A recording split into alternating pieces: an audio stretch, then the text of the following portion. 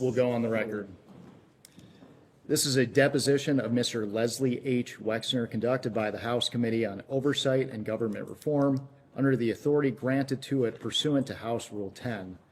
Accordingly, House Rule 10 grants the committee broad jurisdiction for the committee to conduct investigations of any matter at any time. On January 7th, 2026, the committee voted to approve a motion directing the chairman to authorize and issue a subpoena to you for a deposition. On January 23rd, 2026, Chairman Comer issued a subpoena for Mr. Wexner to appear today for a deposition in furtherance of the committee's investigation into the actions and investigations of Mr. Jeffrey Epstein and Ms. Ghislaine Maxwell. I will enter the subpoena and corresponding cover letter as Exhibit 1. The committee noticed the deposition for Mr. Wexner on February 9th, 2026. I will enter the notice for this deposition as Exhibit 2.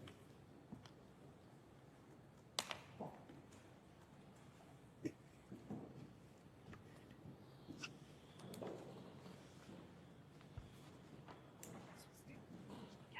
you have copies of the exhibits for us?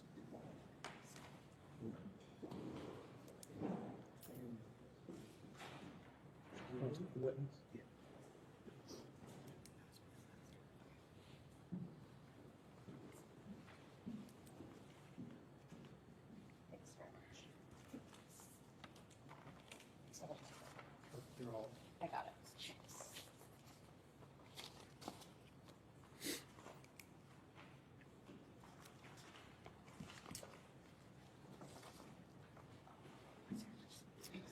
Can the witness please state his name and spell his last name for the record? Leslie, LeslieHwexner, Wexner. Thank you. My name is. Under the Committee on Oversight and Government Reform's rules, you are allowed to have a counsel present to advise you during this deposition. Do you have a counsel representing you in a personal capacity present with you today? Yes. Yes. Will counsel please identify themselves for the record? Michael Levy of Ellerman and Zina Levy on behalf of Mr. Wexner. Elizabeth Martin with Ellerman and Zina Levy for Mr. Wexner. And Matthew Zeiger from Zeiger, Tiggis, and Little on behalf of Mr. Wexner. For the record, starting with the majority staff, can the additional staff members please introduce themselves with their name, title, and affiliation? Yasmin Ansari, Congresswoman from Phoenix, Arizona. Ralph Garcia, Ranking Member, Oversight Committee. That's in the private census area. Thank you all. Mr. Wexner, before we begin, I would like to go over the ground rules for this deposition. The questioning will proceed in rounds. The majority will ask questions for an hour, and then the minority will have an opportunity to ask questions for an hour if they choose. To the extent members have questions for the witness, they will be propounded during their side's respective rounds. The clock will stop if you need to confer with counsel. Your counsel is speaking, and when members or staff are speaking during the opposing side's rounds of questions. We will alternate back and forth until there are no more questions. Do you understand? I think so. There is a court reporter taking down everything I say and everything you say to make a written record of the interview. For the record to be clear, please wait until the staffer questioning you finishes each question before you begin your answer, and the staffer will wait until you finish your response before proceeding to the next question. Further, to ensure the court reporter can properly record this deposition, please speak clearly, concisely, and slowly. Also, the court reporter cannot record nonverbal answers such as nodding or shaking your head, so it is important that you answer each question with an audible verbal answer. Do you understand? Yes, I do. Exhibits may be entered into the record. Majority exhibits will be identified numerically. Minority exhibits will be identified alphabetically. Do you understand? Yes. We want you to answer our questions in the most complete and truthful manner possible, so we will take our time. If you have any questions or do not fully understand the question, please let us know. We will attempt to clarify, add context to, or rephrase our questions. We ask about specific conversations or events in the past, and you are unable to recall the exact words or details. You should testify to the substance of those conversations or events to the best of your recollection. If you recall only a part of a conversation or event, you should give us your best recollection of those events or parts of the conversations that you do recall. Do you understand? I think I do. You are required by law to answer questions from Congress truthfully. This also applies to questions posed by congressional staff in this deposition. Do you understand? Yes. If at any time you knowingly make false statements, you could be subject to criminal prosecution, including but not limited to perjury. Do you understand? Yes. This includes both knowingly providing false testimony, but also stating that you do not recall or remember something when in fact you do. Do you understand? Yes, of course. Furthermore, you cannot tell half-truths or exclude information necessary to make the statements accurate. You are required to provide all information that would make your response truthful. A deliberate failure to disclose information can constitute a false statement. Do you understand? Yes. Is there any reason you are unable to provide truthful testimony in today's interview? No. None. Please note, if you wish to assert a privilege over any statement today, that assertion must comply with the rules of the Committee on Oversight and Government Reform. Pursuant to that, Committee Rule 16C1 states, for the chair to consider assertions of privilege over testimony or statements, witnesses or entities must clearly state the specific privilege being asserted and the reason for the assertion on or before the scheduled date of testimony or appearance. For the purposes of this deposition, objections must be stated concisely and in a non-argumentative and non-suggestive manner. If the witness refuses to answer a question to preserve a privilege, the committee may seek a ruling from the chair. If the chair overrules any such objection, the witness shall be ordered to answer. If the witness continues to refuse to answer a question despite being ordered to do so, the witness may be subject to sanction. Do you understand? Yes. Ordinarily, we take a 5-minute break at the end of each hour of questioning, but if you need a longer break or a break before that, please let us know and we will be happy to accommodate. However, to the extent that there is a pending question, we would ask that you finish answering the question before we take a break. Do you understand? Yes. Finally, I will note for everyone here today that the contents of what we discuss in the deposition is confidential under the House Deposition Regulation. Under the rules, the chairman and ranking minority member shall consult before any release of testimony or transcripts, including portions thereof. This means it is a violation of House and committee rules to disclose contents of this deposition prior to its official release. For this reason, the marked exhibits that we will use today will remain with the court reporter so that they can go into the official transcript, and any copies of those exhibits will be kept at the table or returned to us when we wrap up. Can the reporter please swear in the witness? Will you raise your right hands for me, please? Do you solemnly declare and affirm under penalty of perjury that the testimony you're about to give will be the truth, the whole truth, and nothing but the truth? Absolutely. Do you have any questions before we begin? I'd like a cup of hot coffee. Do you mind? No, Some could get it, but We can go off the record. Yeah. We will go back on the record. Another member of Congress joined. Can he please identify himself for the record? Dave Mann, California 47. Thank you for being here. Dave Mann out of California Odd. 47. I'm sorry. Dave Mann Oh, out of California 47. less. Thank you. The time reads 10:17 and the majority's time will begin now. Mr. Wexner, is it true that you submitted a statement to the committee this morning? Yes, I did. I will now enter as Exhibit 1 the statement of Leslie H. it's Exhibit 3 because you've Exhibit 3, excuse me. Statement of Leslie H. Wexner submitted to the Committee on Oversight and Government Reform, February 18th, 2026.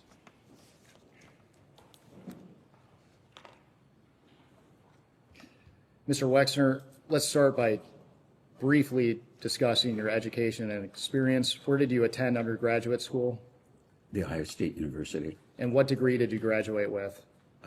business degree. And I know you had a long career, but can you briefly summarize your professional career for the committee?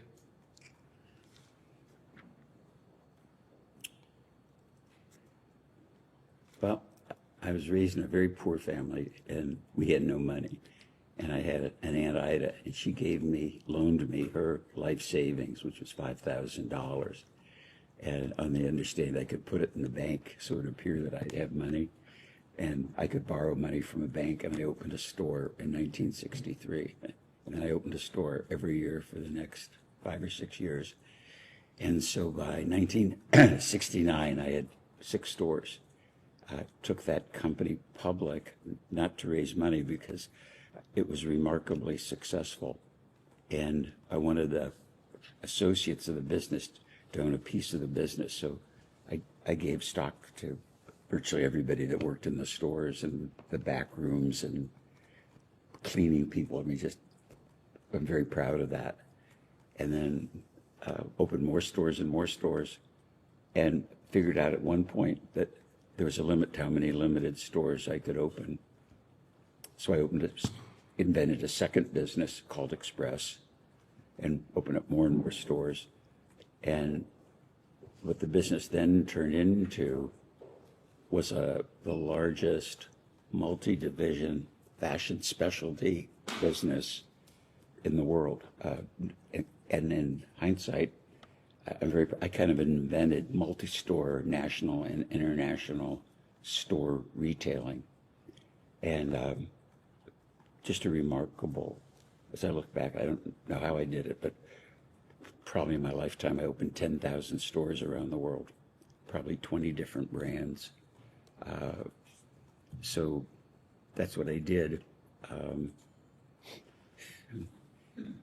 And that's what I did in business. I started to tell you what I do personally, but that's another story. Thank you.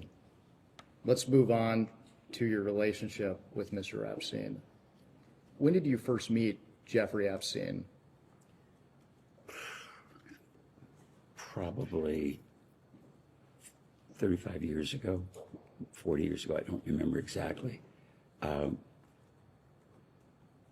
And met him through friends. Approximately what year would you have met him?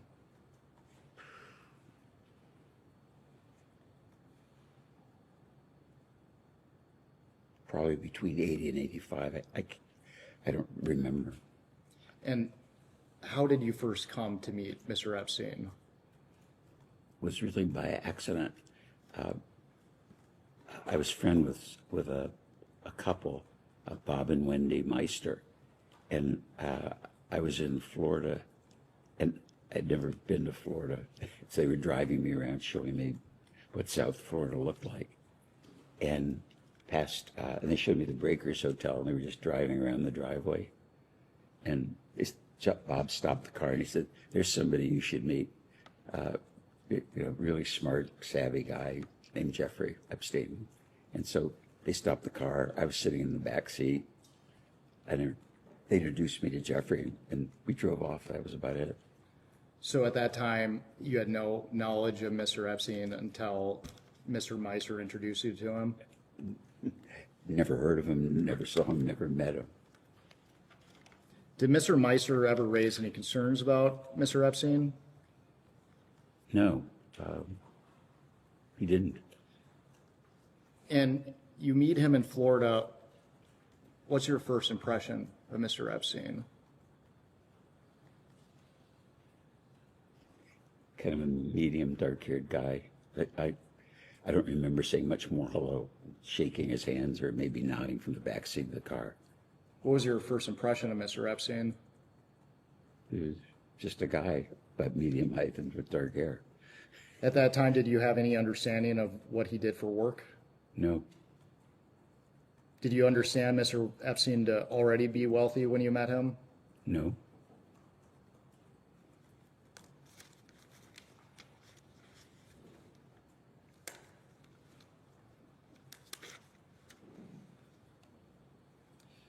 At this time, I would like to introduce what will be marked as Majority Exhibit 4. This is a Vanity Fair article entitled Inside Jeffrey Epstein's Bond with Les Wexner from 2021. The article reports on the origins of your relationship with Mr. Wexner.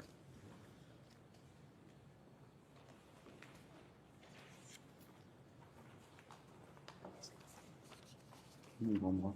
What? Give me one. I hate this stuff.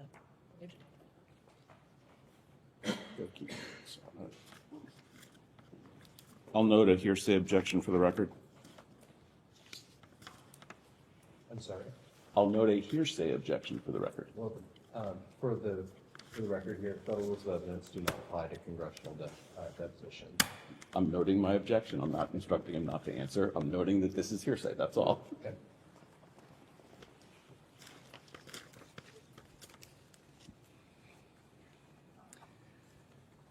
So in the article, it says that you met Epstein sometime around 1986.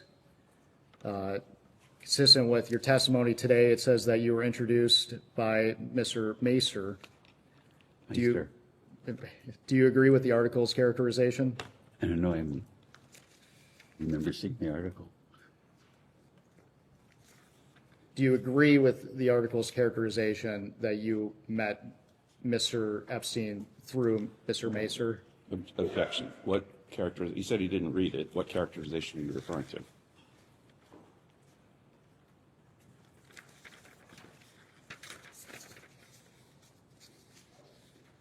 Go off the record.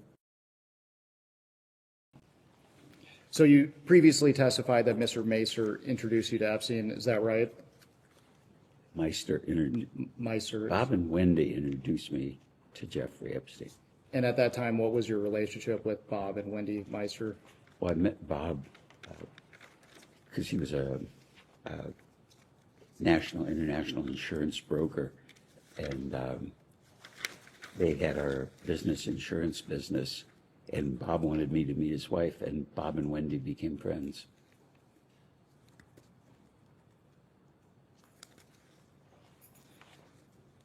Did you trust Mr. Meister with advice?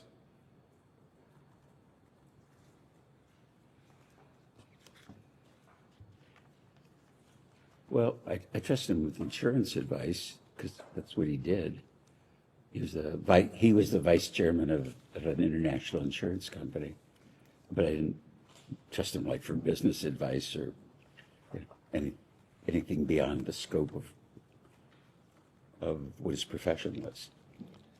I want to direct your attention to page 9 of the article.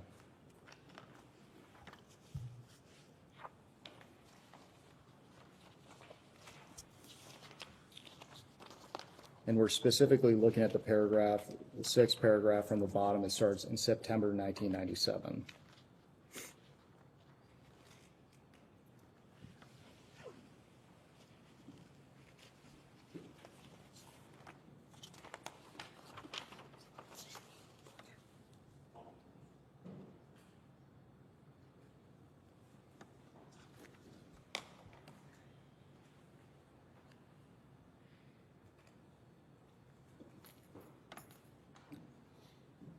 And when you're ready, I'll read the relevant. Just let him finish it. I just read that paragraph. Yeah. It reads, in September 1997, Wexner celebrated his 60th birthday with a dinner at his Ohio estate. Meister says he used the occasion to once again tell Wexner how untrustworthy Epstein was. My wife and I told him and Abigail hundreds of times to stay away from Epstein. Mr. Wexner, do you recall this occurring? Objection. Double hearsay. Are you directing your witness to not No, not answer the question? no. I will direct the witness not to answer if that's my intent. I'm just raising an objection for the record. I first need to understand this. I never had a birthday party for myself. In fact, I never had birthday parties. My mom and dad just didn't do that. And Abigail's been great because every milestone birthday has been a surprise party. And I think, I don't remember for sure, but the 60th birthday party, if Senator Lieberman was there, and Marshall Rose was there. Shimon Peres was there. John Glenn was there. Max Fisher was there.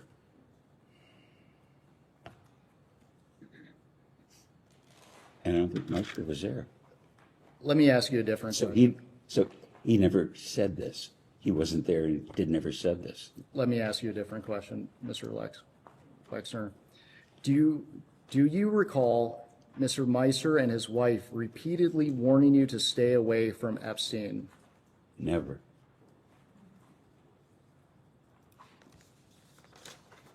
I want to now direct your attention to the 5th page.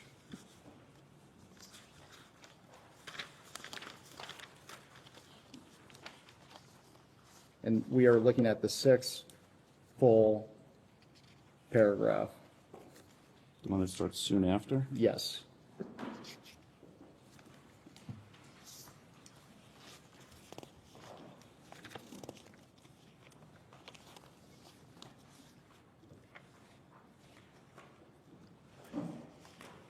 I assume it's okay for me to help him identify the right paragraph. Yes.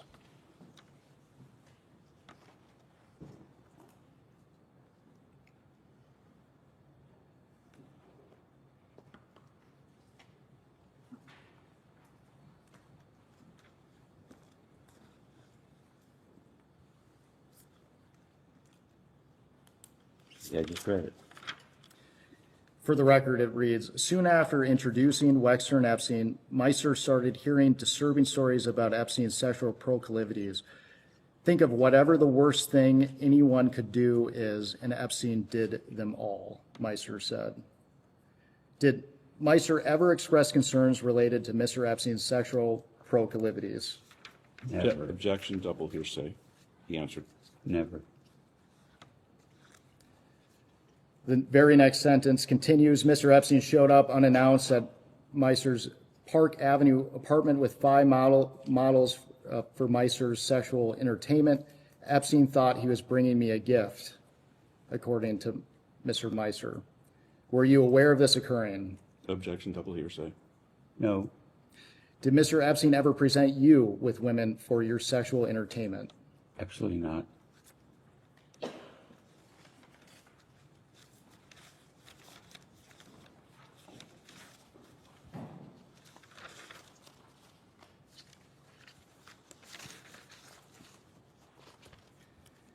Mr. Wexner, Are we done? Are we done with that exhibit? we are. Mr. Wexner, at any time, did Jeffrey Epstein ever inform or represent to you that he was a part of any intelligence service of any nation, including the United States? Absolutely not. Did you ever learn that he was involved with any intelligence service? Never. Never. Let's move on to talking about Miss Maxwell. When did you first meet Ghislaine Maxwell?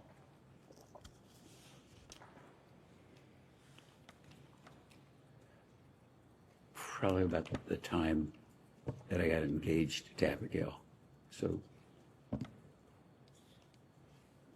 must have been about 1990. And do you recall how you met Miss Maxwell? Well, Jeffrey wanted me to meet the person he was going to marry, and I was engaged to Abigail. And period. Do you have any recollection of where you met Miss Maxwell? No.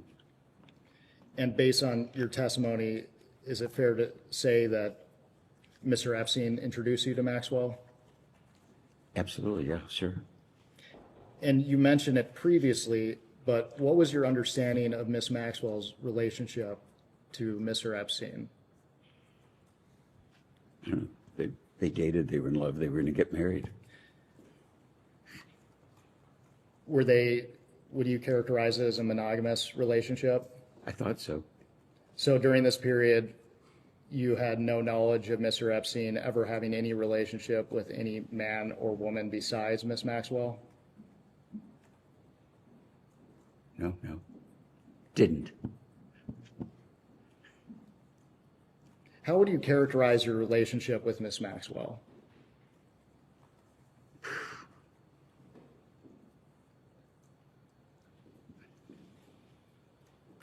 Like, Wendy Meister was Bob's wife, and we were friendly and friends. I met Galan Maxwell because she was Jeffrey's girlfriend, fiance. It never went beyond that. I knew she was smart. I think she was an honors graduate of Cambridge or something. So she was like, spoke with an English accent. So I thought he was really lucky because he finally met somebody that was really smart and nice. And you said that Miss Maxwell was Epstein's fiance, so it was your understanding that they were engaged to be married? I don't remember if they were engaged to be married or they were planning to get married, but I was engaged and they talked about they were going to get married, so I don't know if it was engagement or just they both agreed. During your relationship with Miss Maxwell, how often did you see her? Very few times.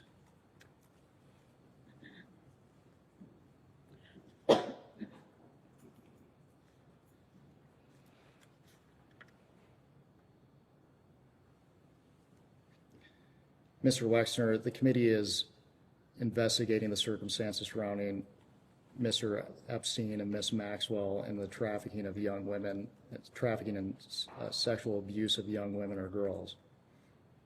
Did Miss Maxwell ever introduce you to any young woman or girl? No, I don't think she ever introduced me to any female or man. Did Miss Maxwell ever ask you to introduce a young woman or girl to your friends or associates? No. Did you ever introduce any young woman or girl that you met through Miss Maxwell to any of your friends or associates? Objection assumes in fact not in evidence. Your client is still Yeah. urged to answer the question. That's fine. Repeat the question. I think the answer is no, but let's. Did you ever introduce any woman or girl that you met through Miss Maxwell to any of your friends or associates? No, never.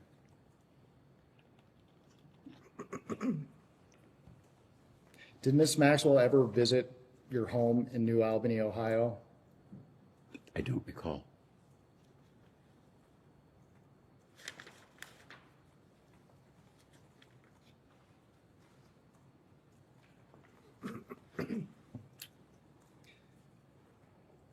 We're going to discuss your business relationship with Mr. Epstein in more detail later, but did Miss Maxwell ever play a role in your business relationship with Epstein? Oh, never, none.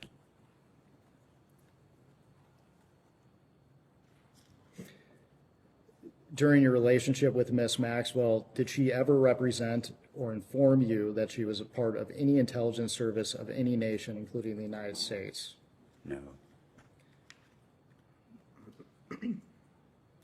Did you ever meet Ghislaine's father, Robert Maxwell? No.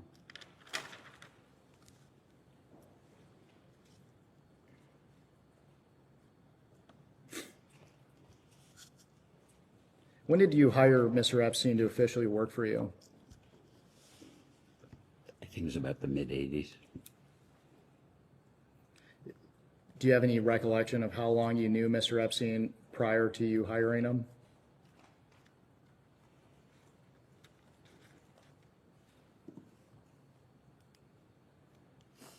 Not specifically. Maybe I met him and visited in the car, and maybe it was 6 months or a year later that I asked Bob about, I needed somebody to help me. And I think he said, did you talk to Jeffrey Epstein? And I think so. I'm guessing from when I met him first to actually having a conversation, it was probably a year. Just to clarify, that's not actually the time that you hired him, though. That's the time you had the conversation. Yeah, yes, that's, For the record, you don't recall the exact dates that you hired him. no, I don't. Another member of Congress has joined us. Can she please introduce herself for the record? Yeah, Rashida Tiffany, I represent the 12th Congressional District in Michigan. Oh, hi. And Mr. Wexner, can you raise your voice just a little bit? He is trying. I keep telling him he's trying. Speak more like Would it help better if I sat more in the middle? We have the video set up. Okay, I'll try to speak louder. If I'm not speaking, if you wave or something, it'll remind me. Mr. Wexner, would you characterize your relationship with Mr. Epstein, at least initially, to be solely business related? Yes, Did you at any time ever consider him to be a close friend? no,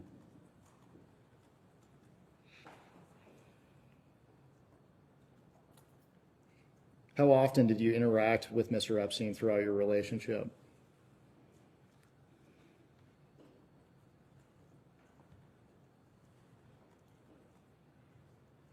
probably a lot of phone conversations, but meetings,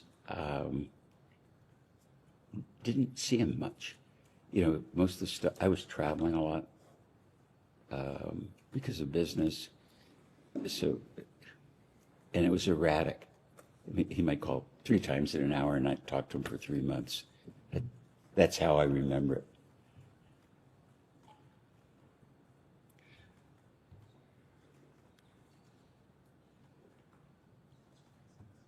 When you were interacting with Mr. Epstein, did you enjoy spending time with him?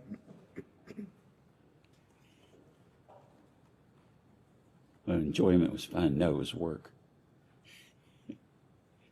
Can you elaborate on that? What were the nature of your interactions with Mr. Epstein? Like professional, you know, this is what's going on. Have you paid this bill? Do you know about that? Or, you know, I took an inventory of your house and no one had ever taken an inventory of your furniture. Do you know how much furniture you have? And it was like, no, I never thought about it. Well, I know, you should know that I have an inventory. Things are buttoned up. It was like what an would, I don't think, how can I explain it? It's like people talk about family offices, and I managed all my stuff, or my admin paid my bills because I was so busy. And I realized there was a complexity in my personal life, and somebody had to just do this stuff because it wasn't getting done properly. And so it was like, you know, professional, I guess what a fiduciary would do, more than what just your accountant would do or your lawyer would do. And something I thought was unfair for my secretary to do. Mm-hmm. And you testified that at times he would call you 3 times a day. Is that a fair characterization of your testimony? No, what I'm saying is that he would call me 3 times, maybe in an hour, 'cause he wanted to tell me something about what he was doing, or would ask me a question about taxes so he could understand what he was preparing. And then he might not call me for 3 months, maybe 6 months. I wouldn't pay attention. It wasn't important at the time. Mr. Wexner, is it your testimony today that your conversations with Mr. Epstein were predominantly focused on your business relationship with him? That'd be very accurate. That would be very accurate. What common interests did you share with Mr. Epstein outside of work? None. So you didn't have any personal relationship with Mr. Epstein whatsoever? I don't think I ever went to lunch or dinner or a movie or had a cup of coffee with Jeffrey. And I've thought about that recently. And I'd say the same thing about my attorney. I'd never been to his office, my current attorney, who's been our family attorney for 30 years. And how could you, I mean, I can't explain to myself how I could have an attorney who lives in Columbus, who was my personal attorney, and I'm friendly with, and never visited his office. I just, my focus was on my business, and my focus was on community before my family. That is, before my family existed. Until your family, not Until, yeah, that's a better way of phrasing it. It's a general question, but approximately how many years were you associated with Mr. Epstein? I don't recall exactly. And to be clear, you at no point ever considered him to be a friend. No, I didn't see Jeffrey as a friend. I saw Jeffrey, as I see Matt, my attorney, as friend. We're friendly, but we're not friends. I mean, obviously, someone that worked for you in a trust position, you're friendly with. You're not in a hostile, adversarial, argumentative position with the people that are advising you. It's been reported repeatedly that you were close friends with Mr. Epstein. Why do you think people would come to that conclusion? Objection, hearsay.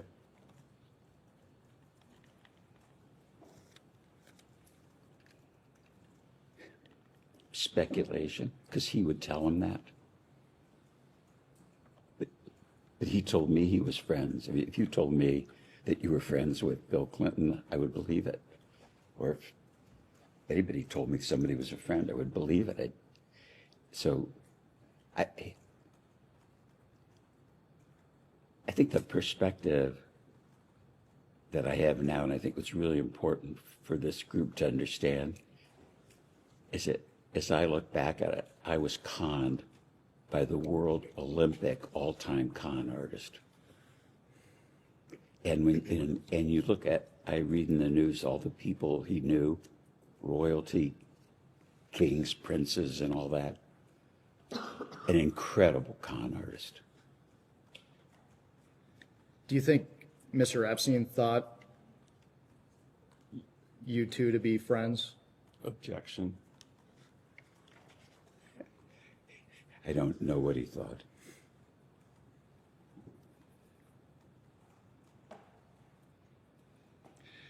When did you learn that the Palm Beach Police Department was investigating Mr. Epstein?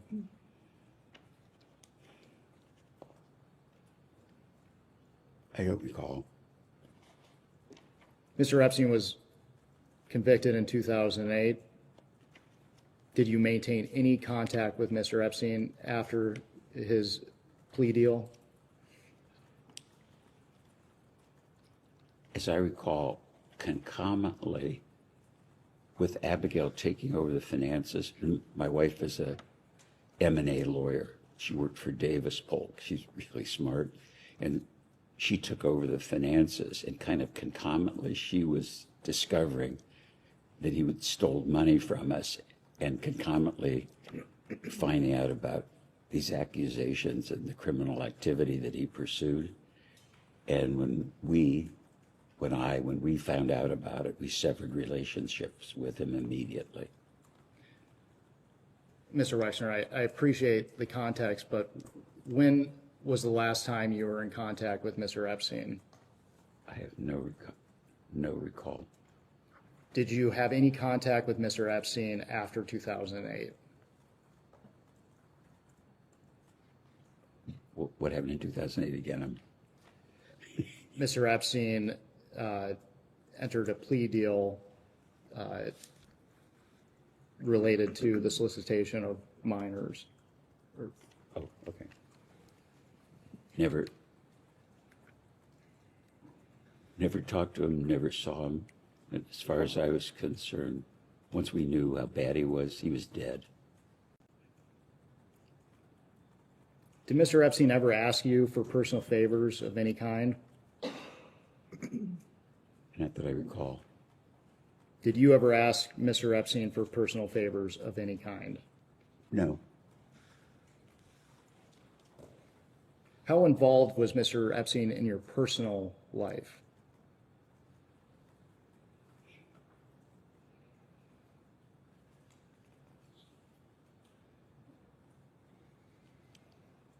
I mean, I could think about that.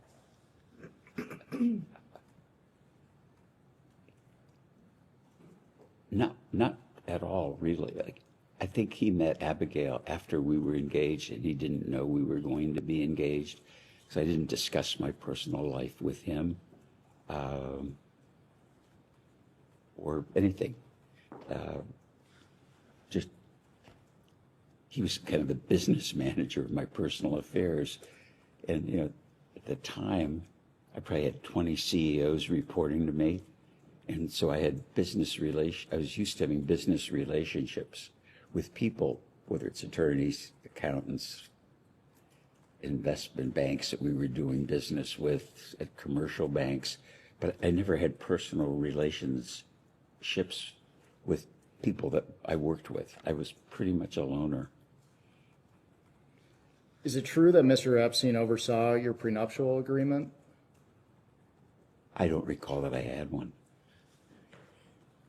If you did, would you consider that to be a business transaction between you and Mr. Epstein? Objection calls for speculation, but you can answer. If I had one, I would have talked to my attorney. Was Mr. Epstein involved in hiring personal staff?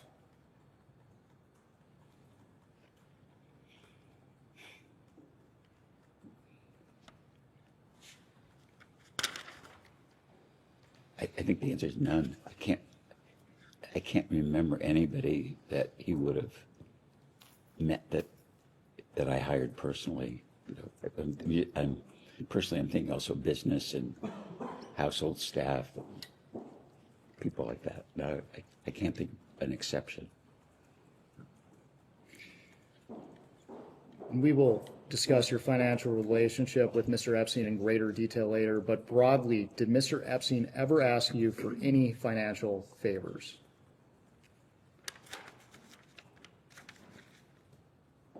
No.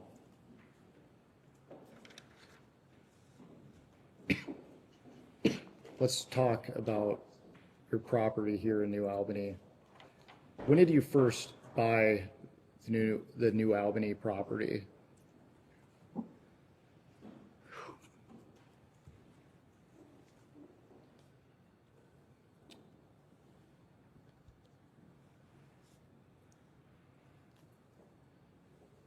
Probably in the early mid-'80s, I started buying property as land.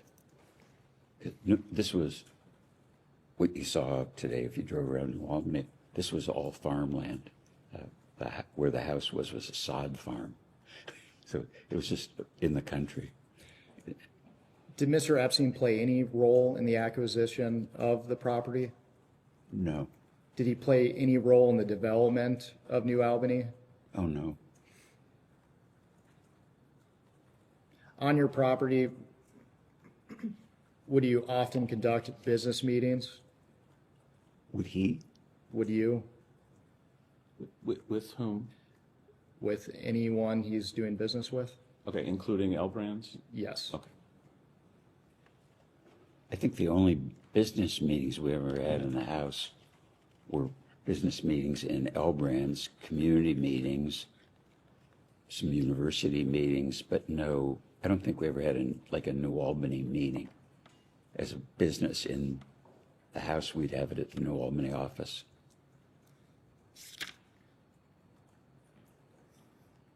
Mr. Wexner, did you ever meet with, socialize with, or otherwise engage with Jeffrey Epstein at your New Albany, Ohio home? Say it again. Did you ever meet with, socialize with, or otherwise engage with Jeffrey Epstein at your New Albany home? I'm sure he was in the house, but I can't remember a specific time. I don't remember setting meetings with Jeffrey. Most of the business I had with him was over the phone. was over the phone. Most of the business was over the phone. Do you have any recollection of when he first visited the property?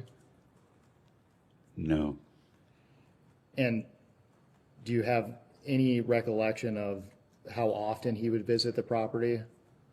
no,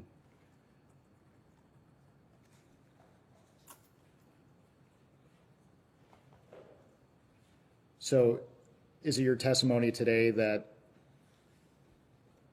you would not have been aware of every time he visited the property here in New Albany? without question. I wouldn't have known. When something I would explain to you, it's like that I wonder about now. Like Jeffrey might call the office, and my admin would say, "Mr. Epstein's on the phone. He has to talk to you right away." And I pick up the phone and say, "What is it?" And he'd say, "Well, I'm in Switzerland, talking to a Swiss bank about something." And he'd try to explain it to me. He said, "Well, you wouldn't understand the transaction. It's really complex. But and I'm really busy, but I needed to tell you this or know that." And I'd say I'm in the middle of a meeting, and I'd hang up. And then, as I said earlier, 15 minutes later, he might call me back. And I'd look at it now and say, he was probably in bed in New York. I didn't know where the hell he was. Were you aware that Mr. Epstein stayed on your property? I know he bought Jack Kessler's house, but I don't know when he was there. And that wasn't on your property. No, that's my neighbor's property, my business partner in New Albany's friend, or his house, right? Were you aware that Mr. Epstein stayed at one of your guest house on the property?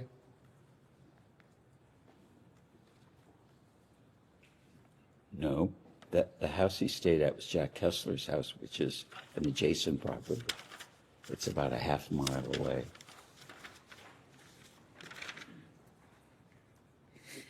Mr. Wexner, Epstein survivor Maria Farmer was reportedly brought to the guest house located on your property in 1996. Objection, he's already told you it wasn't on his property. I am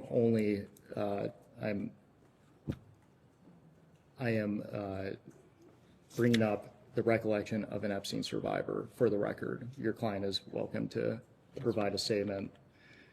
So again, Maria Farmer was reportedly brought to the guest house in 1996. She stayed there for a summer and claimed she was assaulted there by Mr. Epstein and Miss Maxwell. Mr. Wexner, do you recall who Maria Farmer is? I know her name from the press. Did you ever meet Maria Farmer? Never.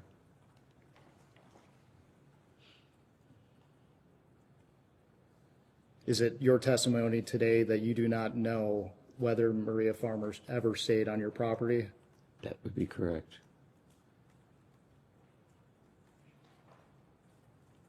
Do you have any reason to not believe Maria Farmer's account of being abused by Jeffrey Epstein on your property?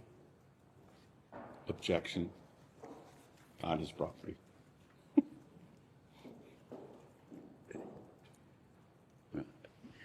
Let me be sure I answered this correctly. I never met her, didn't know she was here, didn't know she was abused.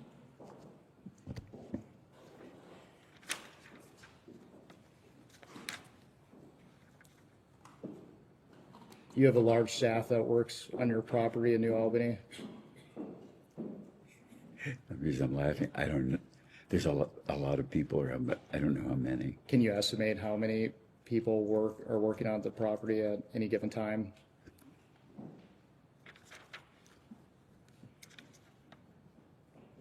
$20. Do you have private security on the property? I've had private security since 1975. Are you aware of allegations that security staff on the property stayed with Maria Farmer until her family was able to pick her up? I didn't know she was here, so I didn't know her, I didn't know she was here, so I didn't know shit about her. Pardon me.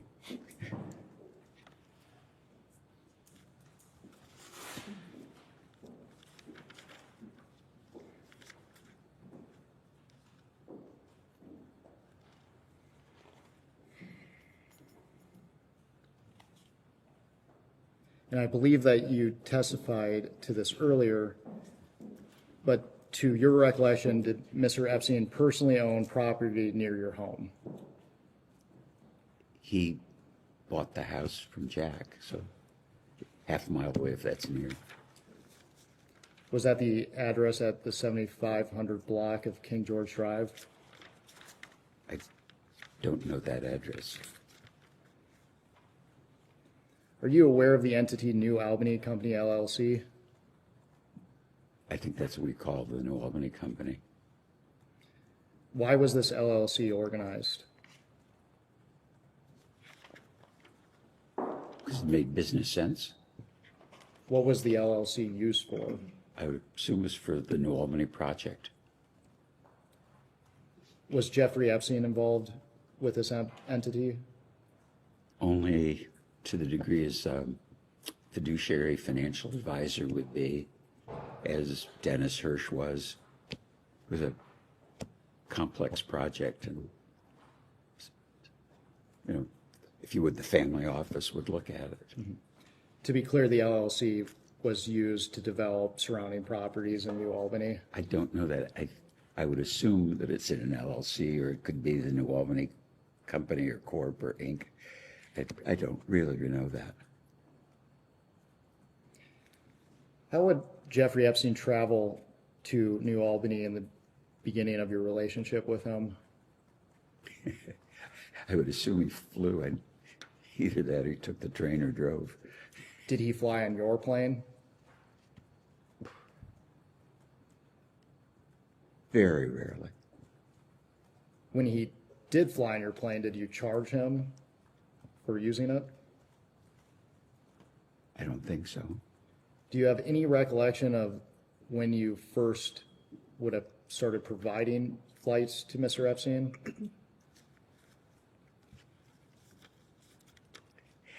I think that's kind of a trick question. I don't think I ever provided flights for Mr. Epstein.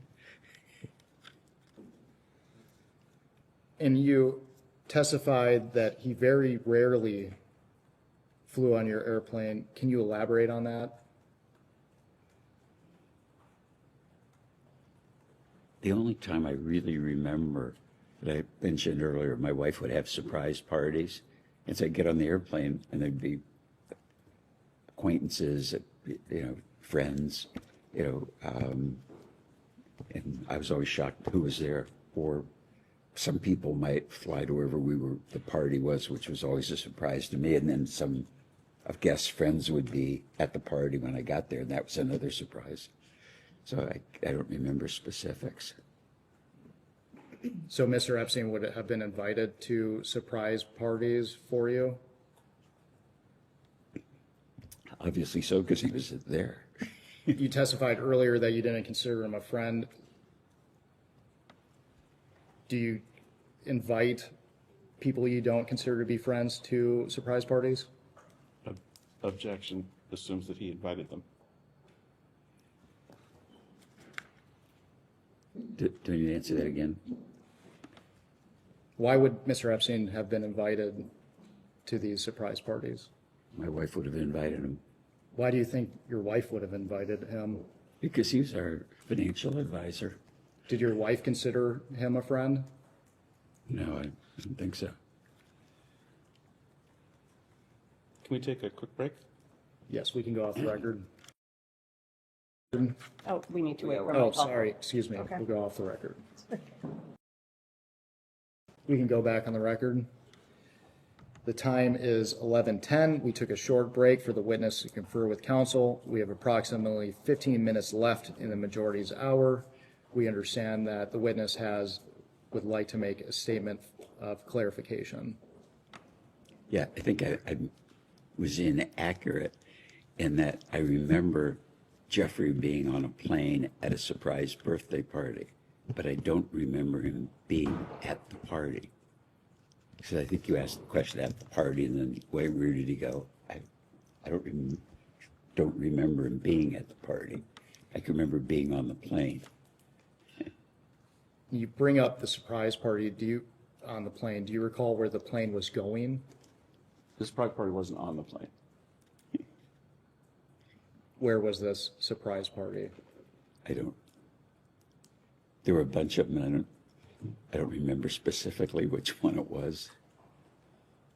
Were you on every flight with Mr. Epstein when you traveled on your plane? Objection. How's he supposed to know that? If he doesn't, he's welcome to testify that he doesn't know. So, say the question again. Would Mr. Epstein ever use your plane while you were not present? Never. Did Mr. Epstein have to ask you for permission to use his plane or use your plane? He would have, but he never did. In regards to using your plane, would you It wasn't my plane. It was the business's. The business had an aircraft. We didn't own our own airplane till maybe 15 or 20 years ago. And he wasn't on that plane either. Do you recall Miss Maxwell being present when you were traveling on your company's plane? No. Do you recall if Mr. Epstein would bring other guests besides Miss Maxwell while traveling on your company's plane? No.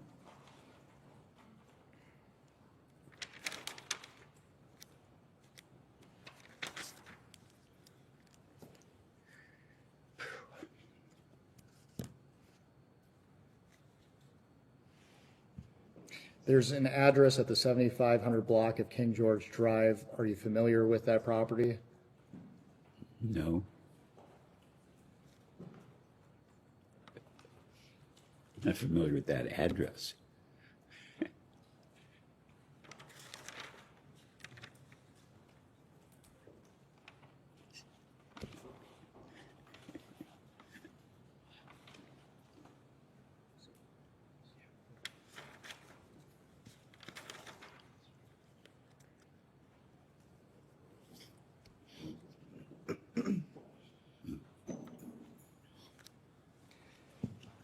Mr. Wexner,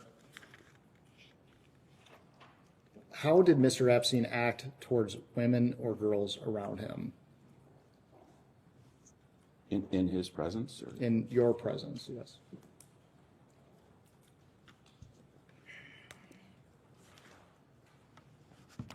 I guess the answer would be kind of normal and nice. He would like send my secretary or admin flowers for her birthday. Courteous, I would say. Did you ever witness Mr. Epstein have sexual contact of any kind with young women or girls? Absolutely not. Did you ever witness Mr. Epstein sexually abuse young women or girls? Absolutely not. Did you ever witness Mr. Epstein receive massages from young women or girls? Absolutely not. Did Mr. Epstein ever discuss sexual acts of any kind with you? No. Did he ever discuss receiving massages? Yes. What were the nature of those conversations? He told me massage therapy was great and I should get massages. Did he ever discuss who he was receiving massages from? No. So it is your testimony today that you don't recall him ever saying anything about receiving massages from young women or girls? Absolutely not. Or absolutely, I'm agreeing with you, didn't do that. Was it common for Epstein to bring young women or girls to any other place where the two of you would meet? Never. Did Mr. Epstein ever request that you bring Victoria's Secret models to events at your home? No, and no Victoria's Secret models ever came to my home, even for business purpose. Did Talk about one exception. Stuff you've seen. Oh yeah, I forgot about that. There's one exception. My wife had for about 20 years, a horse show here for charity. And one of the models' husband was a polo player. And I don't know how they showed up as a couple, and he gave either me or my wife a polo horse, which was I don't ride, and Abigail wasn't interested in a polo horse, so that would have been the only exception. Did Mr. Epstein ever request that you introduce him to Victoria's Secret models? Never.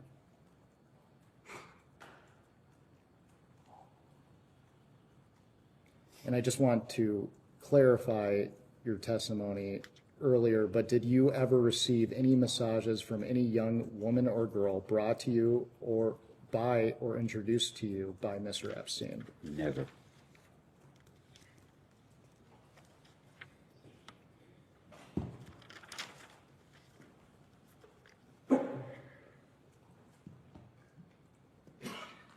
We discussed Mr. Epstein's arrest previously, but I would like to return to it just to make sure the record is clear. In 2005, police in Palm Beach, Florida began investigating Epstein. In July 2006, Epstein was arrested for the first time for soliciting prostitution from minors. Prior to Mr. Epstein's arrest, were you aware of any investigation into Mr. Epstein? Not that I recall. When did you become aware of an investigation into Mr. Epstein? Probably whenever it was in the press. I don't know when that was. And you mentioned the press. Was there anyone that was a part of your business that may have alerted you to his arrest? Could have been. And for the record, did you have any knowledge of illegal activity by Mr. Epstein prior to his arrest in 2006?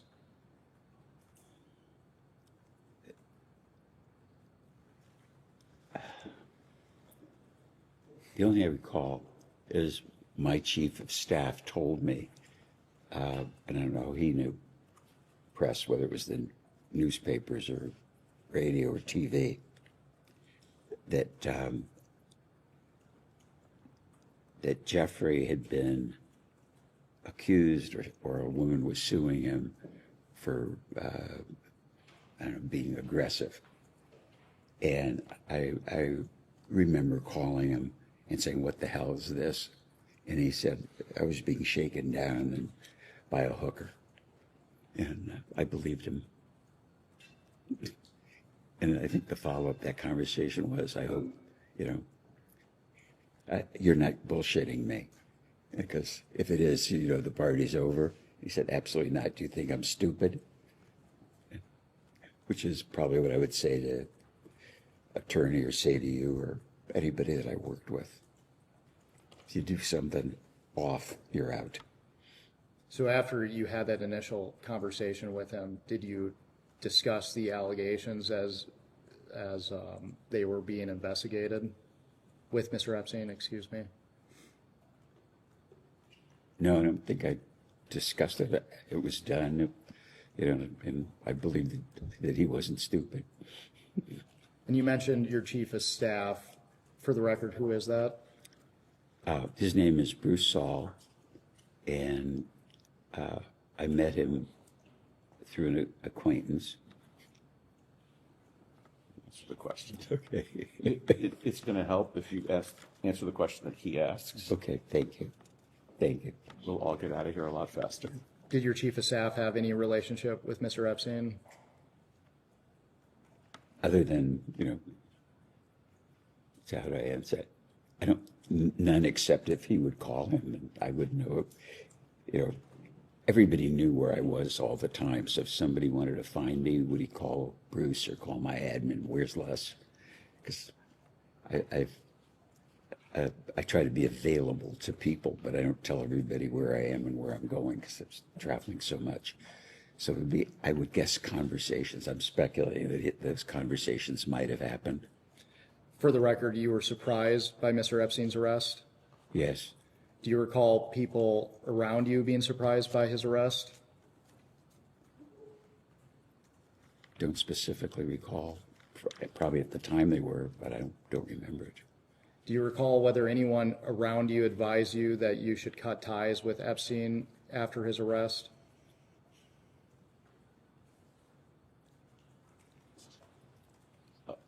I'm going to instruct you not to disclose any communications you had with your wife or your lawyers in answering that question. So are you asserting, for the record, attorney-client privilege and spousal privilege? Correct. To be clear, the House does not recognize common law privileges. And so if you are asserting that in order for him to not testify to those, in order to preserve that, we may discuss and may take that to the chairman for a ruling. And potentially may direct your client to answer those questions. That's fine. The Supreme Court has also made clear that those privileges do exist in the congressional context, and I doubt very much that whatever his answer would be to this is that important, but I'm directing him to preserve those two privileges, those two well-recognized common law privileges. I forgot the question. Go ahead and ask your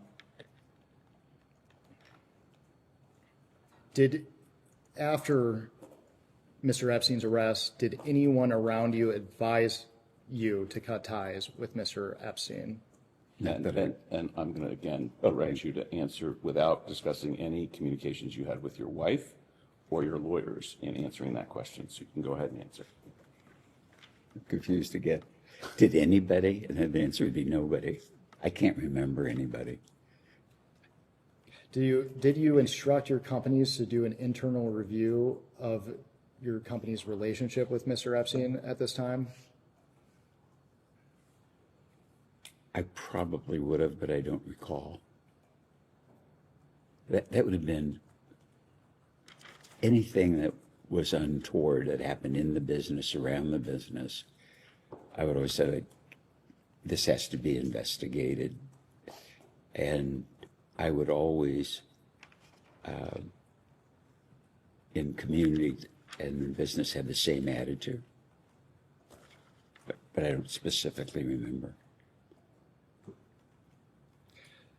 Were you suspicious of any others around Mr. Epstein that they may have aided in the solicitation of minors for prostitution when you learned of his arrest?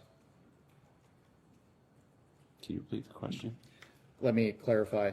Mr. Epstein had individuals such as Maxwell, Sarah Kellen, among others who have been identified as potential co-conspirators. Were there any individuals that you understood to be affiliated with Mr. Epstein that you may have suspected to have aided in his crimes?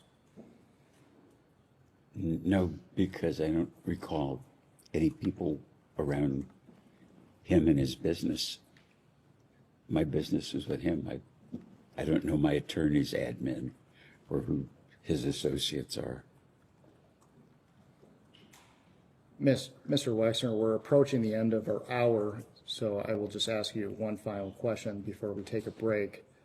With the benefit of hindsight, were there any things you witnessed or observed about Mr. Epstein that could have suggested he was trafficking and sexually abusing women? Absolutely not. I've asked myself that question over and over, why I didn't see there should have been a clue or something that I should have picked up on.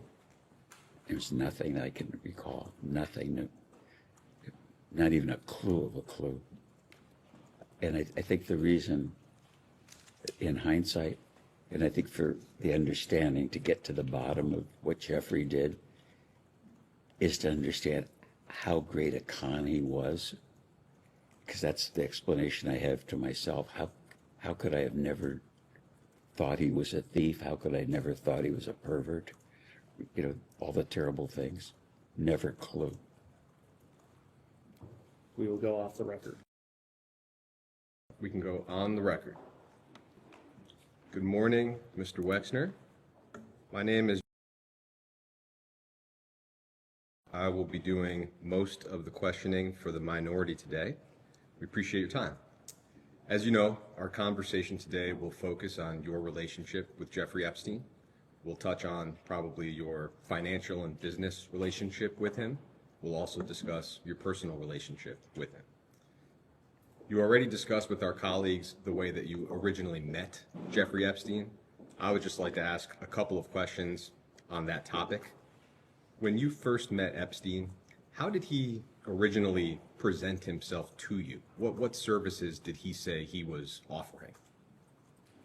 Well, when I first met him, it was just hello, and he didn't represent anything, and I didn't ask anything. I was just meeting a friend's acquaintance. As that business relationship became closer and you eventually hired him, I assume he pitched his services in some way. What was his way of framing what he was offering to you?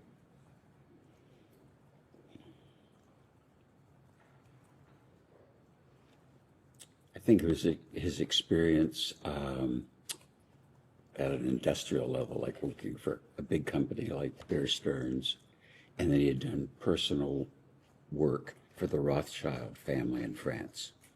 Personal wealth management, essentially? I don't know. We've seen some reports that he would present himself as a bounty hunter, that he would find people's missing money. Do you recall him saying anything like that? No.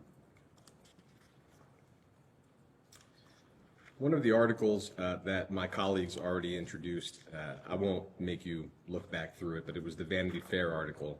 I will just read you a paragraph out loud. It's the only paragraph I have a question about.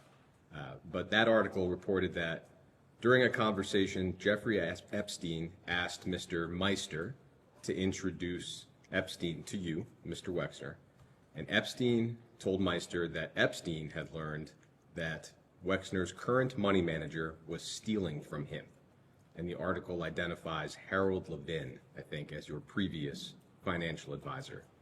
Do you have any recollection of whether Mr. Epstein ever claimed that Mr. Levin was stealing from you? Objection to the article on hearsay grounds. You can answer.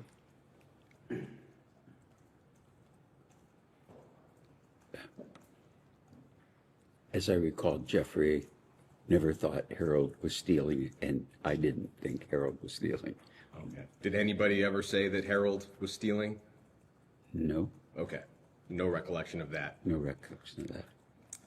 That article also describes a story where you sent Mr. Levin to meet with Mr. Epstein and just discuss an investment opportunity, but Mr. Levin came back to you and told you to stay away from Mr. Epstein.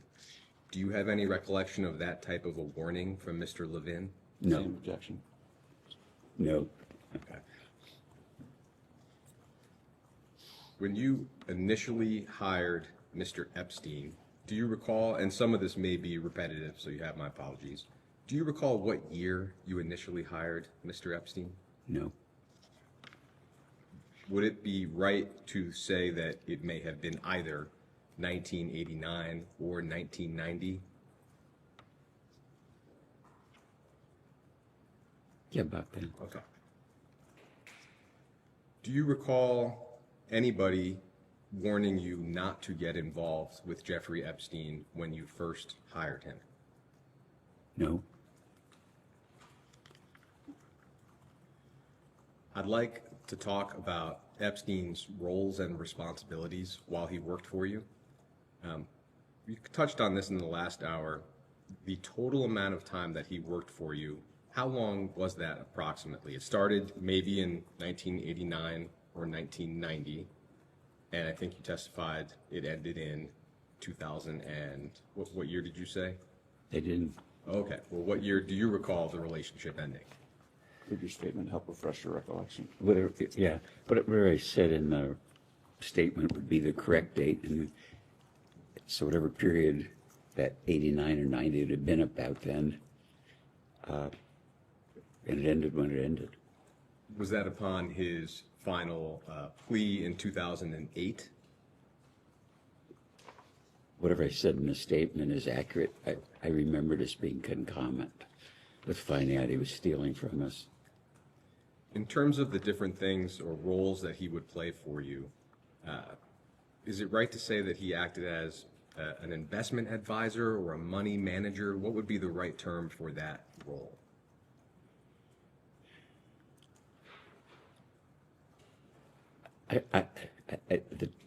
The term wasn't part of my vocabulary, but he was kind of like the family office manager. And so they oversaw investment, oversaw people getting paid, made sure taxes were done, and talked to accountants. I had in hindsight, because I had done so well, and I was dating Abigail, and we were engaged, and I was married and running 20 businesses. I was very busy, and it's all that just stuff that was in my personal life was either wasn't managed by me. It was like my admin was like which sounds kind of crazy, was the closest thing I had to any kind of supervision. Would he be making investments on your behalf the way a traditional investment advisor would? I must have known at the time. I don't recall specifically asking him about investment. I would like to introduce Minority Exhibit A.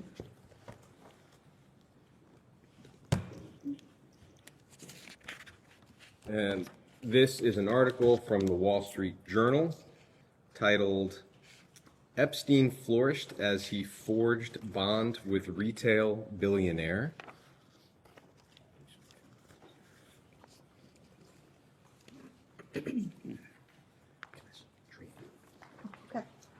Next one. And you don't have to read through this whole article, it's just helpful to have it in front of us. But on the bottom of page 3, I will read just a single sentence to you. And the article, identify where sure, it is. it starts with the word soon. It's the very last sentence on the bottom of page 3.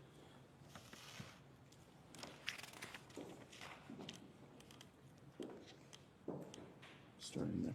Oh, And that sentence, I'll read it out loud as well, says that soon Mr. Epstein was presenting Mr. Wexner with a variety of investments, including apartment buildings and a development involving a former post office building, says Mr.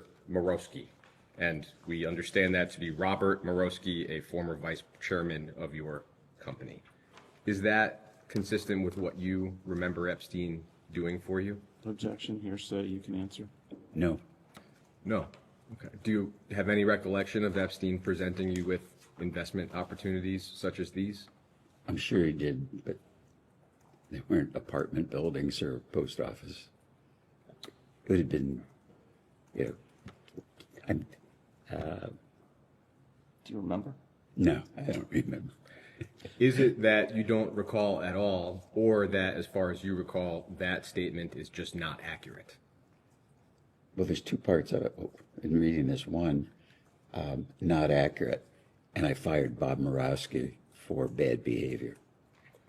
But as to the substantive part, is it that you don't recall whether or not Epstein would present you with these types of investments? I do not recall. Okay. And the quote is from somebody that I fired. Okay. In addition to the, I guess, family office role that you described, I'd like to ask about whether Epstein provided other services to you. We know that he provided some later clients with tax planning services. Did he ever do anything like that for you? Must have, but I have no specific recollection. I mean, somebody, my attorney, tax attorneys, I'm kind of a muddle about who did what. And so is it fair to say again that you just don't recall either way? Yeah, I don't recall at all. Okay. Separately from that, Mr. Epstein was a trustee for various trusts and charities of yours. I'd like to touch on both of those roles, starting with trusts. And so I will introduce Minority Exhibit B.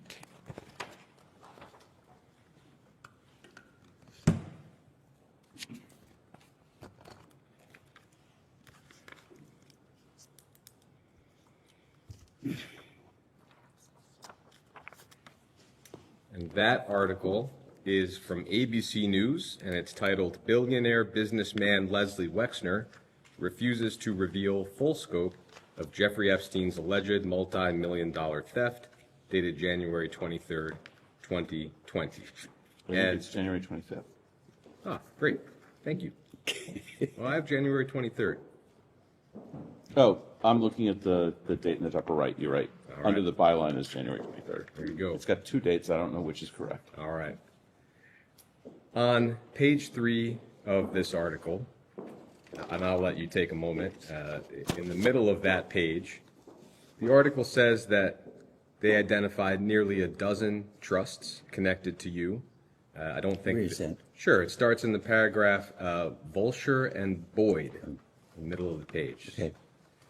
Who are those? I think they're associated with ABC's investigative reporting team. Thank you.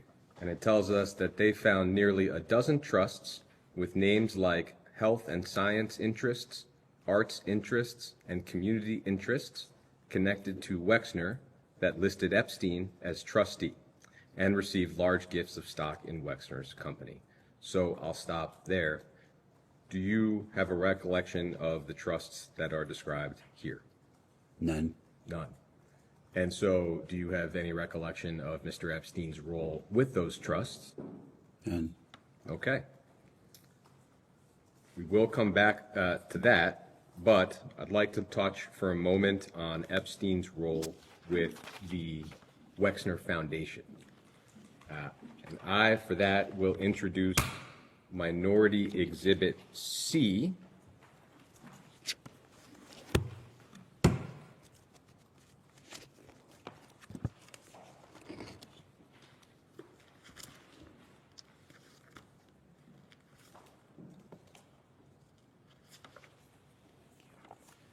And this document is titled Independent Review of Jeffrey Epstein's Involvement and Interactions with the Wexner Foundation. And the document is dated February 24th, 2020. I'm not going to ask you to read through this. It's a long document. I will point you to a specific part of it. But first, we understand this to be an independent review that was undertaken by a law firm at the request of the Wexner Foundation in the wake of Mr. Epstein's arrest in 2019. Is that also your understanding? I never knew of it. I'm looking at this, I'm laughing, because the address is 65 East State Street, and that was the address of my dad's first store when I was 13. Okay. Well, so is the report unfamiliar to you? Yes. Okay. Completely. And I think page 4 of the report says that you were interviewed by the law firm for this report. Do you have any recollection of that? Nope. None. Do you have any reason to doubt the report that you were in fact interviewed for the report? No. Okay. I don't remember it, so Sure. I can't doubt it. Page 9 of the report simply tells us that Epstein, and I'll let you turn to it if you'd like, but it just tells us that Epstein was elected as a trustee of the Wexner Foundation in 1992, and that he remained a trustee until September 2007. Epstein would not have been the only trustee of the Wexner Foundation, correct? Objection to, as to hearsay as to the document. The question is fine. Can you repeat it? Sure. Would Epstein, did the Wexner Foundation have more than one trustee? I'm sure it did, and I think there was a legal requirement to have 3. And I don't know that. I just think that.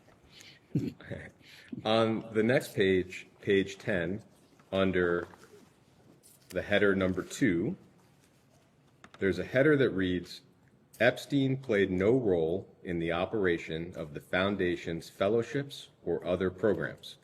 And the first sentence afterward says, based upon our review of Foundation records and interviews with Foundation leaders, we concluded that, although a trustee, Epstein played no role in the management or administration of the Foundation's operations or programs.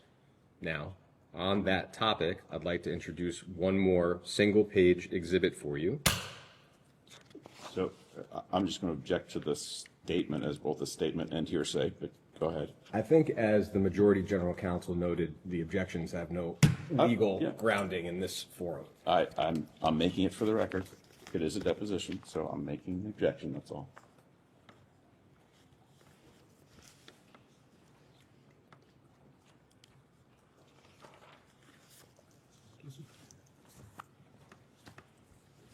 So, Is this a single page? single page, and I'll give you a moment to look it over. This is D? That's D.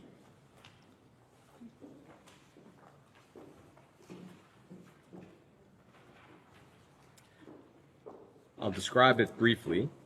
This Can is you give him a chance, and me a chance to read it? of course. Thank you.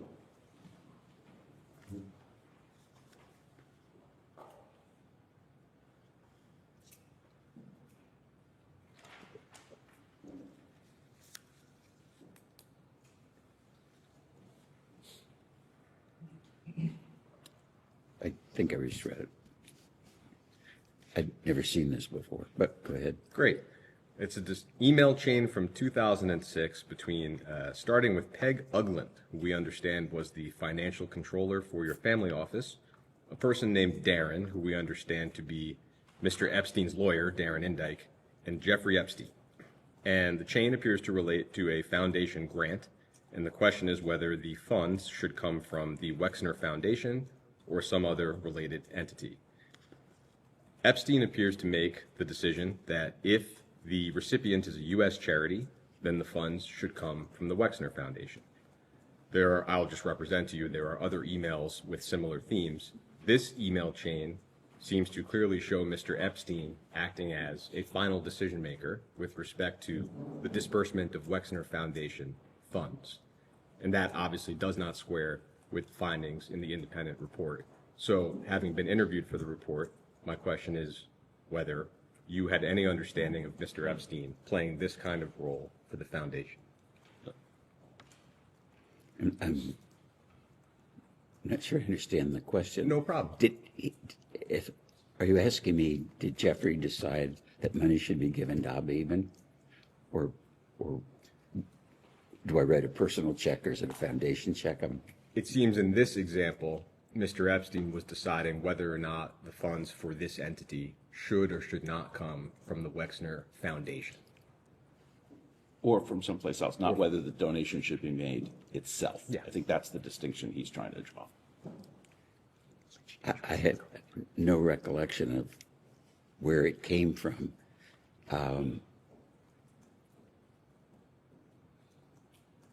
I regularly helped Abba Eben after he retired from government.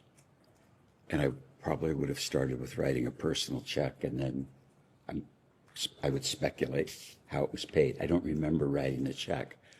But Eben was a very good friend and he had no money. He worked for the government of Israel and Social Security his income was nothing. He was living in public housing. And my sense was that it wasn't fair. So I took care of him privately and his wife Susie until they both died. Did you have any knowledge that Mr. Epstein was acting as a final decision maker for whether or not to spend foundation funds? Not at all. He would never have done that. He does appear to have done it here. As a decision maker, no, absolutely not. I wouldn't have not, didn't know it, wouldn't have thought it. So this role would have, him playing this role would have occurred without your knowledge. Objection seems in fact not in evidence. It happened without my knowledge, but I did give money to my friend Abba Eben and his wife Susie. Okay. Thank you.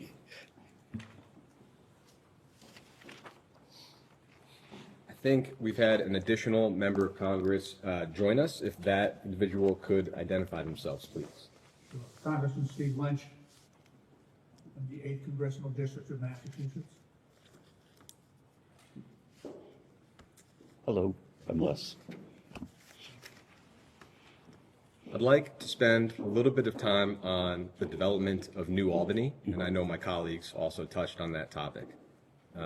Could you just briefly describe for us your role in the development of New Albany? I know it was substantial, so a brief overview. Yeah, it started out with me thinking I wanted to have a house in the country. And it began with thinking I would buy an old barn and restore it, and that'd be kind of a cool thing.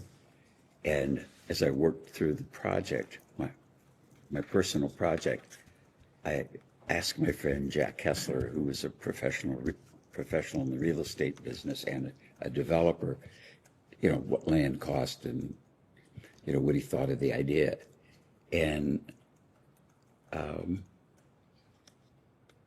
then I got to thinking, do I really want to build a barn? And then I thought I want to build a house. And I kept telling Jack about what I was thinking I was going to do, having not done anything. And it started out pretty modestly. I think I bought like a 30-acre farm, which is about a mile from here. And then, which I thought was a good location. And over time, I kept thinking about it, decided that wasn't a good location. This was a good location. And in the conversations with Jack, he kept saying that these are good ideas. You're not overpaying for land, because it was something entirely new to me. And one day I said, Jack, if it's such a good idea, why don't you live here? And he said, I would, but my wife wouldn't move. And then one day he called up. He said, she thinks it's a good idea, and we're going to sell our house, and we'll build one near yours, which is the house that's half a mile away. And I said, if we're going to live here, do you think any of our friends might want to live out near us, or acquaintances of his? And he said, yeah, I think a lot of people would like that, the idea of having more land around, and it's not that far from the airport, stuff like that. And that's how the idea began. And then the next idea was, how do you do it? And Jack is a professional, the only professional I know in the real estate business other than shopping center developers, relied on his judgment about prices we were paying and acquisitions, because I had a full-time job and I didn't know anything about this. And then I got to thinking one day, how do you do it? I mean, not acquire the land, how do you plan it? And I thought there's a lot of smart people at Harvard. So I made a cold call to the School of Architecture, talked to the dean. I said, I have this idea. You don't know me. Could you recommend some architects? And he said, I don't recommend architects to strangers in projects I don't know about. And we talked a while more, and he said, if you'll buy a day of my time, if you're really serious, I'll come out and look at it, because I don't know whether you're really serious about doing this. And then he gave me a list of architects, and I didn't know any of them. Want him to keep going? No, I think I've got the sense of it. Yeah, so it kind of just grew by topsy. I appreciate it. You also touched on this earlier, but what was the role of the New Albany company in the development of the town of New Albany? Well, it was just the name of the community, so we called it the company, because we were developing New Albany. If we had developed it in Poughkeepsie, it'd be called the Poughkeepsie Company. What was that, as far as you recall, Mr. Epstein's role in the development of New Albany? None. What was his role with the New Albany company?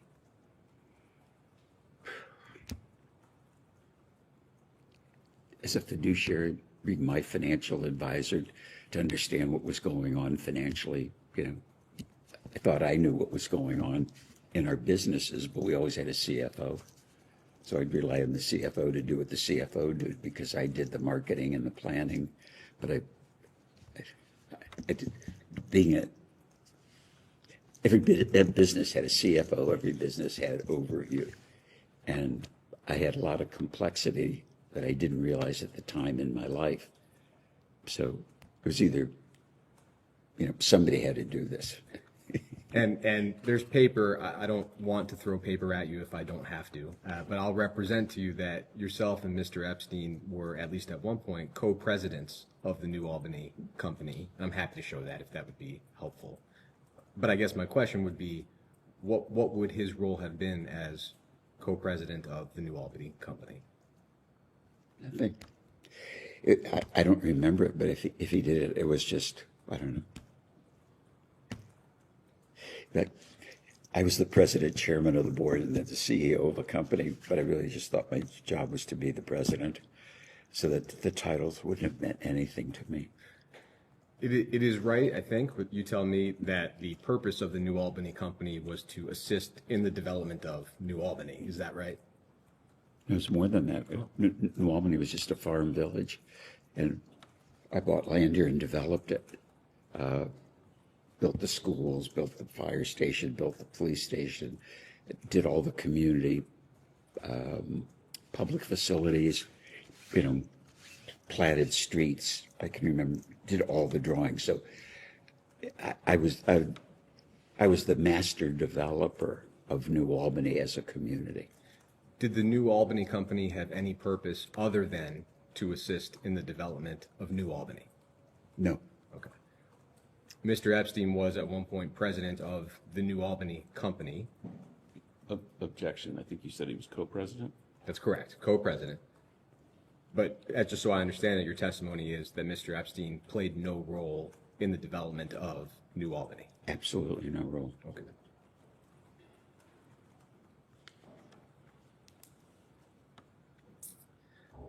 Like to talk about the limited company.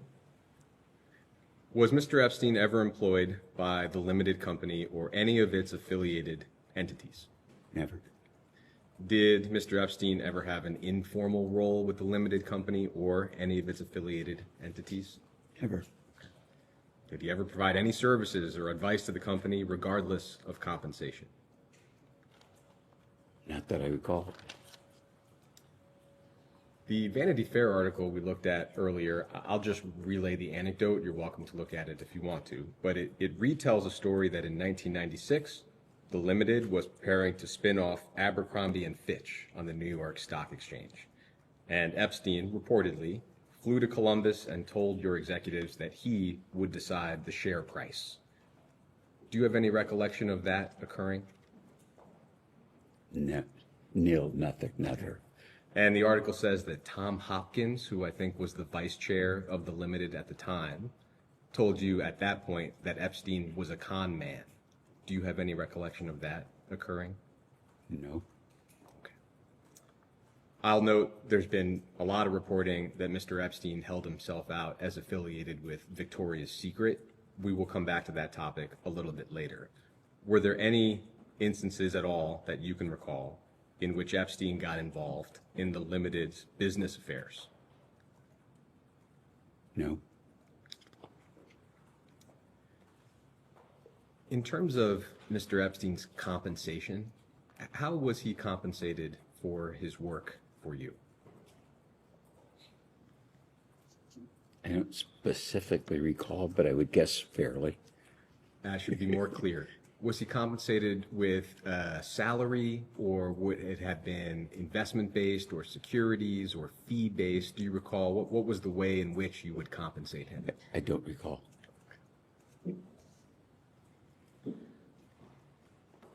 We discussed earlier, I think, that the breadth of his theft from you, I think, has been estimated by your counsels to be the hundreds of millions. Do you recall approximately what Mr. Epstein's total compensation would have been in his time with you?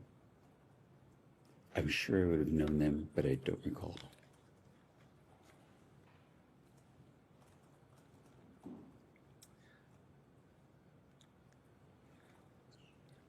I'd like to talk about Mr. Epstein's misappropriation or theft of your assets. And so I will introduce as Exhibit E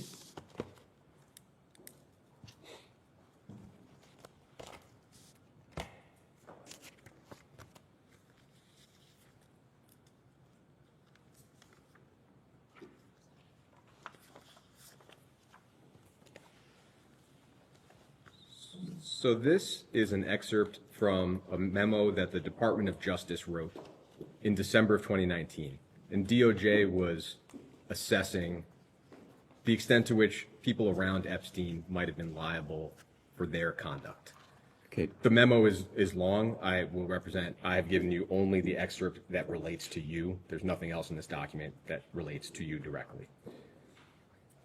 The section that I've given you on the second and third pages of the document, that's 65 and 66 at the bottom.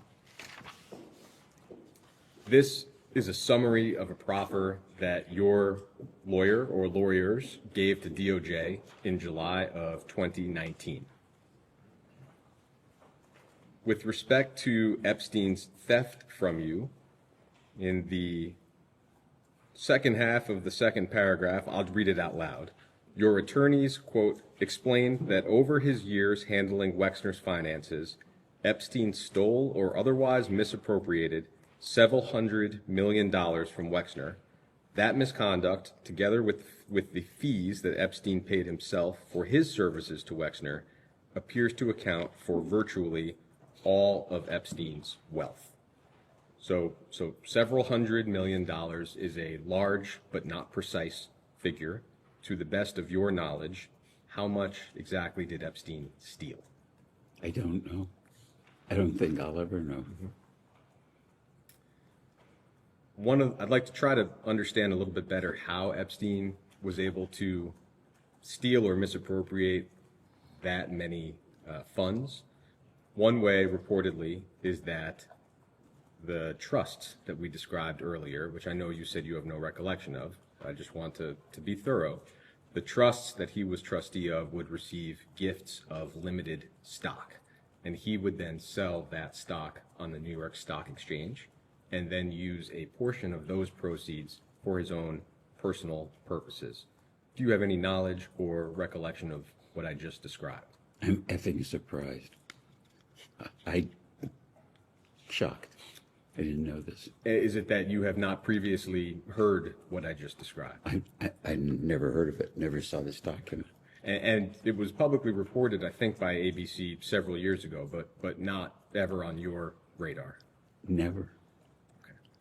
The report indicates that it was more than or around $1.3 billion of stock that Epstein moved around that way. Not that he kept all of that money for himself, but the total amount of stock sales was over $1 billion. You have no knowledge or awareness of that. I don't know the amounts. The only trust that I'm aware of is my wife set up trusts for our kids, So however she set them up in the amounts, I have no idea what's in them then or now. And then separately, it's been reported that around $20 million of stock and cash were contributed by two of your charitable foundations to one of Epstein's charities. Do you have any knowledge or awareness of that? Effing shocked. I'm appalled. I never heard that.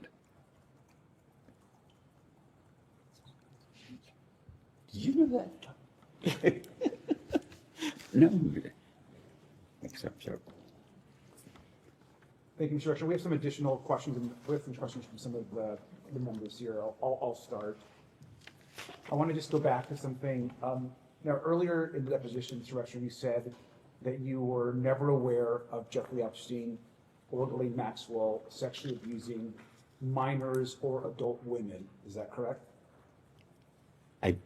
I know Jeffrey was accused by an adult woman of abusing her, and that's the only thing that I knew until the shit hit the fan. So prior to it becoming public knowledge, you were never aware No. of Jeffrey Epstein? Absolutely not. Were you ever You have to aware? wait till he finishes asking the question. Sorry. The court reporters will get mad at you if you don't. Okay, so I think you said that you were not. Were you ever aware of Jeffrey Epstein or Ghislaine Maxwell sexually abusing men or boys? No. Okay. How about trafficking men or boys? No. Prior to it becoming public knowledge, were you ever aware of Jeffrey Epstein or Ghislaine Maxwell arranging for a prominent person to have sex with another person? Never. Okay. Can I ask you, Mr. Wexner, were you ever with Jeffrey Epstein in the presence of women or men in bathing suits or underwear? No. Never in the presence of women or men in bathing suits or underwear with Mr. Epstein? No. I mean, if he was at the fashion show, he'd have seen women in underwear, but, 500 people. So you're saying that if he was at a fashion show with you through the fashion business, Yeah. it may have been the case, but could it have been the case that you were with Mr. Epstein maybe prior to the fashion show or in another space? No, absolutely not. So did any women or men ever model clothes for you in the presence of Mr. Epstein? No. So not at a fashion show and not in a private home or residence? as a, being in the audience of the fashion show would have been the only possible time. Are you aware of any individual that has given either a public statement or any information of anyone that has actually said that they believe you were with Mr. Epstein in the presence of women or men modeling clothes or underwear?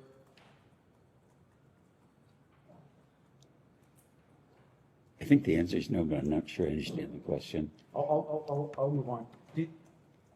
Just a direct question for you, sir. Also, did you yourself ever have a sexual encounter with any individual that was introduced to you by Jeffrey Epstein or Ghislaine Maxwell? No. Did you personally have a sexual relationship with Jeffrey Epstein? No. Are you aware that others have claimed that you had a sexual relationship with Jeffrey Epstein? No.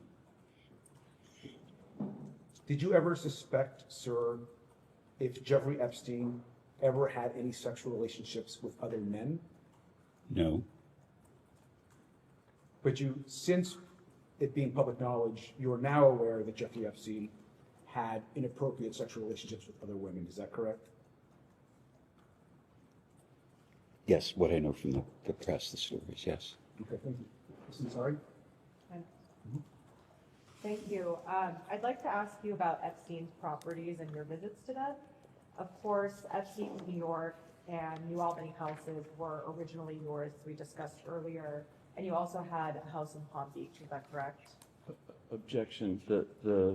I think he testified that the house in New Albany was Mr. Kessler's. Okay.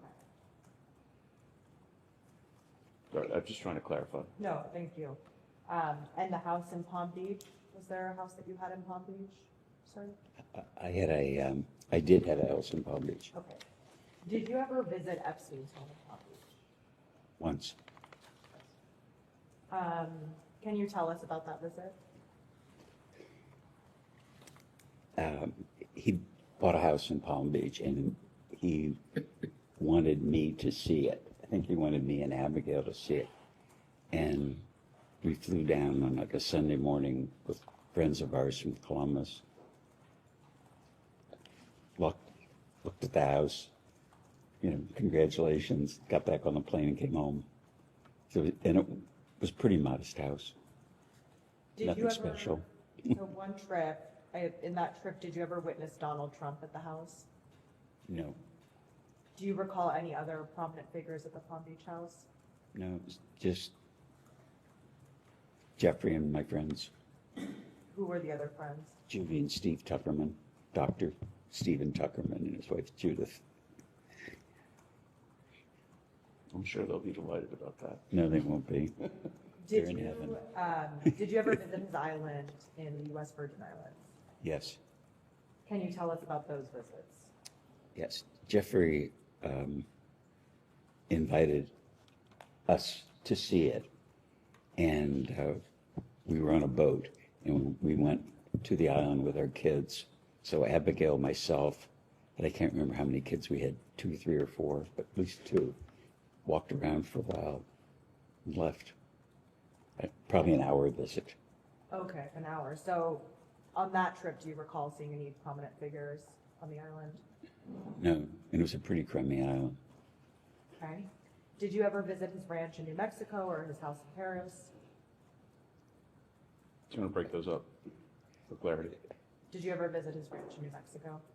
It was the same kind of thing. He wanted Abigail and I to see his ranch. We flew down there and drove around for an hour or two, got back on the plane and came home.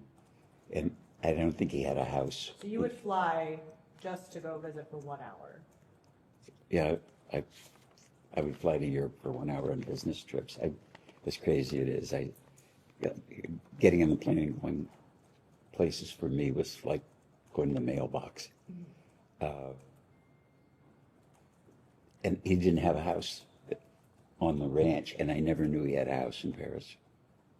And in the ranch in New Mexico that you spent an hour at, were there any prominent figures or anyone that you recall else being there? No, as I recall, it was just Abigail, myself, And I think he'd rented a trailer, so it wasn't a house. And that's all I know. Okay, and so to clarify, you didn't know he had a house in Paris, so you did not ever go to the house in Paris? I didn't know he had a house in Paris, and therefore I didn't go to the house in Paris. Okay. Didn't. During any of your visits to any of these properties, did you ever see any girls or women that looked unusually young? No. Did you ever hear rumors of any girls or women who looked unusually young visiting Epstein's properties or island? No, never did. During any visits to Epstein's property, did you ever see photographs or other images of women or minors? Not that I recall. Did you ever become aware of Epstein transporting women or minors using assets that you owned, whether that's a plane that you owned or a yacht that you owned? Absolutely not, no. And did you ever hear of any rumors related to Epstein's personal life or his sexual activities? No. Rumors that you may have heard in the grapevine.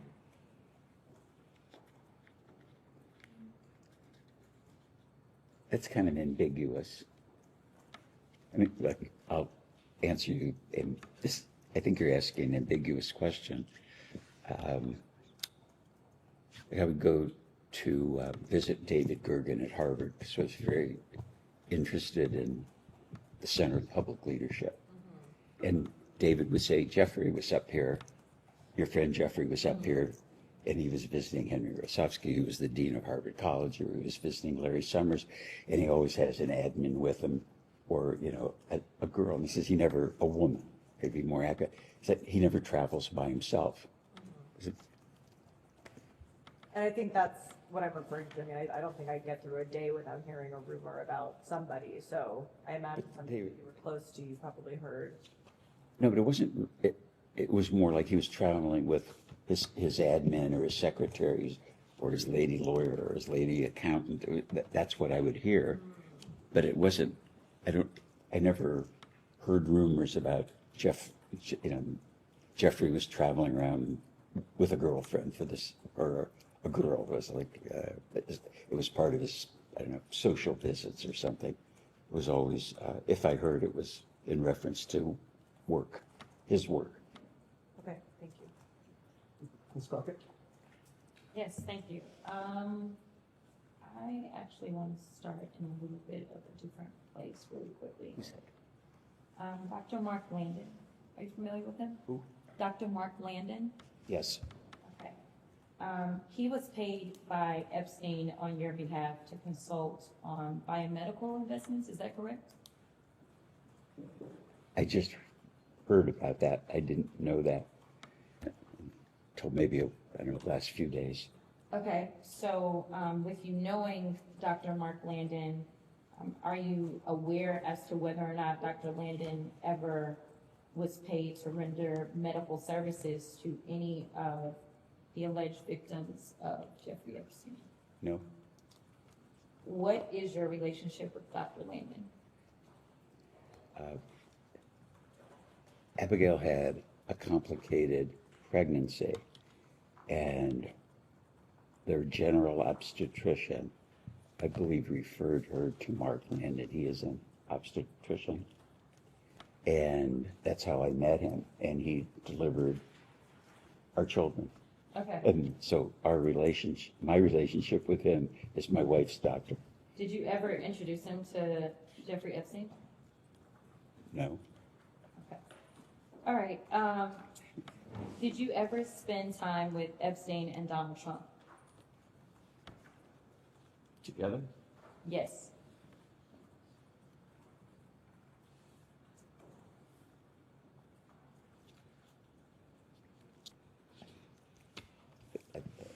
I want to answer this question accurately. I would go to some of the Victoria's Secret fashion shows because it's very important to the brand. At some of the fashion shows, Jeffrey was there and some Trump was there. And I remember because Trump would always introduce himself to me. And I always thought it was kind of odd that he was at the fashion show because he had nothing to do with fashion. So the coincidence of them being together at an event, could have been that, but I have no specific recollection. I never had a social or like a drink or a cup of coffee, something, you know, that would put them together.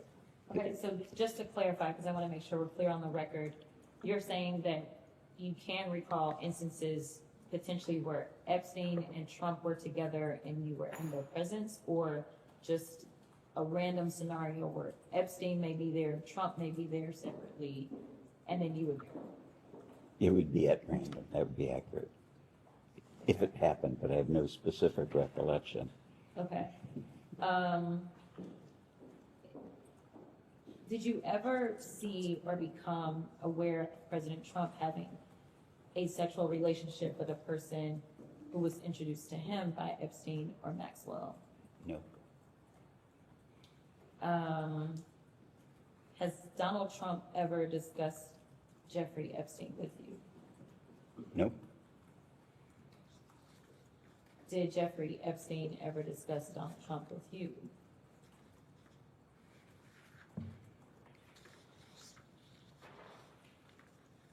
I would describe it, he would name drop it.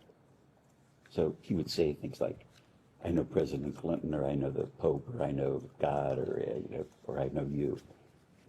There was that kind of name dropping, but never, I can't remember a specific place, but Jeffrey dropped a lot of names. Okay. So to clarify, you believe he's specifically dropped Donald Trump's name? No, I'm saying it could have, and I don't remember. Okay. Did Epstein ever share any information with you about Donald Trump's sexual activities? No. Do you have a relationship with Donald Trump? No. But you've met him before.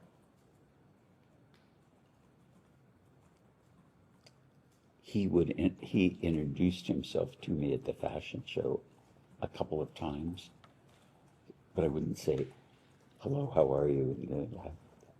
Like you say, met, like in, we knew each other. We don't know each other. He wouldn't. I'd be shocked if he remembered me. Okay. And I know that you specifically mentioned the island, that you have been to Jeffrey's Island.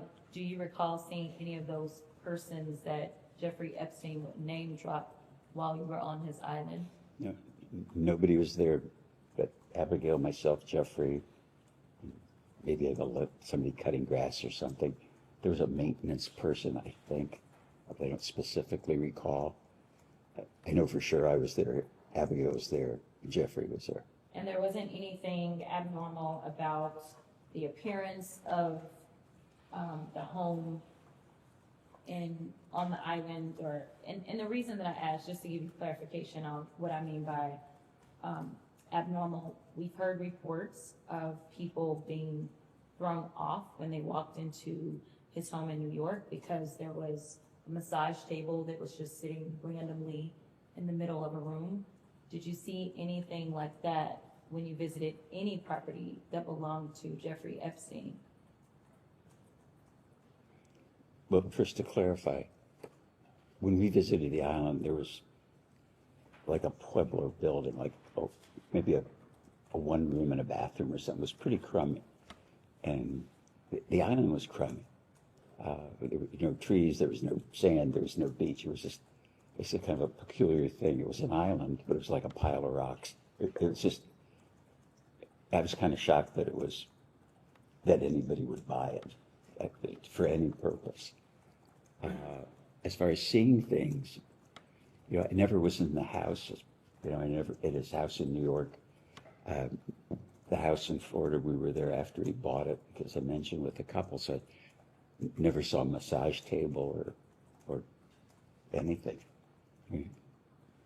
Well, Thank you so much, Chairman. Thank you, Mr. Wexner, for your ability to answer a lot of questions. I think when you meet the survivors, it becomes incredibly personal, especially for women on this committee, so I appreciate it. But I'd like to introduce exhibit, I believe it's F. The article is titled, Jeffrey Epstein Made Regular Payments to Ohio State Head of Gynecology, Records Show, which is from a local affiliate. It's dated February 10, 2026, and we'll be able to get it to you. And it's about Dr. Rainey.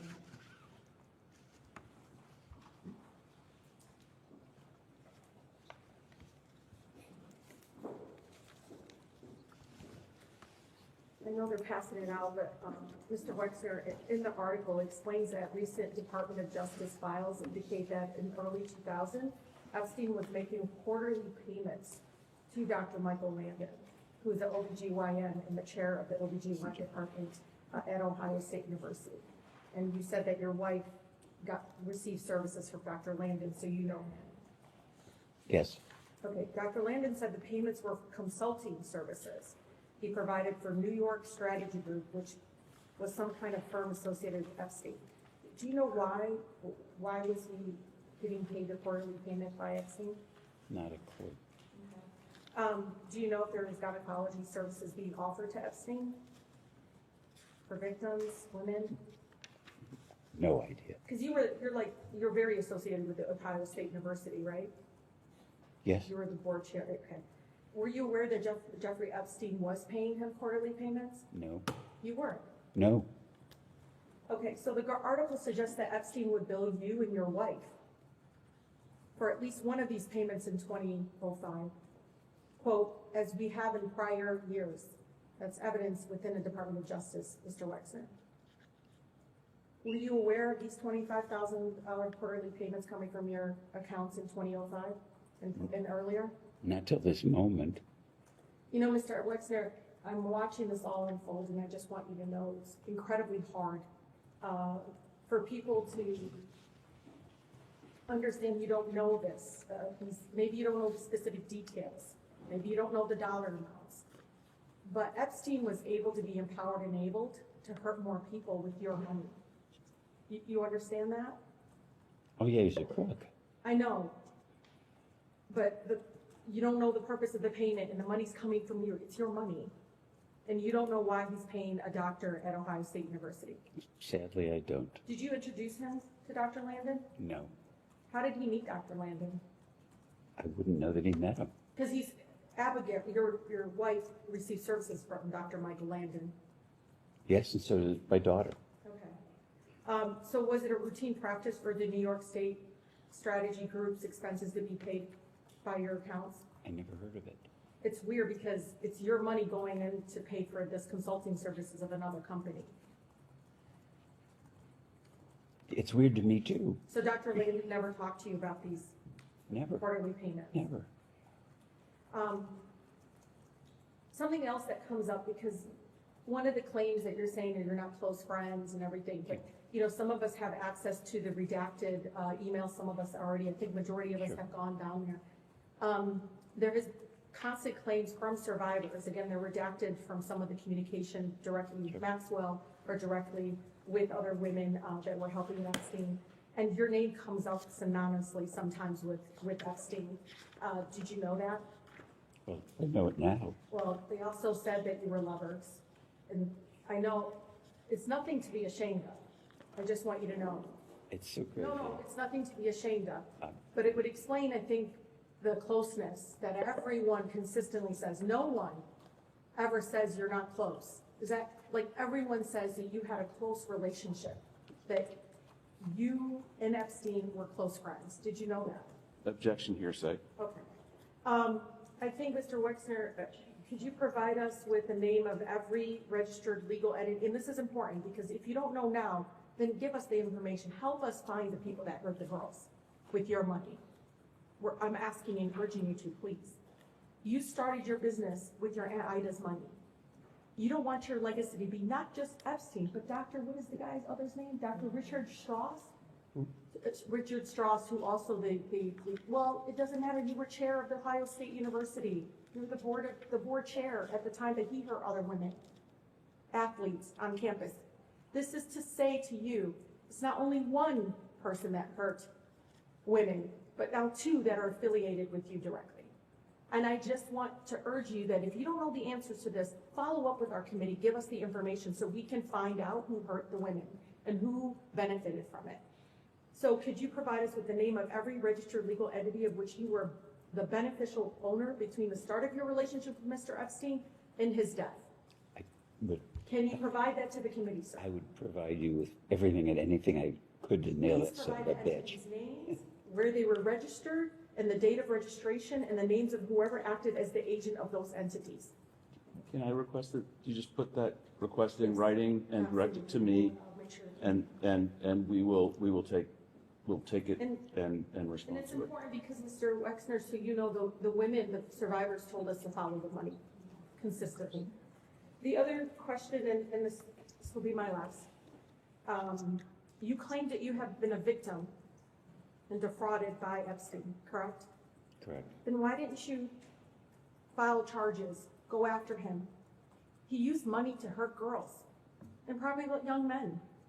Why didn't you do anything to recoup your name, which has been synonymous with Epstein? Do you know your name comes up in the emails among victims who never met you, but your name was used consistently? I'm not sure I understand what the question to The him is. question is, why didn't you file any charges against Epstein if you conned you of $200 million that we know of? Why didn't you go after him? Well, at the time I didn't know. But when you And found out, why didn't you go after him? Is it because he was a good friend? no, You had. my dad is probably laughing. You know, No, one of the I thing, know. one of the things my dad told me that you don't get a pissing contest with an elephant. And running a public company for a long time, I'm not good at public relations or financial public relations.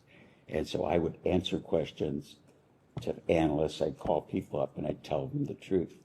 And what I learned in the course of my business career is, whether it was my chief of staff, the company lawyer, personal lawyers, what should I do?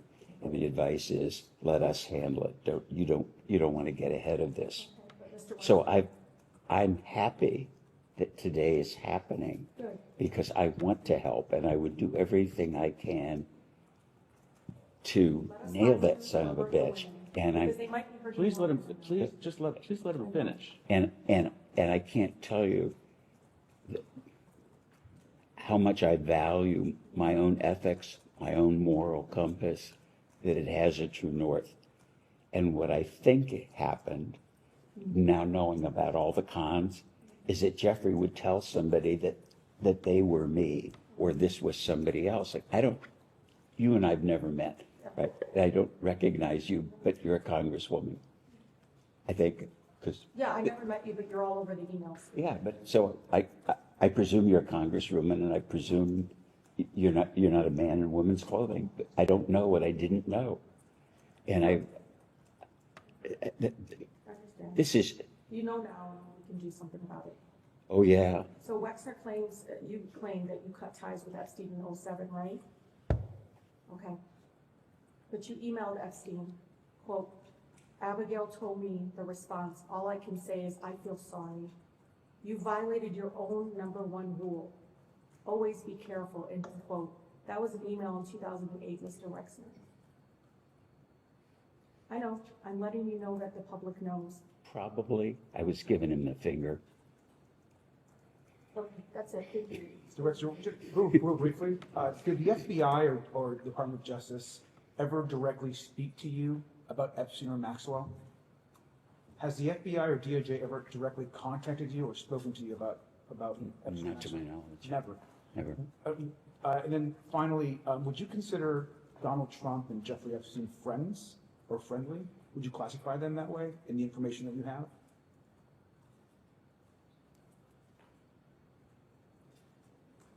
I think it's really two questions.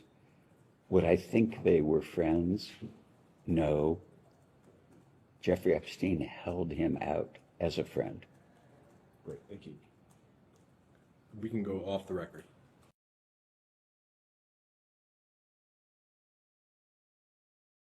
We'll go back on the record. What's that? That is a microphone.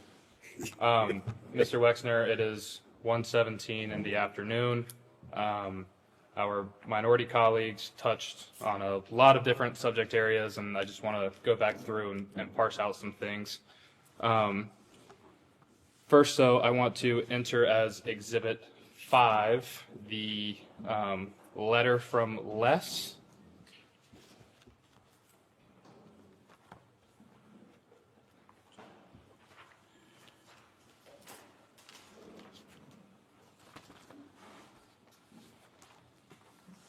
one more.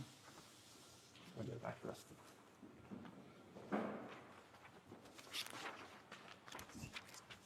This document is titled Letter from Les, General News directed to the Wexner Foundation community. I will stipulate to you there's no date on here. The date it was posted on the website was August 8th, 2019. Do you guys have any reason to dispute that? In this letter that you wrote in August of 2019, you mentioned that you had that Mr. Epstein had various well-known, respected individuals as financial clients and in his inner circle. My question to you is, could you elaborate a little bit to who some of those financial clients were that you were aware of? Well, it says Epstein represented that he had that. He wouldn't know if he did or not. Were you aware of any of Mr. Epstein's other clients? Let me think.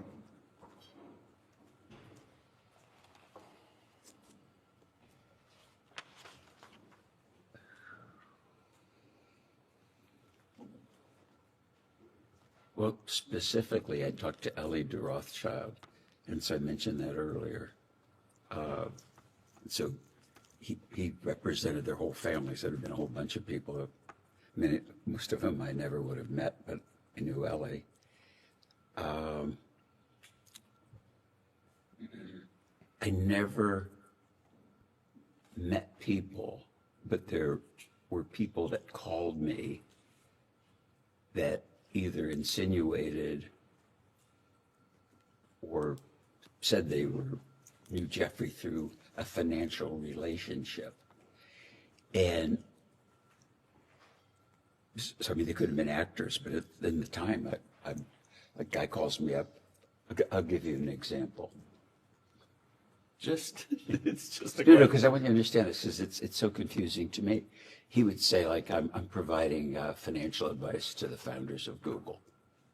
I'm providing financial advice to Jeff Bezos.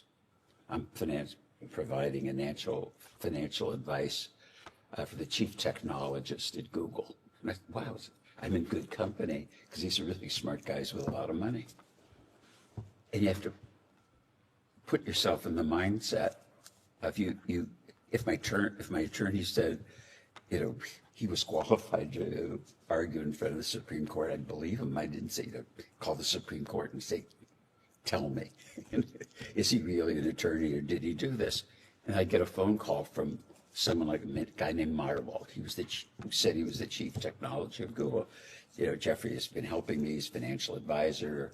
I told Jeffrey I was building a boat. He told me to call you.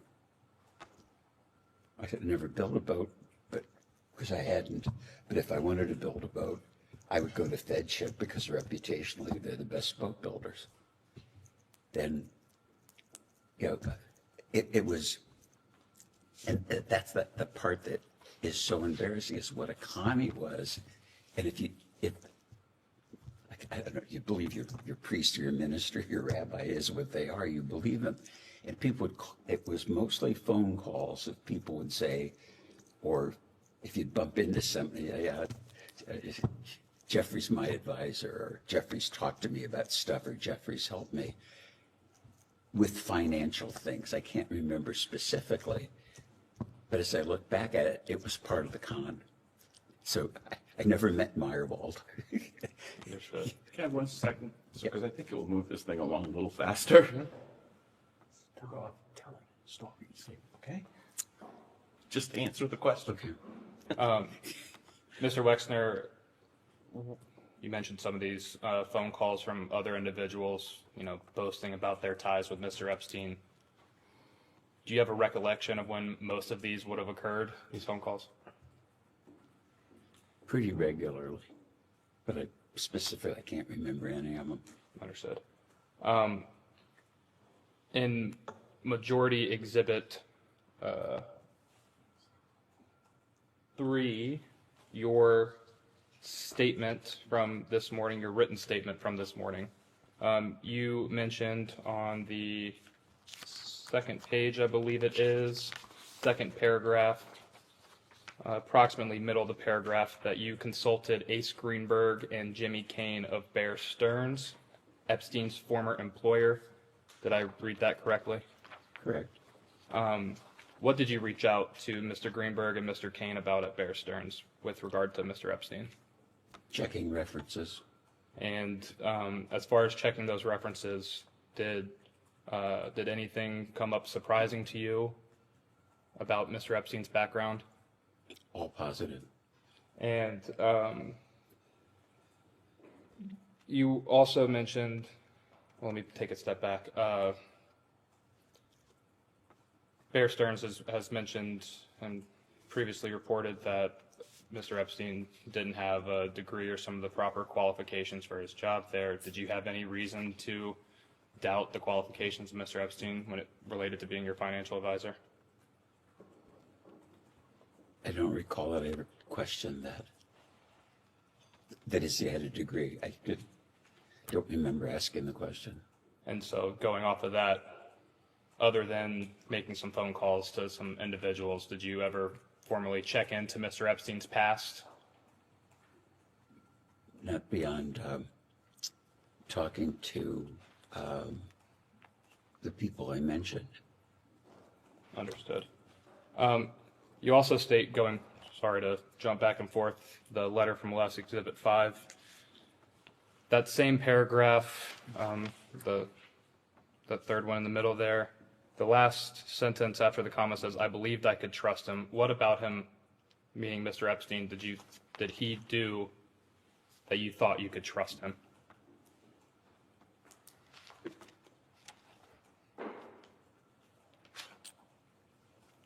Well, I put him in a position of trust. He was a fiduciary that was to act in my interest, and I trusted that he could do that.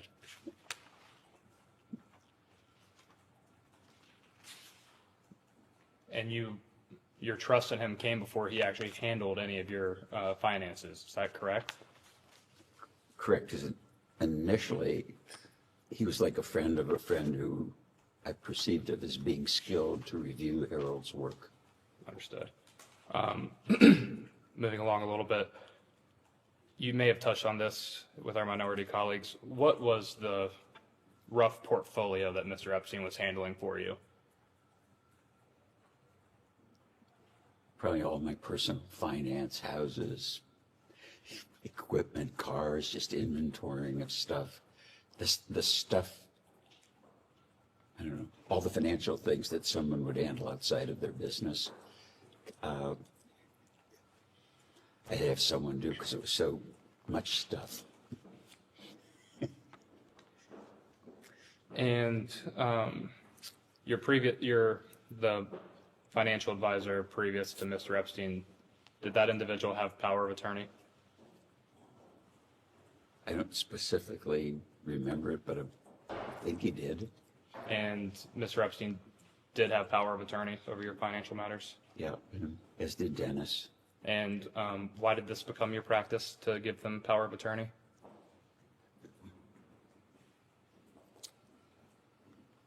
But so busy, traveling so much, the papers had to be signed, tax returns filed, people had to act on my behalf, so many things to sign that I needed to have somebody to do that. Understood. How involved were you with Mr. Epstein's determinations over your finances? Did you have any involvement? I'm confused what determinations mean. More of like did you have any oversight of what Mr. Epstein was doing as your financial advisor? Well, I'm sure he did at the time, yeah. And did he bring every decision to you, some decisions to you? What did that look like? I don't know. I was running a 20-division business, had community responsibility. So if you ask me what the president of the university brought to me or what the head of the foundation, I can't remember, but I was involved in everything except just a lot of stuff. So is it a fair characterization of your testimony that Mr. Epstein had pretty wide latitude over your financial affairs? Yes, that's fair, pretty wide. And Mr. Epstein had access to your personal bank accounts, is that correct? I don't recall. Do you recall if he had access to any of your business bank accounts? I'm sure he wouldn't. Did Mr. Epstein ever ask you to lend him money for any reason? No. Did Mr. Epstein ever make any attempt to blackmail you for any reason? No.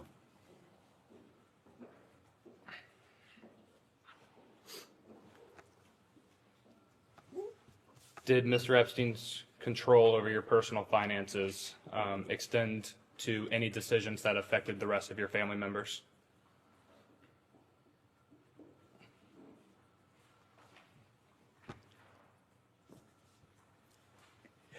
It's just like, I want to say no, but I know that he was involved with the Children's Trust because I learned that today.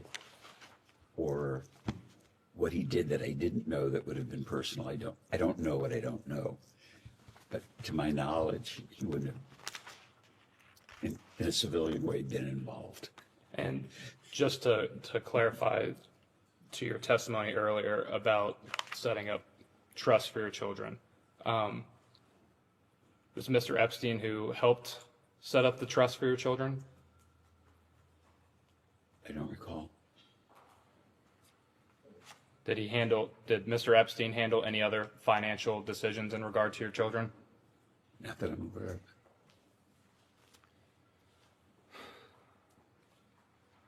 Why, and I'm sorry, gonna switch gears a little bit here about your foundation. Why ultimately did Mr. Epstein become a trustee of your foundation? Just convenience for signing documents, financial oversight, not for the not anything that would be the operation of the foundation, its purpose or review of people. It was just part of the complexity of my personal life. And forgive my ignorance, you have usually board members of foundations and separately trustee members. Is that an accurate statement?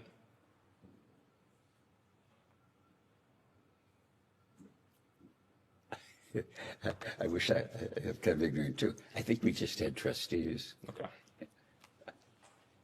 And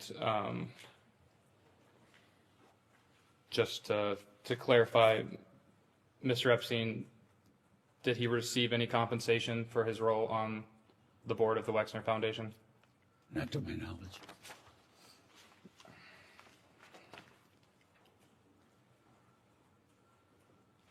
Do you recall who Mr. Epstein replaced on the board, or how that board seat became available to him?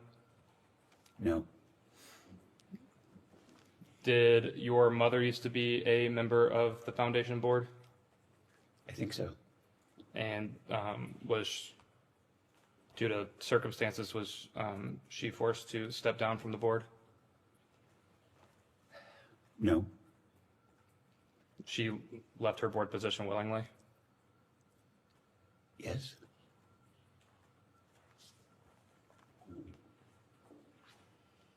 Was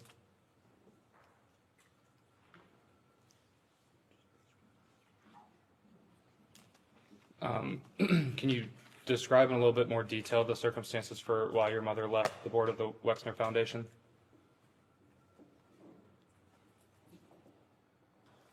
I don't recall. Probably age.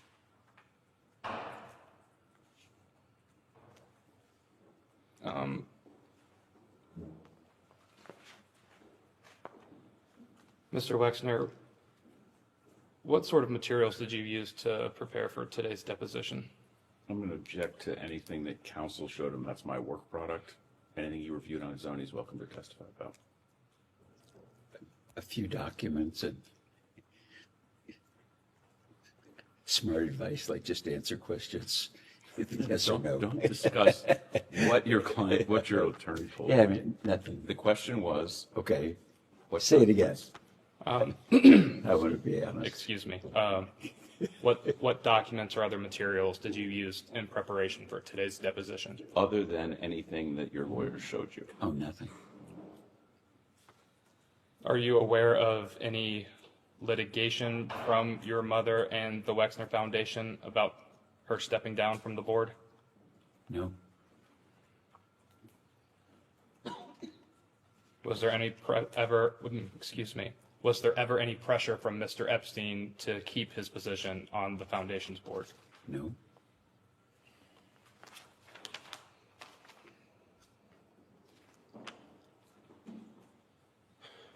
When you were in the, I'll call it the prime of your career as a CEO over your companies and corporation,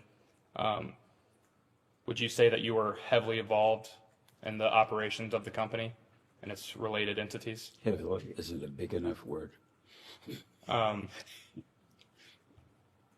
Could it be described that you like to micromanage what was going on through your companies and your corporation?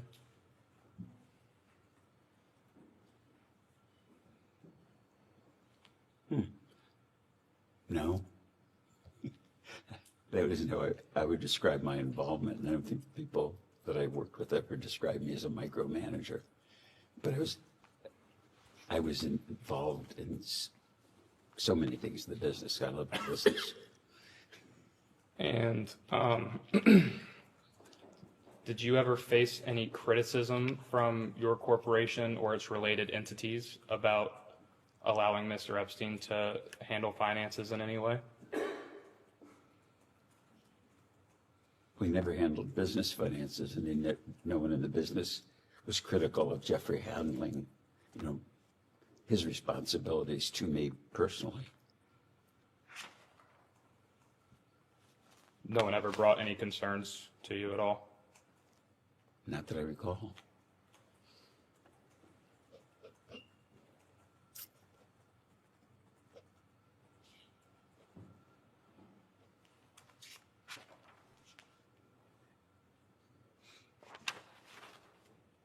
I want to circle back again to some testimony you provided earlier. You testified that Mr. Epstein stole large amounts of money from you, is that correct?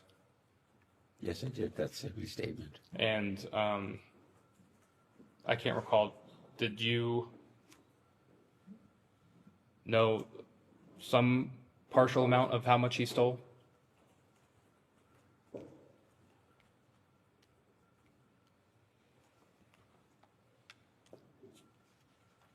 Well, I didn't know he was stealing till after we discovered that he was a crook. And my wife's attorneys told me about Not what they told you, Okay. what you understood. Oh, what I understood. I only understood what they told me. So I didn't discover it or count it or whatever one would do. That's the essence of your question. Does $46 million sound like an approximation of the amount that you were alerted to after the fact? I don't remember specifically initially. Abigail just told me this is No, really not what Abigail told you, Okay. what you understand. what I understood. There was a large amount of money, and I didn't know the specific amount when it was first raised. And subsequently, I found out that it was at least $100 million. Does that represent the grand total of the amount that Mr. Epstein stole from you? I don't know. I don't think I'll ever know. Do you, understanding that you found out he stole largely after the fact, were you able to piece together how he was able to accomplish this theft of you? No. You never figured out if he was, say, embezzling funds of some sort, or how he would be allegedly embezzling funds of some sort? No.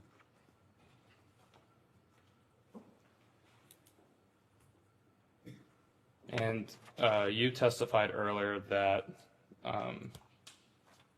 you did not end up pressing any charges against Mr. Epstein for the theft of your funds. Could you briefly explain to me why, again, you decided not to?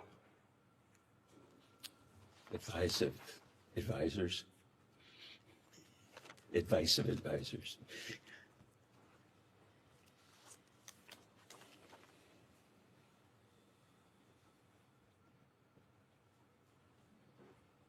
And to be clear, you never suspected any wrongdoing until you ultimately knew. Is that correct?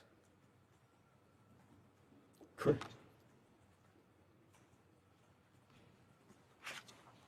Did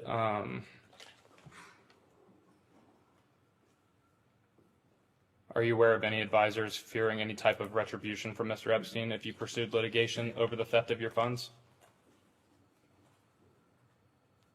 Say that again.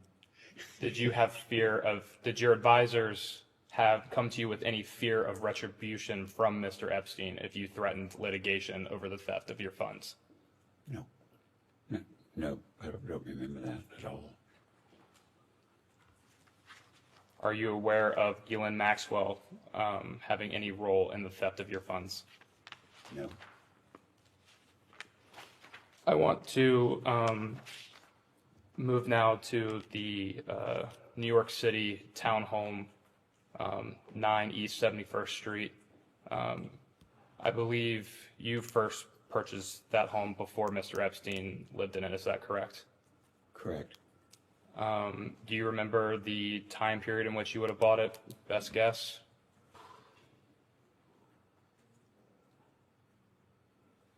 I don't know, 5 or 10 years before. It was a school, and then the remodeling took 3 years, and so I don't remember when it was.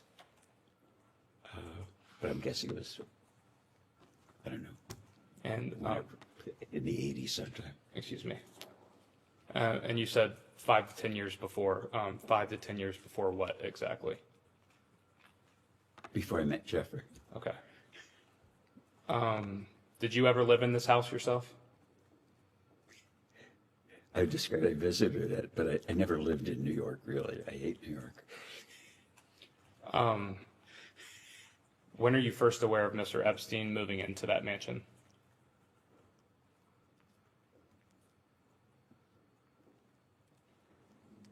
Well, he moved in sometime after I sold it to him, but I don't know when that was. Would you be able to best guess when you sold the house to Mr. Epstein?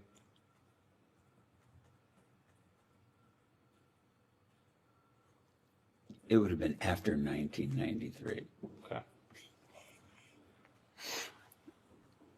Are you aware that the deed to the property did not officially change hands to Mr. Epstein until the mid-2000s? No.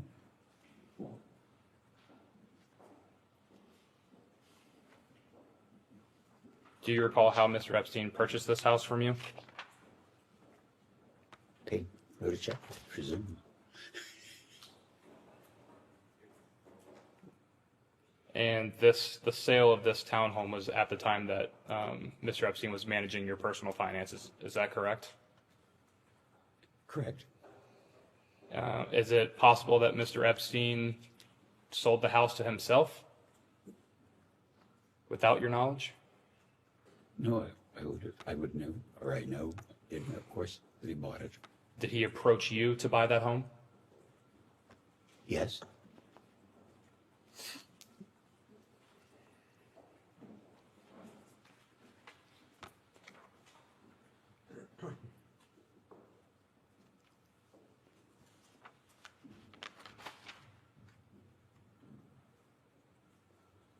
Do you recall approximately how much money you sold that townhome to Mr. Epstein for? I think about $20 million. Do you recall what the market value on that home was at the time? I believe it was $20 million. So you believe you got a fair deal for selling that home? I believe so, yes. It's been recently reported that your company, or I guess technically one of your subsidiaries, the 2 Inc., was transferred to Jeffrey Epstein's financial trust company in or around 2001. Do you have any knowledge of that happening? I don't know what 2 Inc. is, and I have no knowledge what it did.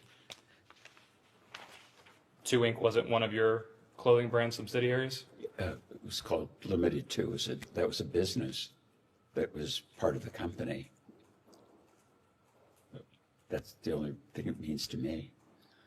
Did you have any of your subsidiaries of your company transferred to Mr. Epstein's personal business side control? I don't think so.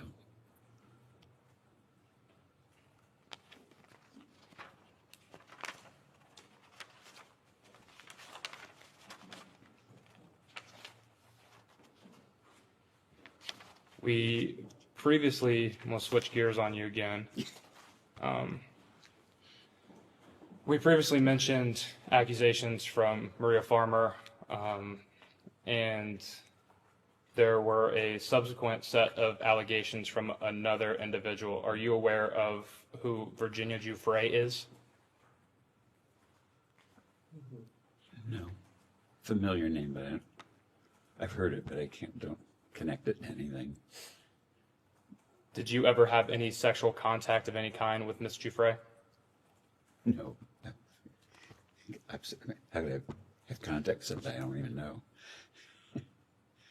Miss Giuffre has accused you of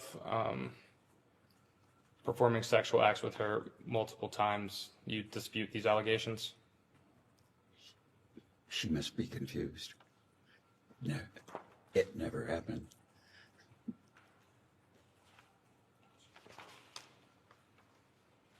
Did Mr. Epstein ever bring up Miss Giuffre to you? No, not a familiar name. Ever mention Miss Giuffre giving you a massage? No. Did Miss Maxwell ever bring up Miss Giuffre to you? No.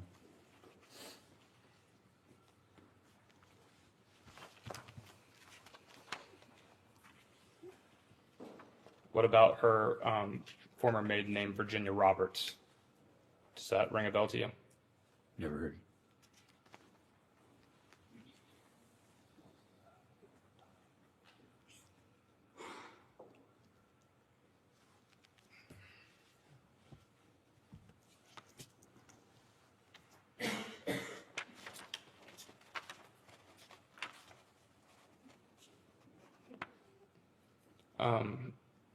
I want to return to some things we discussed earlier in the day about travels with Mr. Epstein. I believe it was your testimony that Mr. Epstein was only on your corporate jet when you were present. Is that accurate? Yes, to my knowledge. And to your knowledge, I believe it was your testimony earlier that there would be surprise parties in which the jet was traveling to a location for one of those parties, but you could not recall Mr. Epstein being at the party. Is that correct? Correct. If Mr. Epstein was not attending the party, what were the purposes of his travel with you on your corporate jet? I don't know.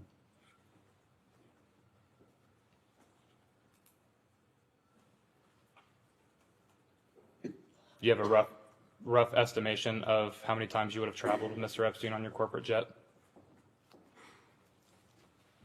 I don't specifically recall any, but if it would have been once, twice, it would have been very few times. Because the aircraft was used primarily for business purpose. And when we used it personally, we paid for the airplane. So the notion of, of him using the plane or being on the plane for kind of social reasons or just bumming a ride kind of thing just never happened with anybody. And I take that to mean you also never flew Mr. Epstein to locations where any of his various homes were located? Absolutely not. No, there's absolutely not. I never did that.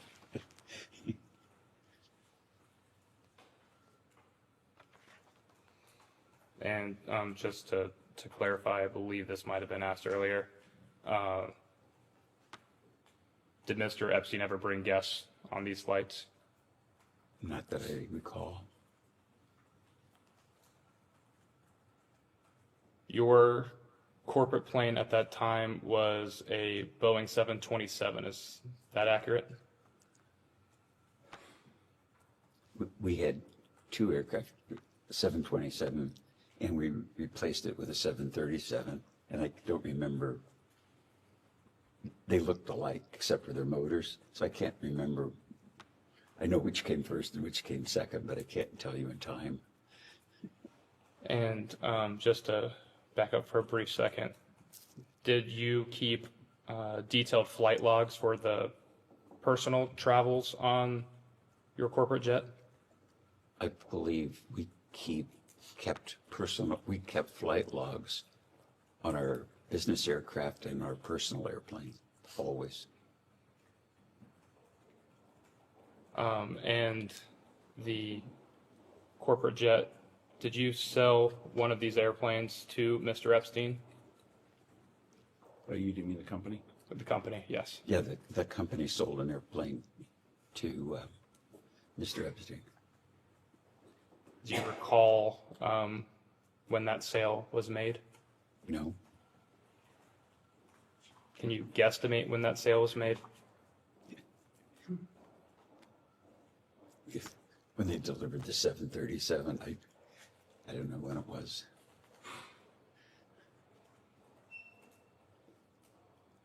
Do you, understanding your posture with the corporation has changed over the years, have you maintained any of those flight logs? Do you have them still as records today? Never had them and don't have them. Do you know why you do not have those flight logs?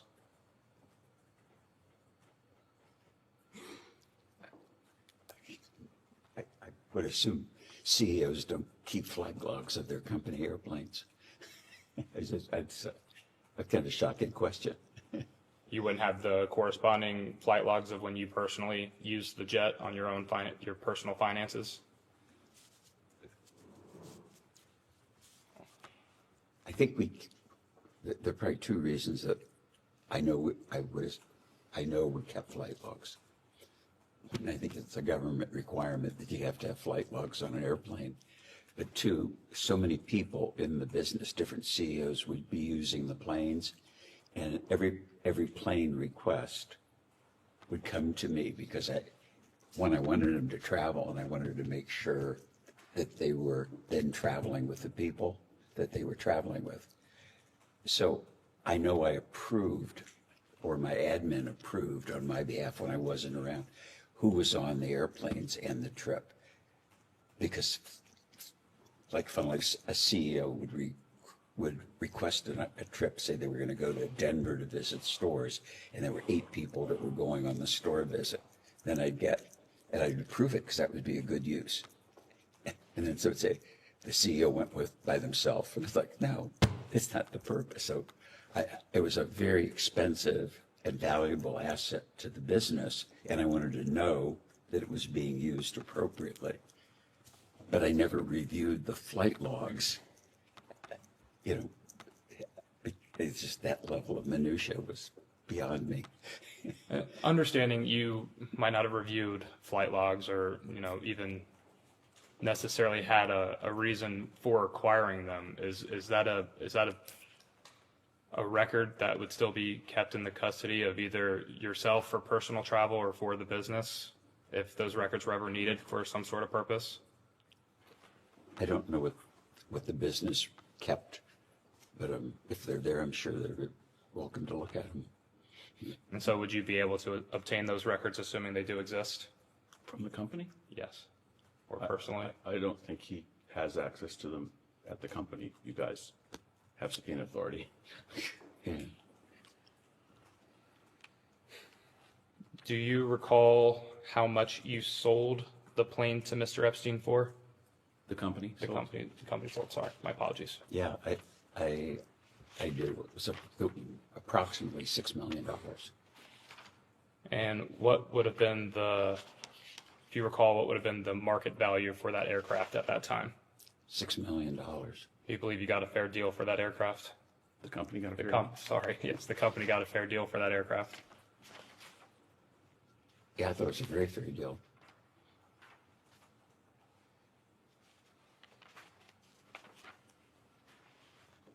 Similar question to Mr. Epstein's acquisition of the New York townhome.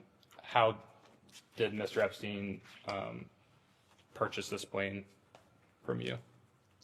From the company. I'll get there, I promise. I presume he wrote a check.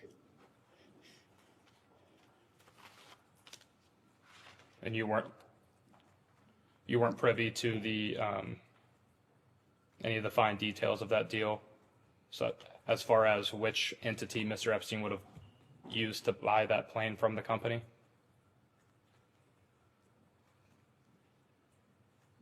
No. The plane, the value of the plane was appraised by an airplane broker. That plane was for sale for a year, and the value was $6 million. That's all I know. Understood.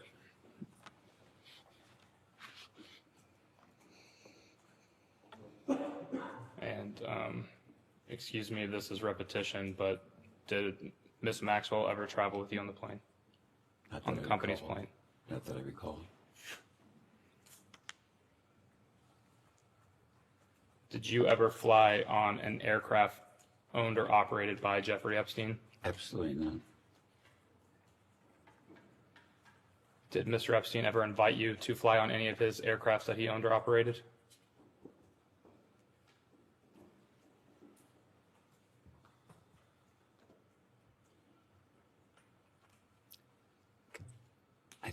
I think he might have, but I can't specifically remember the circumstance.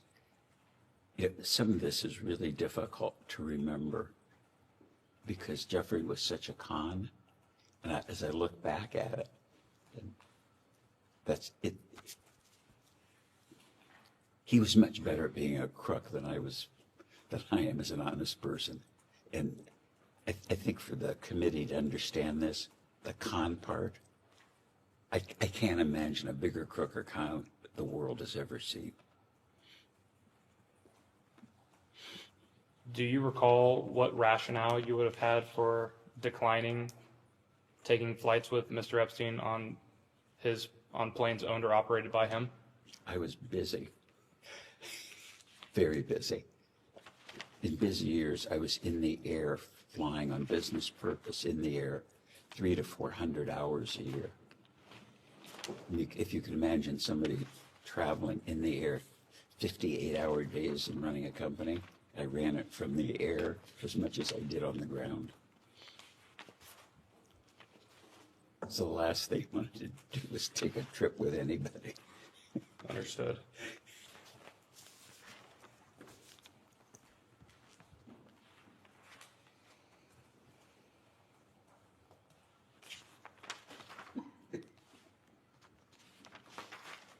So the same people?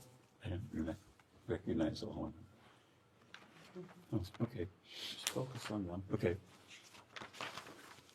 One of the subsidiaries of your corporation was Victoria's Secret, is that correct? Correct. And what is Victoria's Secret known for primarily? I said the biggest, best lingerie brand in the world. And kind of like Nike is to running shoes. Understood. And what type of events would occur to market or advertise that company while you were in control of it? It was print advertising, it was TV ads, a lot of the marketing was point of purchase. The design of the stores and of course the fashion show was kind of a magical thing for the brand. And I believe you touched on this a bit earlier.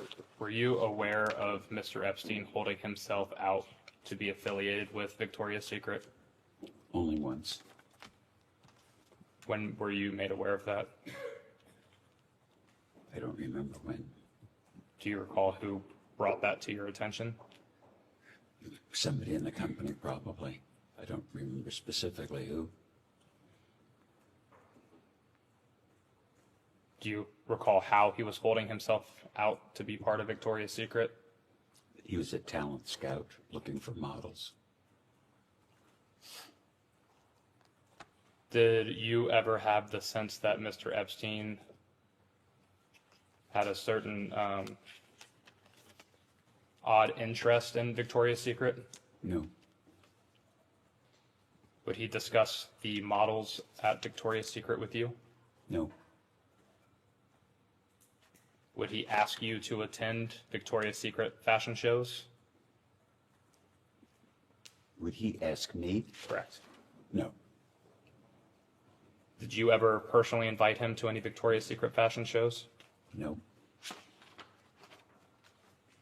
I never invited him to any business event, let alone the fashion show.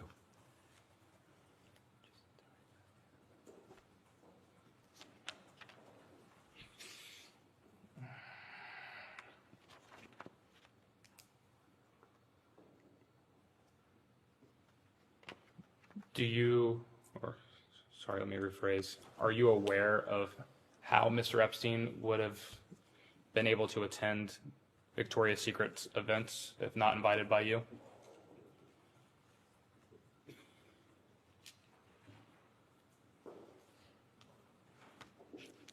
I would presume he would have called somebody in the business and said, could I come? Could I get a ticket?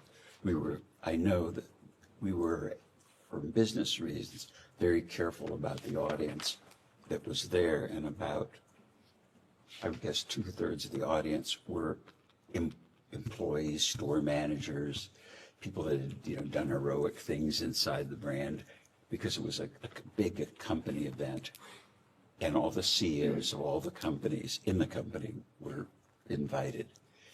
And so the people that were outside the company wasn't what I was concerned about. I was more concerned about internally that people came, or that should come, or were at least invited, because if not, it would have been like the right thing to do. So.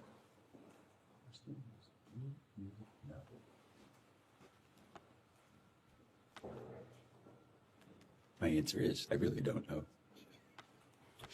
Are you aware of Jeffrey Epstein having any other contacts within Victoria's Secret specifically? Executives or anyone of that such? I'm sure he knew people or would reach out to people in the business, but I don't know.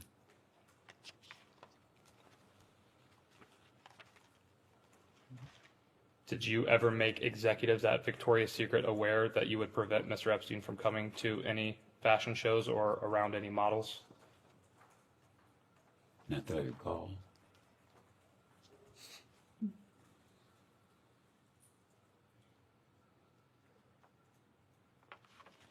Are you aware of Mr. Epstein bringing any women to Victoria's Secret to potentially model for Victoria's Secret? No.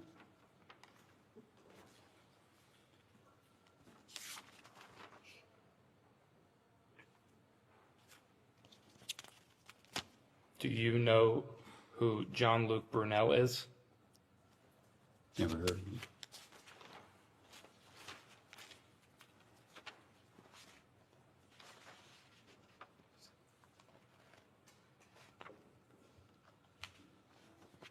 Did you ever take a recommendation from Mr. Epstein or Miss Maxwell about hiring young women or girls for any of your companies or subsidiaries thereof?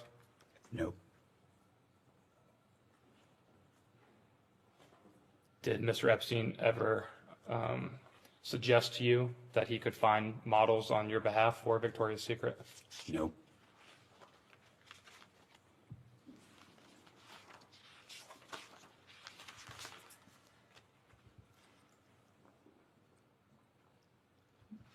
Did you ever consider cutting ties with Mr. Epstein, professionally or personally, after he was caught lying that he was a scout for Victoria's Secret?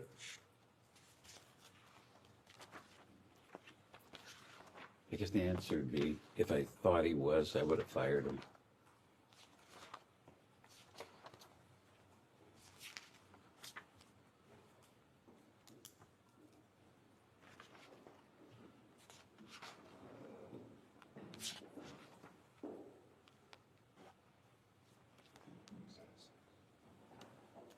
I am now going to enter as Majority Exhibit 6,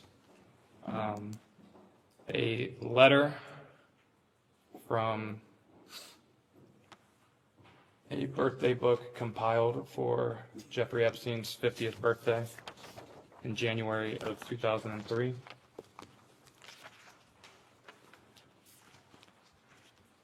I will give you a second to familiarize yourself with the letter. What's exhibit number? 6.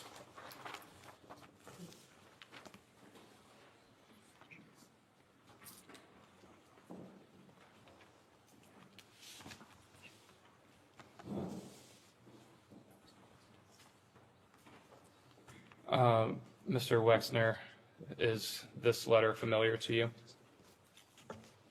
I have seen it before, yes. Where have you seen it before? Part of the, I think, the documents preparation for today's meeting.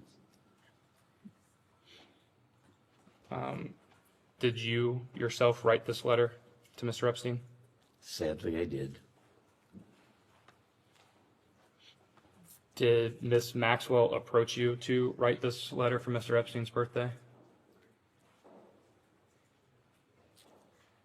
I think the request was to write a card or a note or something for a birthday book. And did that come from Miss Maxwell? I don't remember. Mr. Wexner, would you please read the main body of the birthday note for the record, please? I wanted to get you what you want, so here it is. Happy birthday, your friend Leslie. And what was your understanding of what Mr. Epstein would want? He was a bachelor, so I drew a pair of boobs. You've... As a kind of a joke and offhandedly, I'd say. Understand. I hope you do. You said a few times throughout this deposition today that you did not consider Mr. Epstein a friend of yours. However, you signed this letter, and I quote, "your friend Leslie." Why would you sign "your friend Leslie" to someone you did not consider to be a friend of yours? I don't know. I normally say Les, not Leslie, either when I write notes, and, you know, I guess I could. I can't explain why I would say your friend, because we weren't friends. Did you ever speak to Miss Maxwell directly about this particular letter? No. Did you ever speak to Mr. Epstein directly about this particular letter? No. Was this letter something that you would commonly send, lack of a better term, business associates? No, of course not.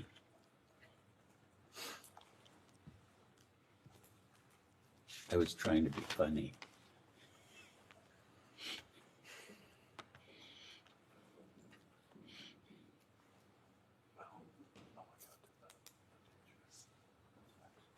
I'm going to mark as Majority Exhibit 7, a photo.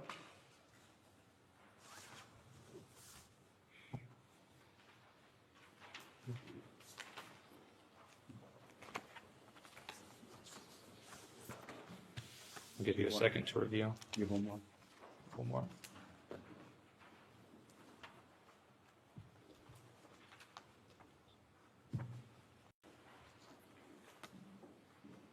Are you in this photo? Yes. And Mr. Epstein is also in this photo? Yes. And a third individual is redacted in this photo? Yes, Do you have any way of knowing who the redacted individual in this photo is? I know who the redacted person is in this photo. Who is that redacted person? My wife. Understood. Do you And recall? the man in the back is Peter Larson, and the picture was taken in Bremen when the boat was launched. And we got a bunch of pictures of the boat launching. Do you recall what year that was?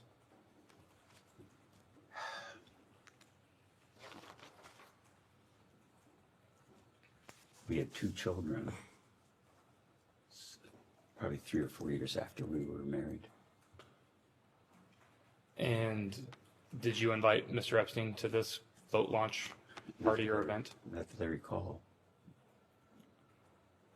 Can you recall who would have invited Mr. Epstein to this event? No.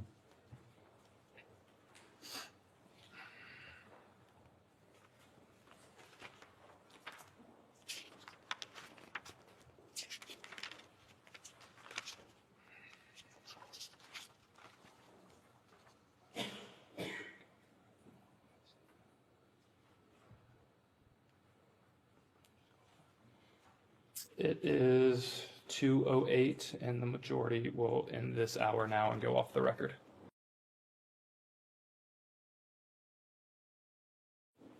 We can go back on the record. Welcome back. Got just a couple of follow-ups about some things you've already touched on. The New York City house. Do you remember when Epstein first had some kind of ownership interest in the home? I think you may have said after 1993. Yeah, when I sold it to him, but I don't remember the date. The sale is reported as 1998. As far as you know, would that be the first time that Mr. Epstein had any kind of ownership of the home? Do you know? I don't know. I just think you could tell me any date. I know it was after we were married. And whether it was a year or 2, I don't remember. But Was that 1993? we got married in 93, yes. Do you recall at all Mr. Epstein talking about why he wanted the home? No?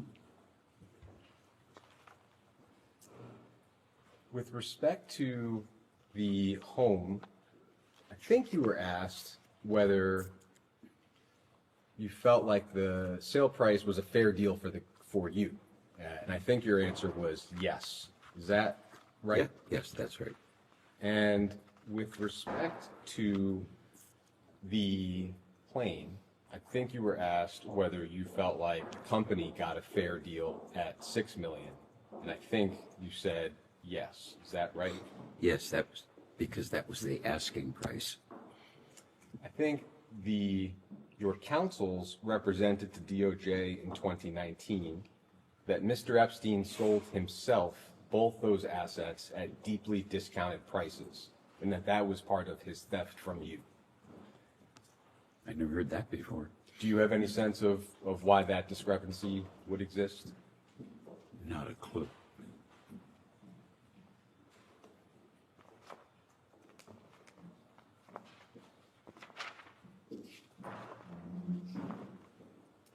In terms of Mr. Epstein's repayment to you, I think your counsels also represented that he repaid you about $100 million in 2008. Would you have any knowledge of exactly how much he repaid you or how? No.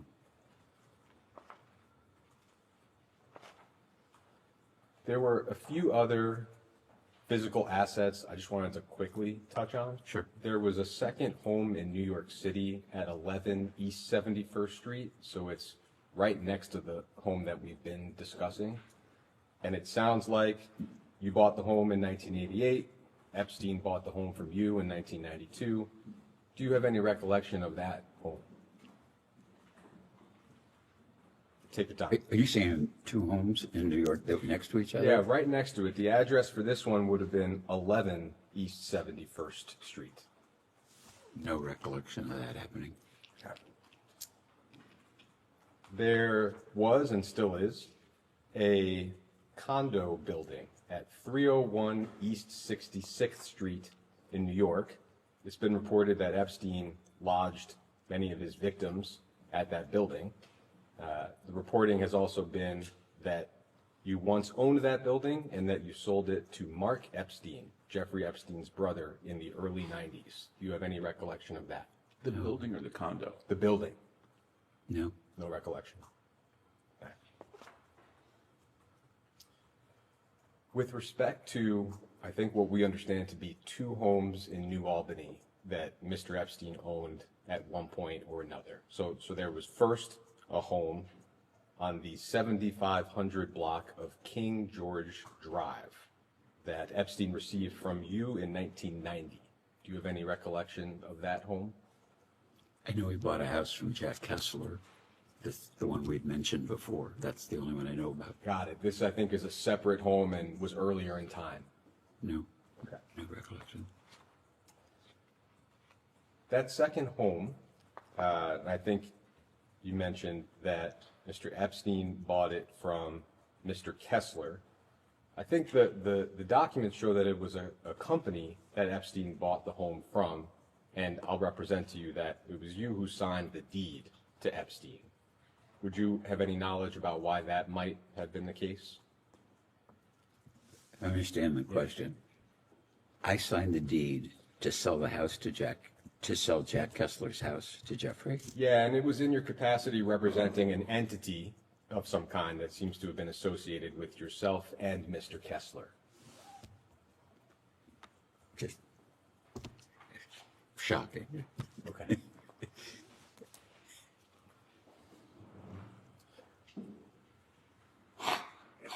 Does it ever occur to you that stuff like that could be just forgeries? I think in this case, He asked the not question. likely. No, I mean, it's like, It's okay. me signing a deed to somebody else's house. It's just, It's okay. okay, I'm sorry.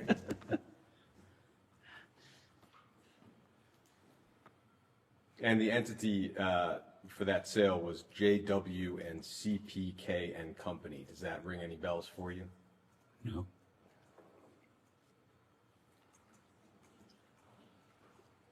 What is the history of that home, if you recall? In other words, was it originally built for Mr. Kessler to live in? Was it his primary residence? Yeah. And what do you recall as the purpose of the sale to Mr. Epstein? Why would Jeffrey Epstein, why did he buy that home, if you recall? First of all, I didn't recall that he bought it.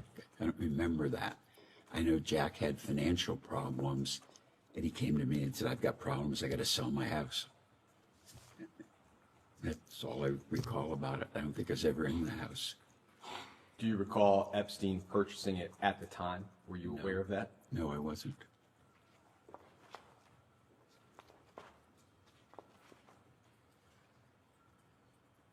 I'd like to ask a little bit about your personal relationship with Mr. Epstein. Some of the reporting has described you as close. I think that's been mentioned earlier today.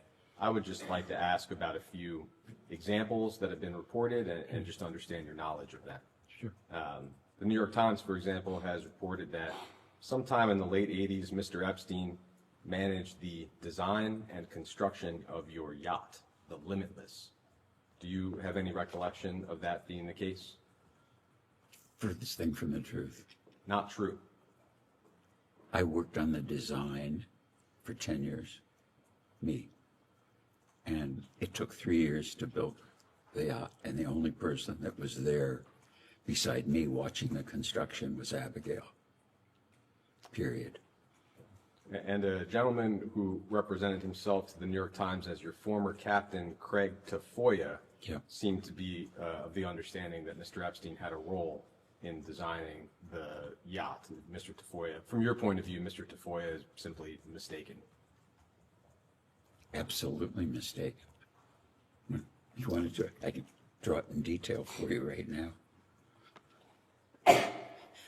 The Wall Street Journal has reported that Mr. Epstein would sometimes do personal tasks for you, such as helping your wife Abigail find a nanny or showing up at a restaurant with a gift for a mutual friend. Do you have any knowledge or recollection of those types of activities? Never happened. No recollection, or you believe that those things did not happen? I have no recollection and believe they never happened. Vanity Fair has reported that Mr. Epstein once broke up with a woman for you here in Columbus by going to her house. This, of course, was before you met your wife. Do you have any knowledge or recollection of that? No. Did I break up with a woman? Yes. Did Mr. Epstein perform the act directly or indirectly? No.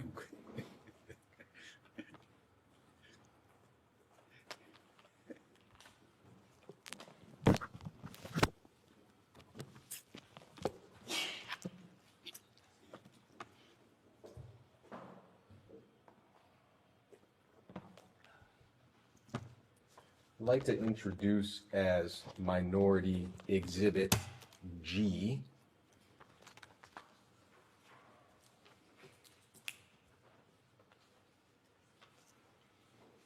an email from 2006. I'll give you a moment to look at it.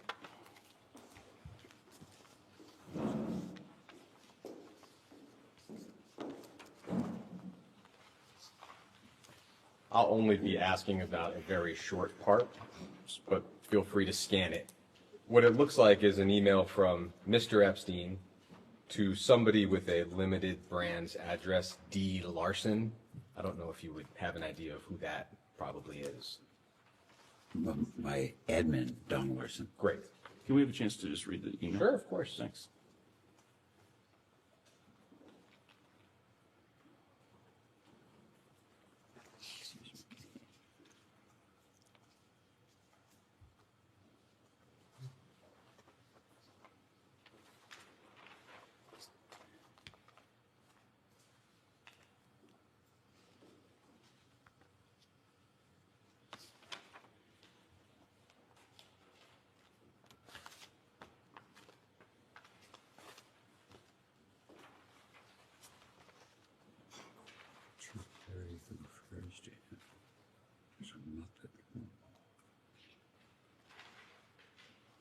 I forgot I knew Neil Rudenstein.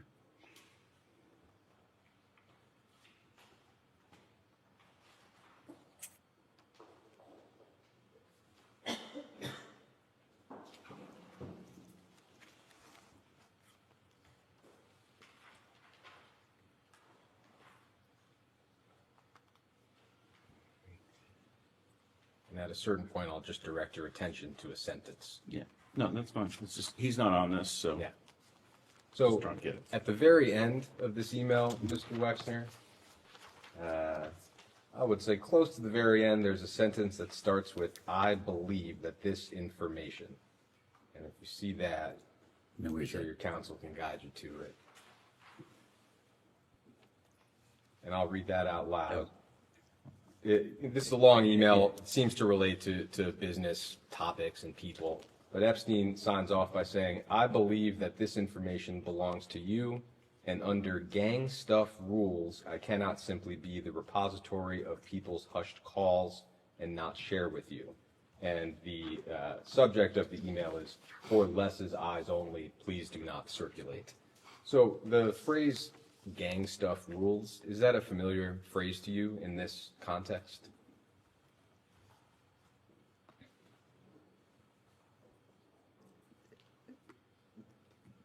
Jeffrey was like a Brooklyn guy. And he, in hindsight, he didn't use words like have a confidential discussion or my opinion or this is secret or private or confidential, personal, things that lawyers or accountants might use in normal language. He would say, this is gang stuff. Got it. So But that was just how he talked. it was a phrase that Mr. Epstein would use to mean confidential conversations. To me, yes. Okay. And this, I don't think I never used the other words, which in hindsight, I didn't. Like my wife would never say, it's between us, dear. You know, we just, they're words or phrases that you associate with some people. And to me, it was just kind of funny that this Brooklyn guy would talk about gang stuff, and gang stuff might be what he ate for dinner or something.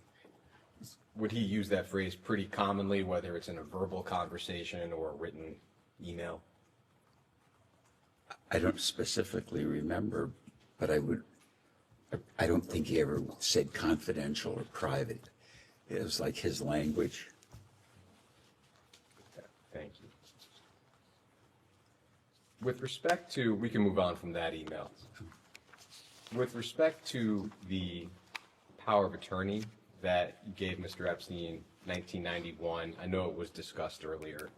Could you just flesh out for us a little bit the theory of an unfettered power of attorney? In other words, it wasn't conditional or restricted to a particular account or a particular type of asset. It covered, as we understand it, all of your assets, which is an enormous, I think, step of trust.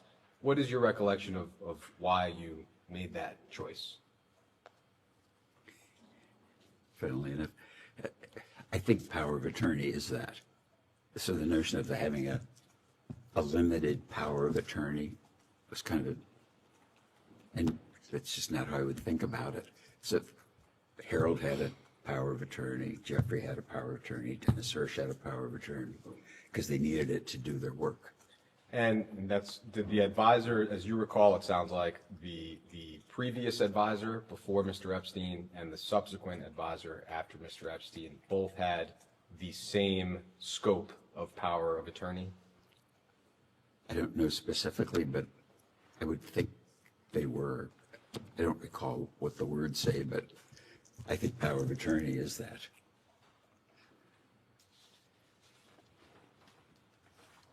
We've seen reporting, I think in the New York Times, that you accompanied Mr. Epstein to visit the White House in 1993, a few months after President Clinton took office. Do you have any recollection of that? Absolutely didn't happen.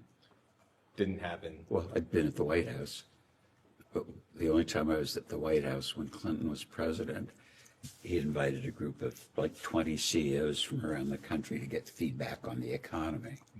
And that was said. And I was there like the president of one of the lumber companies, the chairman of JP Morgan, Sears, companies like that. I was kind of the smallest fish in that bowl.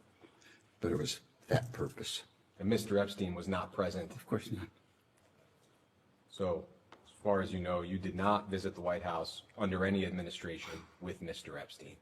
I never visited the White House under any administration, under any circumstance with Mr. Epstein. Okay. That I'm positive of. The New York Times has also reported that at your 59th birthday party, Mr. Epstein acted as sort of a master of ceremonies. He would give toasts and introduce guests and arrange for some people such as Alan Dershowitz and Shimon Peres to attend. Do you recall the party that I'm describing? Well, Shimon was at a couple of birthday parties. I don't remember Jeffrey being there. If the party was in Columbus, I probably could remember 4 or 5 of the people that were there, and it was a surprise too. Do you recall, I suppose at any birthday party, but that one in particular, Mr. Epstein playing that sort of a role as a master of ceremonies of sorts? No.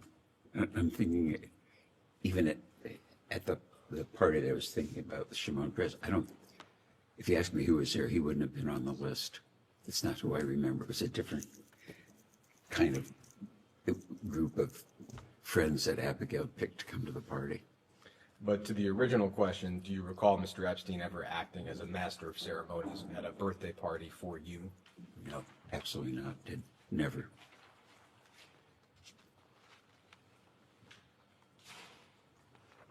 You gonna keep quoting the New York Times? It's a good thing I don't read newspapers very often. That's crazy.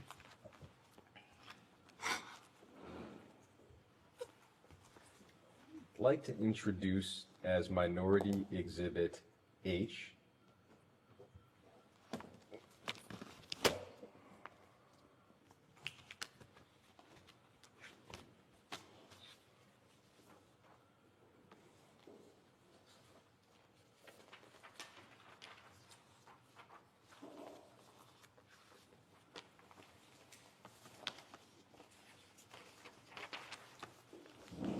I'll give you a moment to look this over. It's just one page.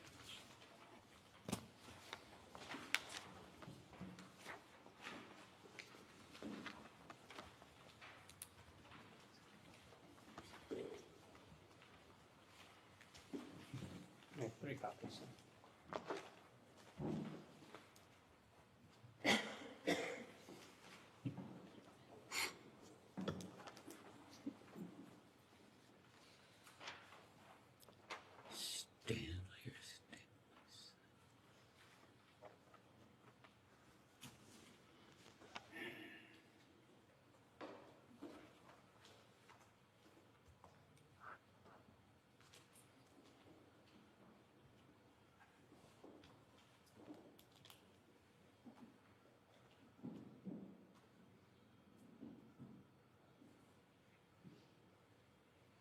So this is a file that was part of the recent DOJ release, and it's some kind of draft or fully composed email from Mr. Epstein. It appears to be intended for you. We do not have knowledge of whether you ever received it. Did you ever receive this email? No. Sorry, just for the record. Did you ever receive this email? I never received this email. Understood. Letter or whatever it was. Understanding that you have not received it and therefore have not previously seen it, is that correct? Other than anything that counsel may have shown him. I would like to touch on a few discrete parts of it. Mr. Epstein, at one point early in the email, says that, quote, "I owe a great debt to you as frankly you owe to me." Would you have any sense of why he might feel that way in general, or did he ever express that type of a sentiment to you? No. When I saw this, like, I know what you do or people do, they write letters to the file. I've never written one, like a memo to myself. And so I read this and I thought, this is like cover your ass kind of thing. And it just doesn't even sound the way he speaks. And just nonsense in it. He also said, quote, "As I'm sure you recall, you didn't sit with your mother or sister or Sharon when the conflict arose, as I did it for you. You didn't sit with Jack Kessler, Stanley, or Stanley's son. I did it for you." Do you have any sense of what Mr. Epstein might be referring to there? Well, I don't know what he's referring to about my mother or my sister. I know who Sharon was. Stanley, I presume, was our previous attorney, Stanley Schwartz, and his son worked in our business and, worked in it until he retired. So that I don't know what the hell he was talking about. Did you ever ask Mr. Epstein to mediate a dispute or otherwise insert himself into a dispute with the individuals he mentioned here, your mother or sister or Sharon, for example? No. Mr. Epstein also says that, quote, "Abigail and I sat, she asked many questions, she made many unfair, aggressive, and false accusations, none of which could have been fully answered without violating a confidence with you." Firstly, do you have an understanding of what he's referring to in terms of Abigail and he having a conversation? My wife and I have no secret, so the fact that he's having a secret, it's just nonsense. He goes on to say that you and I had gang stuff for over 15 years, a great deal of it that she was unaware of. I had no intention of divulging any confidence of ours, no matter what accusations she made. So Mr. Epstein at least seems to be asserting that there was something confidential between you and he that your wife was not aware of. Do you have any sense of what that might be? No. I'm going to object to the whole thing. This is why we have the hearsay rule, but keep going. Mr. Epstein goes on to say that, quote, "I always told you I would never under any circumstances give it up or put you in harm's way, no matter who, what, or when." Do you have any sense of what he might be referring to there? And I'll need a verbal audible. No, absolutely not. This is cover your ass psychobabble as far as I'm concerned.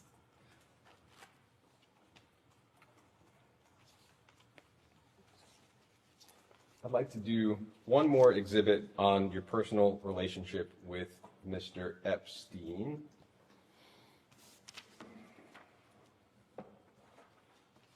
So this will be Minority Exhibit I.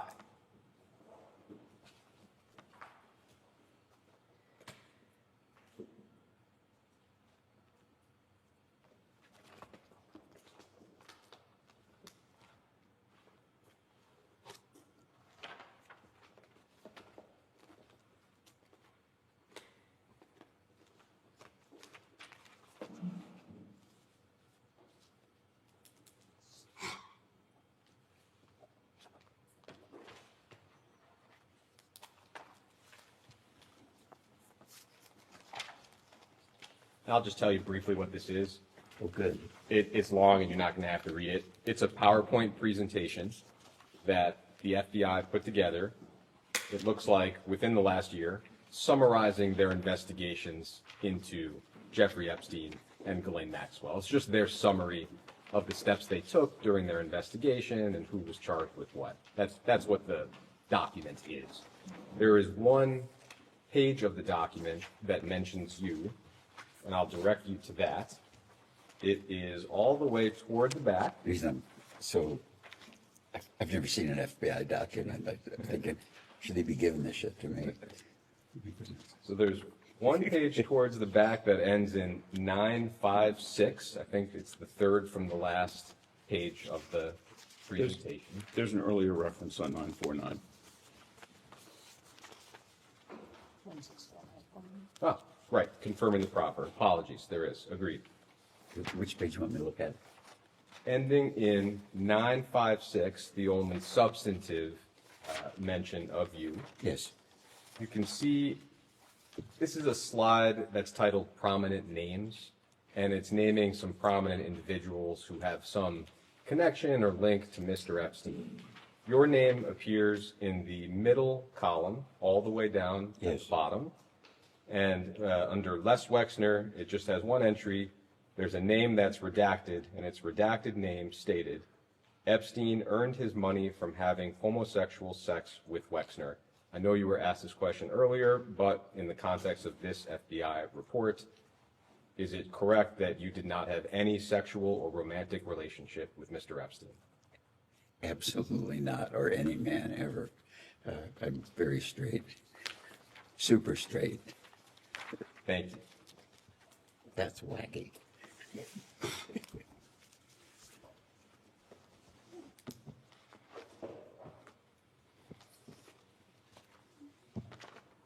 Do we get to keep that?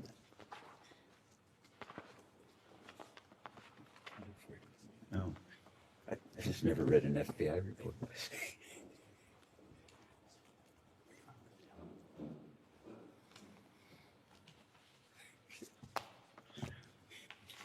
Bud? Thank you, Mr. Wexner, for your testimony here today. Just wanted to start with a question around U.S. Senator John Husted, and it's been reported that you gave him something like $117,000 in donations. Is that correct? I think you mean John Husted. John Husted, yep. I don't know how much money I gave him. Would that sound about right? It's a substantial sum. Well, I'm thinking, I met John when he was a state representative. I'm sure I helped him. I helped him politically. He ran for lieutenant governor. I probably contributed to senatorial campaign. So is it possible over time I would have given him that much money? It is. Let me maybe be But more I don't accurate. I think remember. it was recently reported that you gave him $117,000 sometime shortly before he voted no on releasing the Epstein files. Would that sound familiar? No. No? Did you or any of your representatives ever lobby Senator Husted or anybody else in the federal government to prevent the release of materials related to the Jeffrey Epstein files? Absolutely not. Did you or your representatives ever request that the Department of Justice redact your name in any files? No. Absolutely not. Wanted to move on. Now, I remember the document we was referenced a little earlier mentioning former Prime Minister Ehud Barak. Did you ever have a relationship with the former Prime Minister? Can you define relationship? Sure. Any relationship? Do you know Prime Minister Barack?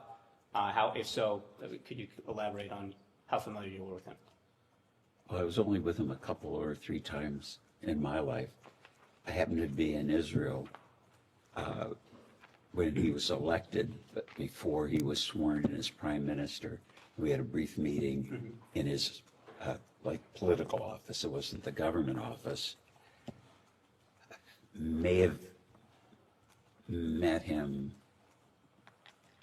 in Israel when he was prime minister, but I don't recall.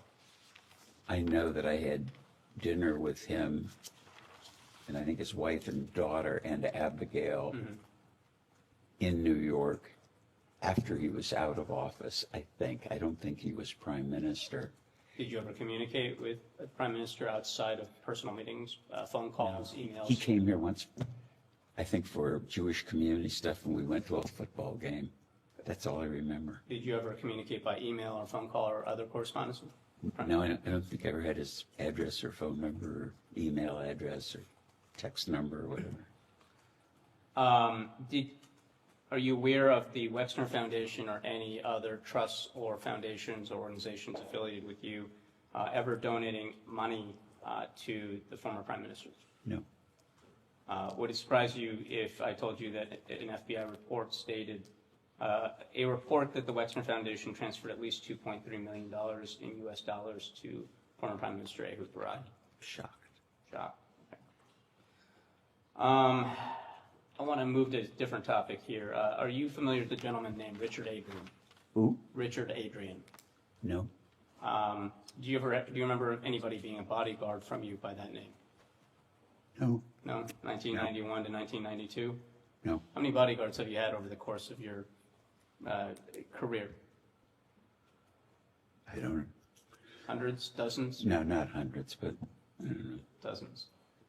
Okay. Now, Mr. 50 or Adrian 60, reported that he had accompanied you between 1991 and 1992 when he was your bodyguard to Epstein's Palm Beach home. Does that sound familiar at all? Objection, that's not what it says. That he accompanied Mr. Epstein, Mr. Wexner to Epstein's property. No, it doesn't say that. Are you looking at the... EFPA 1249191? Yeah, it should. I don't have it in front of me, but... No, it says that he did accompany him, and then it says the bodyguard was at the Epstein residence. It doesn't say the bodyguard was at the Epstein residence with Mr. Wexner. I'm sorry, did you ever accompany the bodyguard to Epstein's Palm Beach home? Everywhere I went, I had security. Yeah. And so would it surprise you then, I believe that this is correct, that the bodyguard said that he noticed a number of young girls there, noticeably young. You've never seen young girls at the Epstein property? I was only there once for an hour, and I was there with my wife and another couple. Okay. I have one last question, and then I'll kick it back. You mentioned a couple of times that you received $20 million for the mansion on 71st Street in Manhattan. How was that money transferred to you? I don't know. You don't know? Like, nobody, how do you know it was ever paid to you? Well, I guess Abigail would have known. Abigail wouldn't know? Whether it was a check, whether it was a money order, whether it was a bag of money. I have no So idea. $20 million, and you just take someone's say so for it? No, $20 million is a lot of money, and airplanes cost a lot of money too, and I don't know exactly how we pay for them, or if we sold an airplane, exactly how we get paid. But we've bought and sold personally a few airplanes. And you could ask me the same question. I don't know. And so I think we have a number of media references, New York Times, I think the Wall Street Journal, Bloomberg, all noting that no cash was transferred at the time of a essential transaction. No exchange of money was noted at the time. So do you have any records, like after the fact, after you learned that Jeffrey Epstein, as you put it, stole from you, did you ever look into how that money was transferred to you? No. No? Didn't strike your interest, even though you knew that Jeffrey Epstein was stealing from you? Once I knew he was stealing from me, it was, again, my wife is a very competent business attorney. We have good accountants. I believe good counsel, and that's not what I do. And I don't go back and, if I fired somebody in the business, I didn't follow them to see if they behaved badly again. They were done. That's just Let me then follow up and ask, did your wife ever mention to you how the money was transferred? No. Or that it was transferred? Objection as to spousal privilege, but he's already answered. All right, thank you very much then. Mr. Wexner, Steve Lynch, Massachusetts. How long did you know Mr. Epstein? When did you first meet him?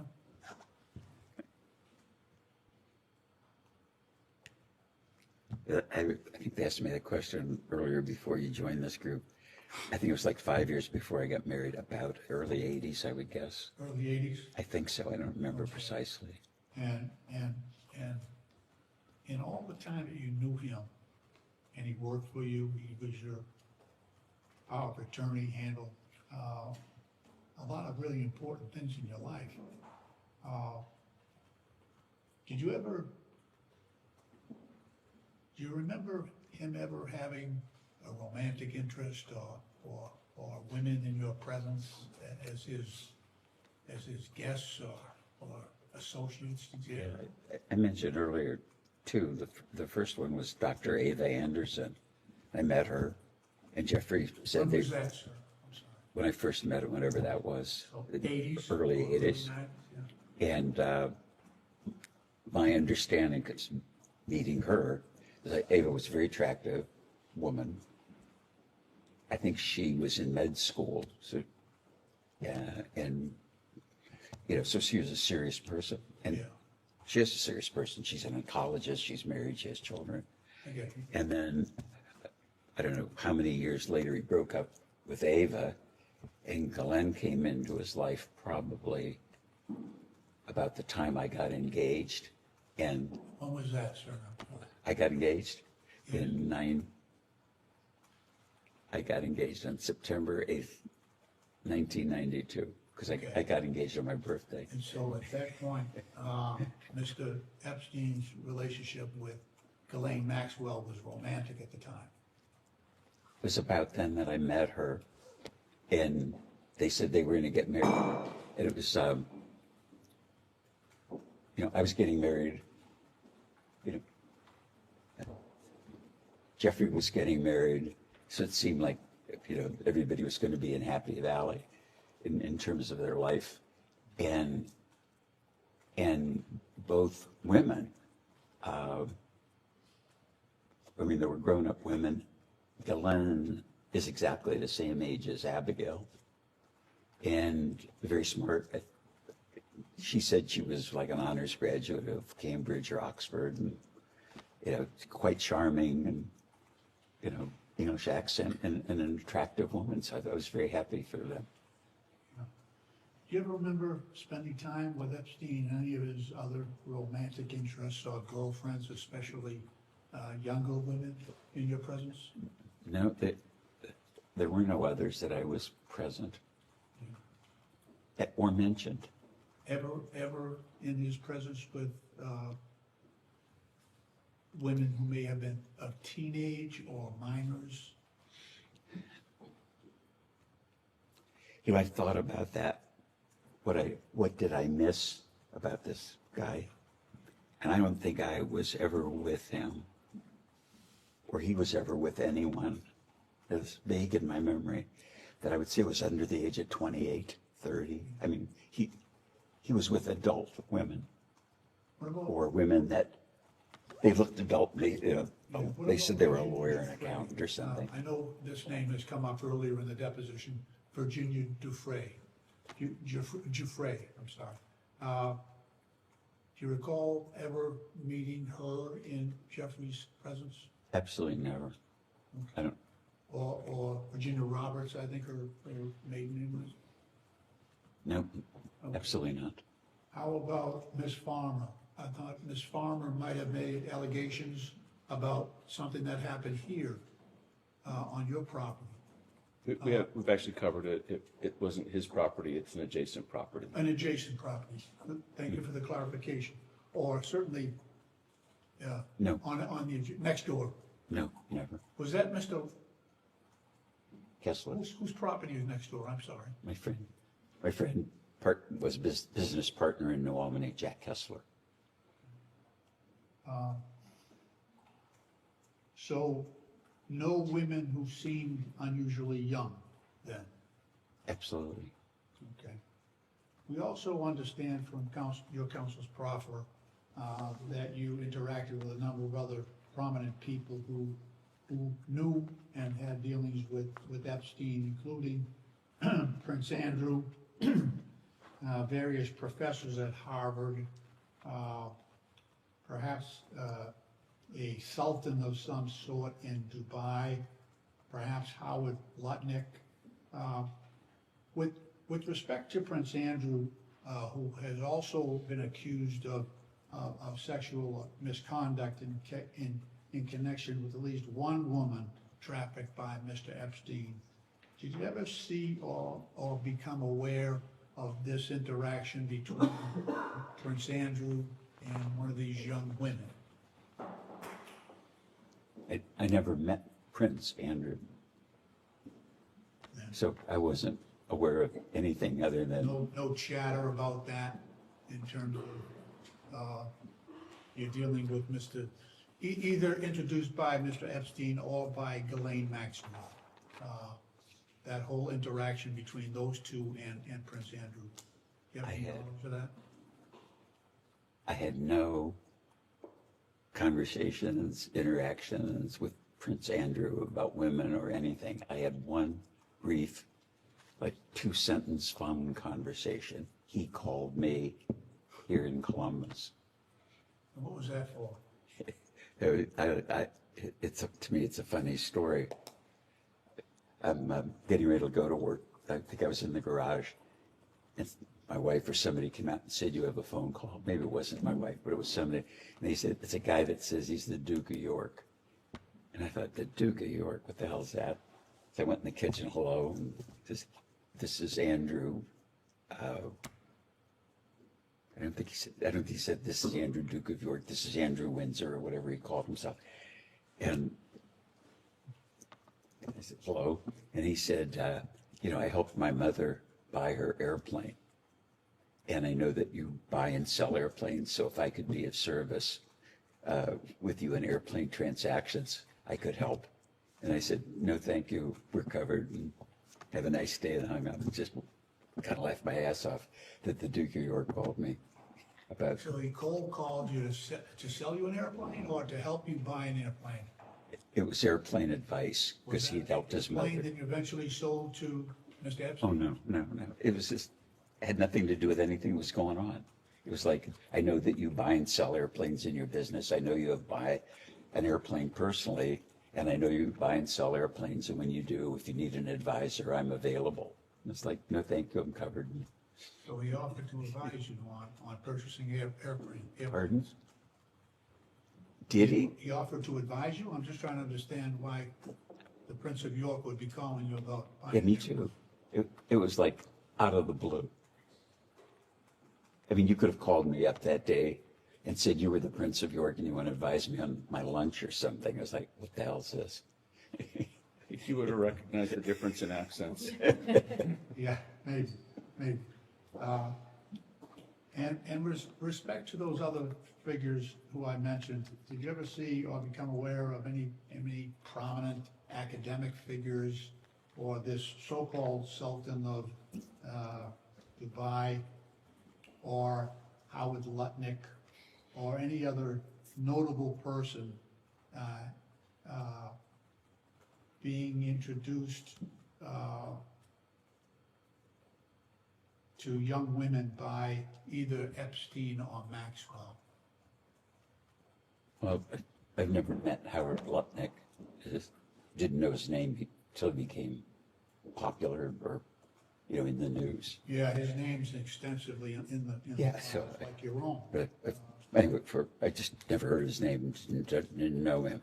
Some of the people that were on that list, I knew their names, and some of them introduced themselves to me. But that wasn't his question. I understand. Wasn't it? No. Oh, because you asked me, I thought you asked if I knew the same. Any other of those prominent individuals, were you aware that either Epstein or Ghislaine Maxwell was facilitating introductions or or contact between those absolutely not. individuals and young women? No, absolutely not. And you yourself, sir, never had physical contact with any of these young survivors or victims, as they are alternatively called, these young women? Never, ever.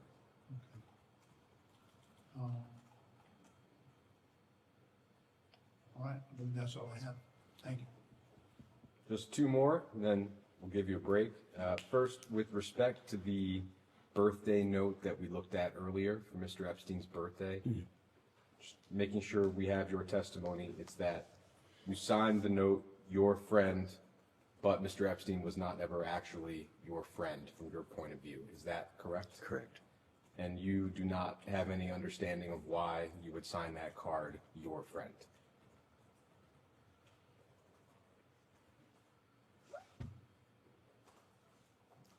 I think I was sending a birthday note to somebody, I'd say your friend or something. I wouldn't just sign my name. It would be like I don't know. But it's not a salutation, is it? It's the end of a letter or something. Yours truly, best, something like that. Do you recall ever drawing a pair of women's breasts on any correspondence with any other business associate of yours? No. We can go off the record.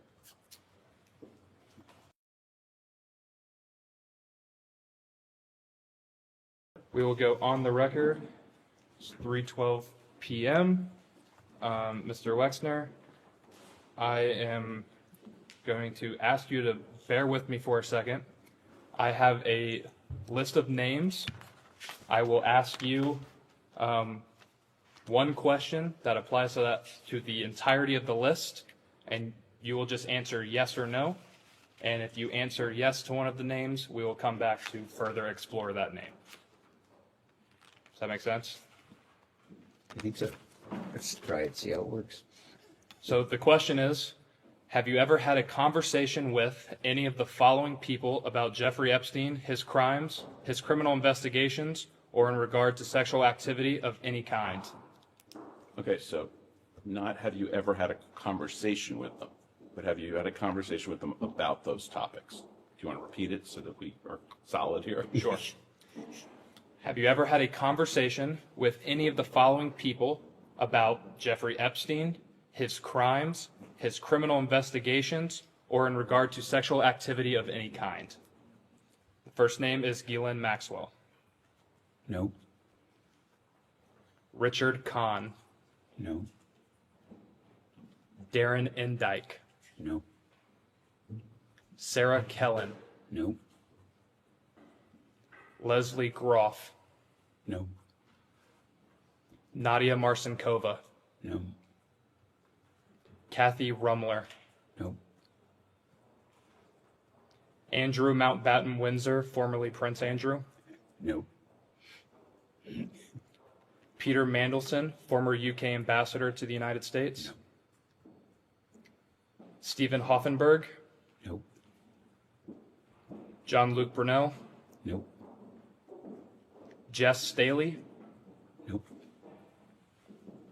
Paul Morris. No. Stephen Cutler. No. Mary Casey. No. Justin Nelson. No. Leon Black. No. Glenn Dubin. No. Eva Anderson Dubin. Kind of put those as question marks because I think I'll tell you the answer later because I want to be completely Understood. know. Bill Gates. Nope. Any person elected or appointed to any federal office. Nope. Any foreign government officials. Nope. So you said you wanted to clarify on Glenn Dubin and Eva Anderson Dubin. Mm-hmm. Do you have clarification on that? Yeah. I know both of them. I met Ava when I thought she and Jeffrey were engaged and going to get married. And I met Glenn at Harvard, I don't know, 10 or maybe 20 years ago. He was acquainted with someone there, and I was at David, no, it might have been David Gergen's funeral, something like that, and I saw them, and I hadn't seen them in, I don't know, 10 or 15 years, and they said hello and said something, isn't this a shame? What happened to Jeffrey? And I said, yeah, it's a shame, something like that. It was that vague. But most of the names that you mentioned, I've never heard before. I don't know those people. With Glenn Dubin, you said it was 10 to 20 years ago at Harvard. When you mentioned Eva Anderson Dubin, you said you thought she was engaged to Jeffrey Epstein. Do you know approximately when that was? About the time I got engaged to Abigail, so about 92. Okay. But I haven't seen either of them until David Gergen's funeral for maybe a decade. I hadn't talked to them, never socialized with them. Can we just clarify something? Because I think you previously testified that when you met Miss Maxwell, it was around the time of your engagement to Abigail. Right. Didn't I just say that? No, you were talking about Eva Anderson. Oh, I'm sorry. Okay, that I met Ava about the time I got, how could that be? I must have met Ava when I met Jeffrey, and then met Glenn when I got engaged. That's So Ava would have been 10 years before. early to mid 80s. Yeah, whatever it was. And I think I was only with her once. With them once.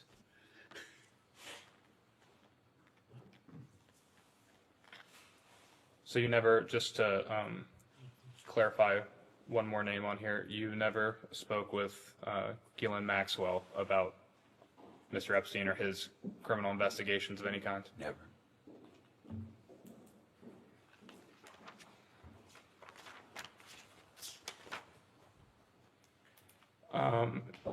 It had come out a few years ago now that Ohio State University did a review of their donations, and they identified a little over $300,000 in donations directly from Mr. Epstein and one of his foundations. Ohio State also reported a gift of approximately $2.5 million from the COUQ Foundation, which is another entity of Mr. Epstein's. Did you help facilitate any donations from Jeffrey Epstein to Ohio State University? Never.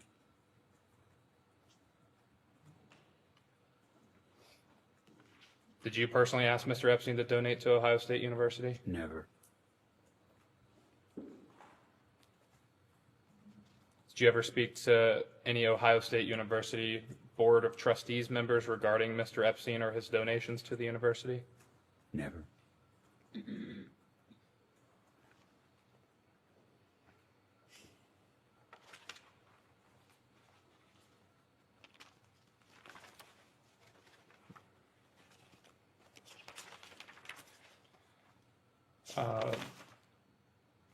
We discussed earlier in this deposition around the time frame of 2019 if you had any involvement with law enforcement as they investigated Mr. Epstein for his crimes he was ultimately charged with in New York. Just to clarify, did you speak to any law enforcement agency of any kind regarding Jeffrey Epstein's investigation in New York in 2019? Never didn't. No, I don't remember ever talking to any law enforcement agency. Did you ever provide any documentation to any law enforcement agency of any kind regarding Jeffrey Epstein and his investigation in New York in 2019? Not to my knowledge.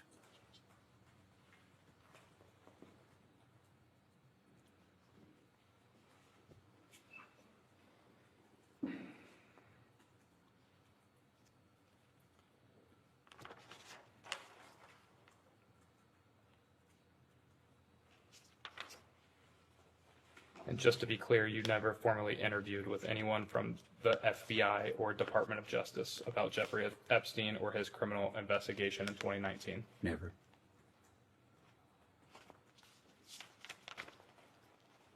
Did Mr. Epstein ever contact you or attempt to contact you after his arrest in 2019? I don't think so. He was dead. Well, before he died? No, I mean dead with me. Understood.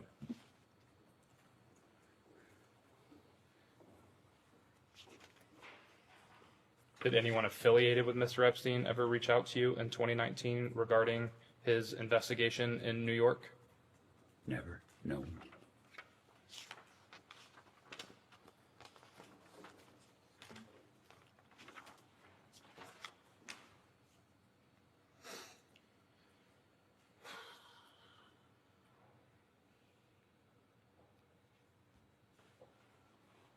How did you first learn of Jeffrey Epstein's death in the MCC in New York City? Probably watching CNN. No one directly contacted you about his death?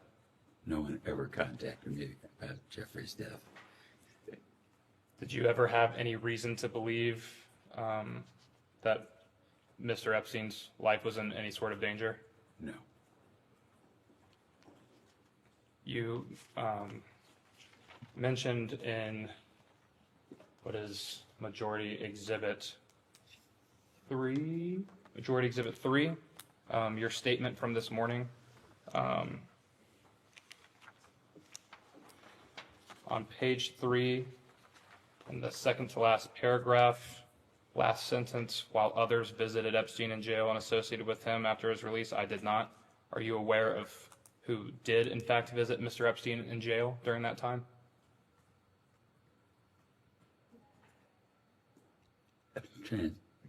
Directly, David Gergen told me he did, after he did. And can you remind us who David Gergen is? David Gergen was professor of practice at the Kennedy School. He was advisor to 4 presidents of the United States, TV personality.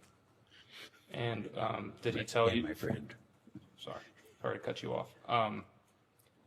Did Mr. Gergen tell you anything about his visit to Mr. Epstein while he was incarcerated? No, he just told me that he and his wife visited Jeffrey, and he asked me if I did, and I said no, I wouldn't visit that son of a bitch, and asked him why he did.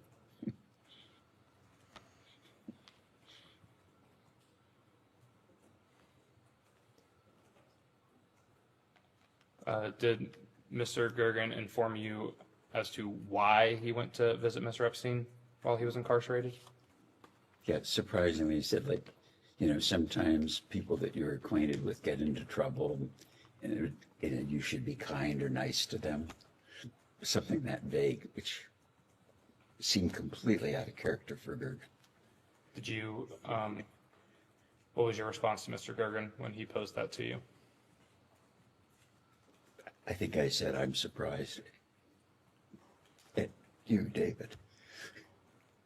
I'm going to switch gears a little bit here.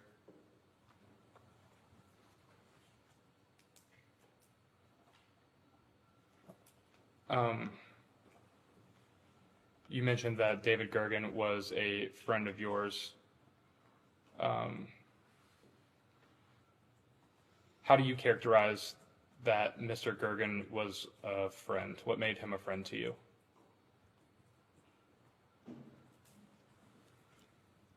We probably met when he went to the Kennedy School from his job at the White House. And so he was like a professor of practice in the Center of Public Leadership. And then he became the director of the Center of Public Leadership. And that was one of my main interests, is public leadership. And we became friends, and from very different backgrounds. I didn't have much of an education, Yale, Harvard, working in the White House. And we became very close friends. And his wife reminded me after his funeral that would talk every Sunday. And it's like, I know you might have friends or acquaintances you talk to regularly. I didn't even realize that we did that. We'd share books, talk about what was going on in the world. And it was very much a part of my life. And he was a wonderful person. So he was someone you would communicate with frequently? Well, if I was bitched out about the government, I'd call David, or we'd be talking about what was going on in the CPL, and we would talk about fundraising for CPL or interviewing professors for CPL, and raising money for fellowships. It was pretty much focused about government public interest things, because that we had in common. He was a lawyer, and I sold apparel, so. Would you say that you talked to Mr. Gergen more frequently than you talked to Mr. Epstein? Oh, of yes. course, prior to you and Mr. Epstein terminating your... Yeah, I talked to him more regularly. I wouldn't have remembered the repetition or the periodicity. Ann Gergen told me that after David's death, how much he looked forward to our Sunday calls. And I don't know, as you get older, sometimes you look back and somebody touches your life and you don't realize, that you're calling him every Sunday. Because I was just, like you brush your teeth every Sunday, I'd call him or he'd call me. Apologies, I'm going to switch gears quite a bit here. We were discussing a lot earlier that the property that Mr. Epstein had owned that was, I believe you characterized as adjacent to your property, formerly Jack Kessler's house. When, at any point, did people need to use your gates or go through your property to access that house? No, the properties weren't connected. There's kind of a woods between them and fields. There was no driveway. They were separate. It would be a struggle to walk between the two on foot. Understood. Speaking about your boat design and manufacture and boat launch has been mentioned a couple times here today. Did Mr. Epstein ever travel with you or board your yacht at any point? Not that I recall. Did Miss Maxwell ever travel with you on that boat at any point? Absolutely not. Were there any other boat trips that you and Mr. Epstein would have taken together at any point? None. I don't think I ever went anywhere on that boat without my wife and family. Understood. Do you use any aliases or nicknames when you communicate with people you're associated with? No, less. Sometimes LHW, that's it. Are you aware of Mr. Epstein having any aliases or nicknames that he would commonly use? No. Are you aware of Miss Maxwell having any aliases or nicknames that she would commonly use? No.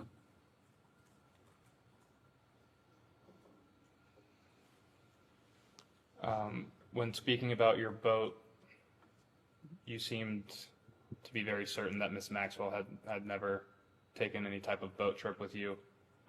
Is there a reason why you were more sure about her not attending any boat trips with you? Because it couldn't be. I'm not sure that. I know that Jeffrey didn't take any boat trips with me. That's for sure. And so I might not have perfect recall, but I'm positive he never took any boat trips. So I'm positive that she never took any boat trips because I only saw her a couple times in my life. Understood. Are you aware of, let me back up first. Mr. Epstein did a lot of foreign travel. Would you say that's an accurate statement?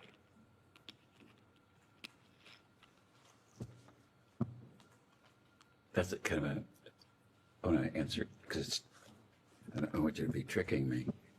I thought he traveled a lot.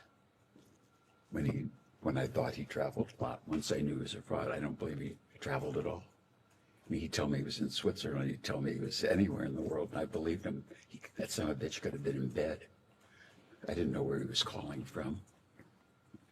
To the best of your knowledge, he would inform you that he was traveling all over the world. Oh yeah, I'm in Saudi Arabia working for the king. I'm in Switzerland talking to banks, and I'm really busy and I'm tired, and he'd hang up.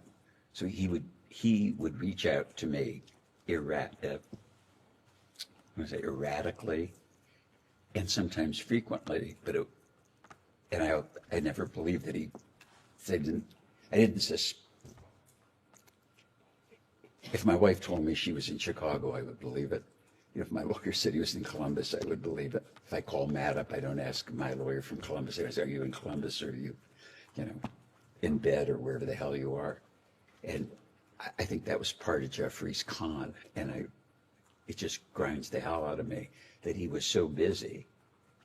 But I don't believe any of it now.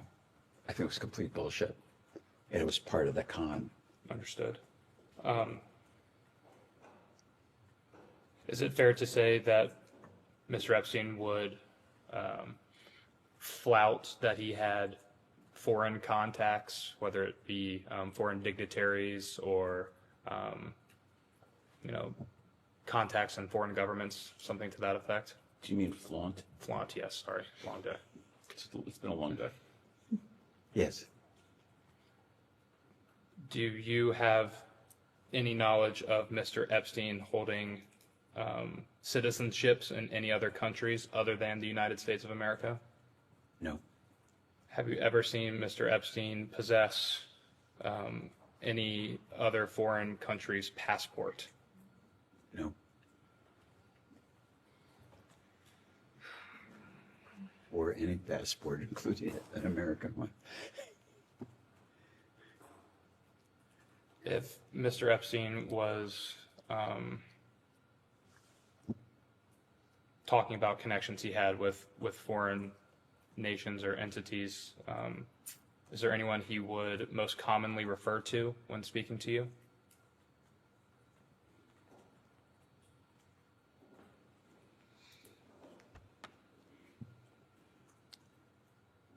He, over the period of time, mentioned a lot of them, and some he would repeat at some periodicity, some he would mention once, but it's kind of a muddle of, but it was a pretty regular flow,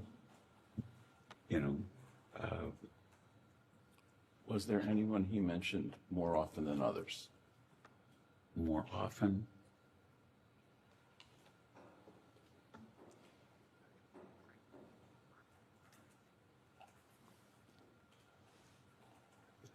Maybe several times he'd mention the Queen of England.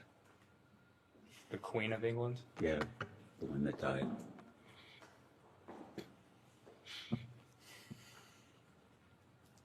Did you ever get the impression that Mr. Epstein was trying to get close with people of power, influence, wealth to better shield himself from any type of scrutiny?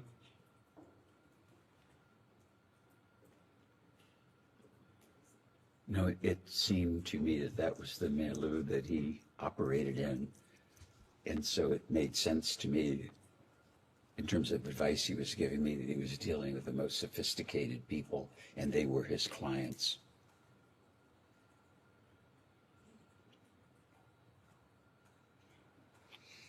And so, based off that response, would it be fair to say that you would believe that could be part of his con, was touting all of these connections he had all around the world? As I look back at it today, I'm positive it was his con. I mean, as positive as I could know. I mean, the founders of Google, the the President of the United States, the King of Saudi Arabia, go on and on. It was almost, every month I'm off to do this with that, or I'm going here and there. And he was in a trust position, and foolishly, I never questioned. He was just, that it wasn't just, that he was bullshitting me, or these weren't really his clients. And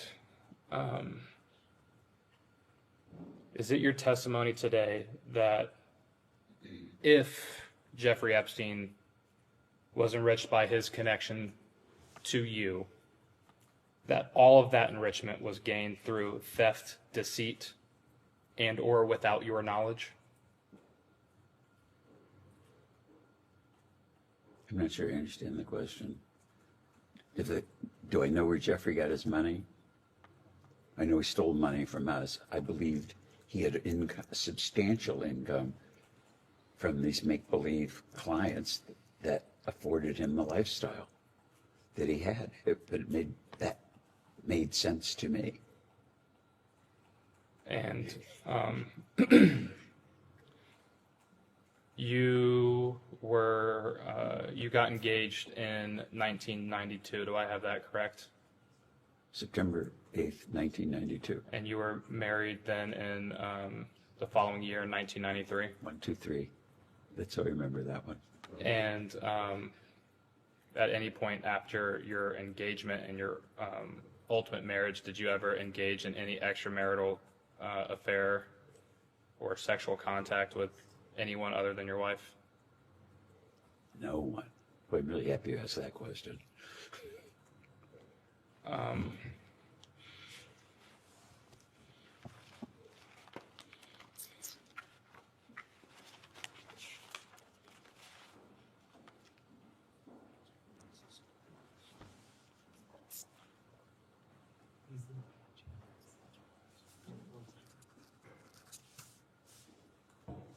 What's that connected to? Oh.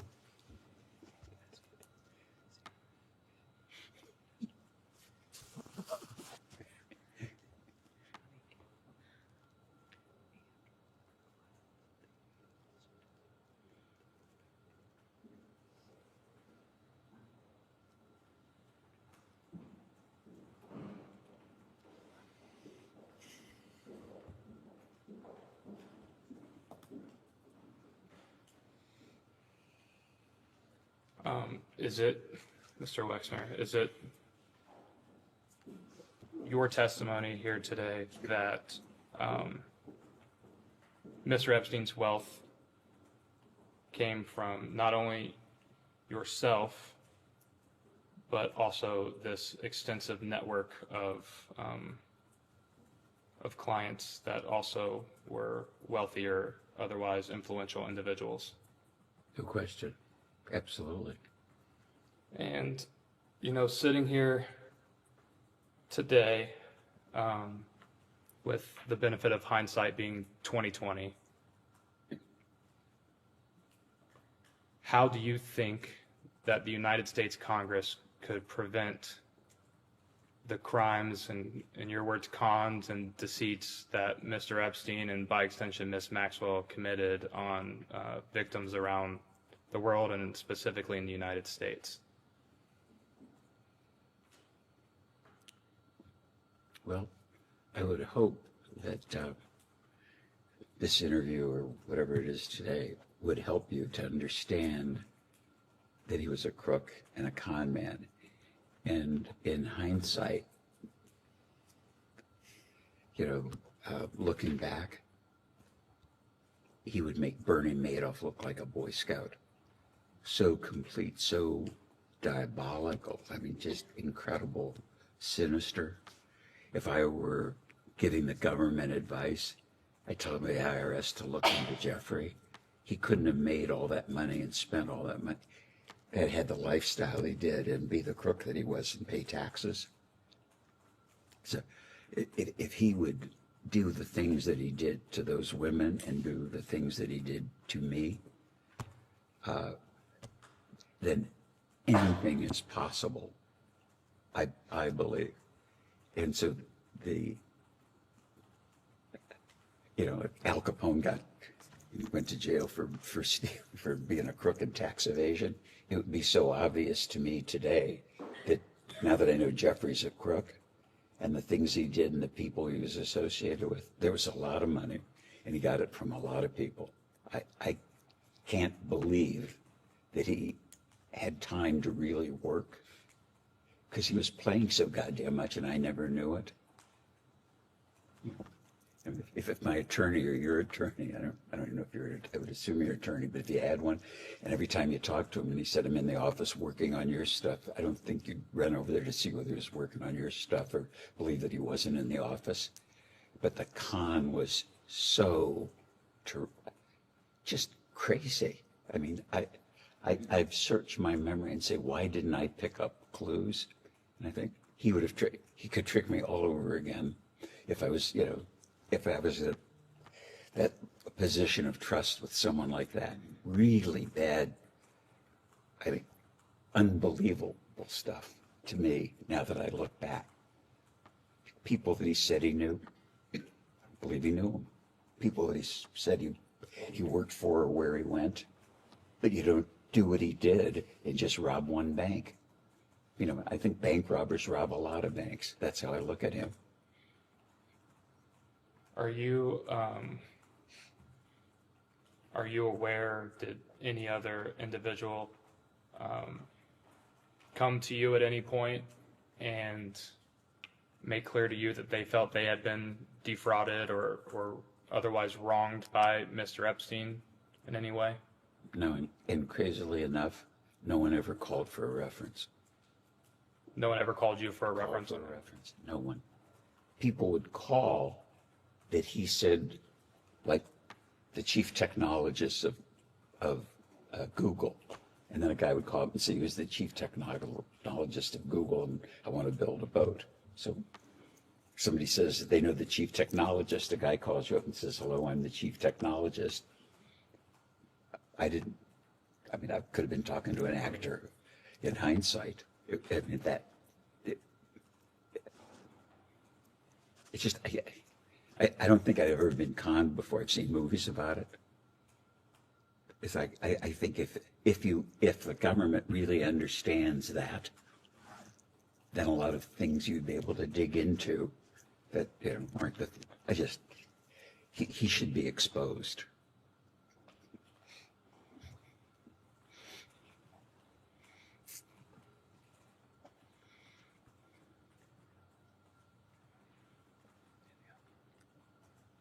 All right. I think that ends it for us right now. We'll go off the record.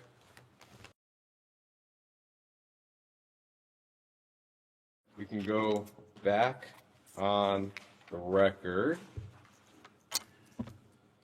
I've got just a few sort of individual cleanup questions about things we've talked about earlier. I'll just move through them chronologically, going all the way back to when you first hired Mr. Epstein. If you could just articulate what you recall about what you thought you were getting from him. You described what he ended up doing for you, but what did you understand yourself to be hiring him for at the time?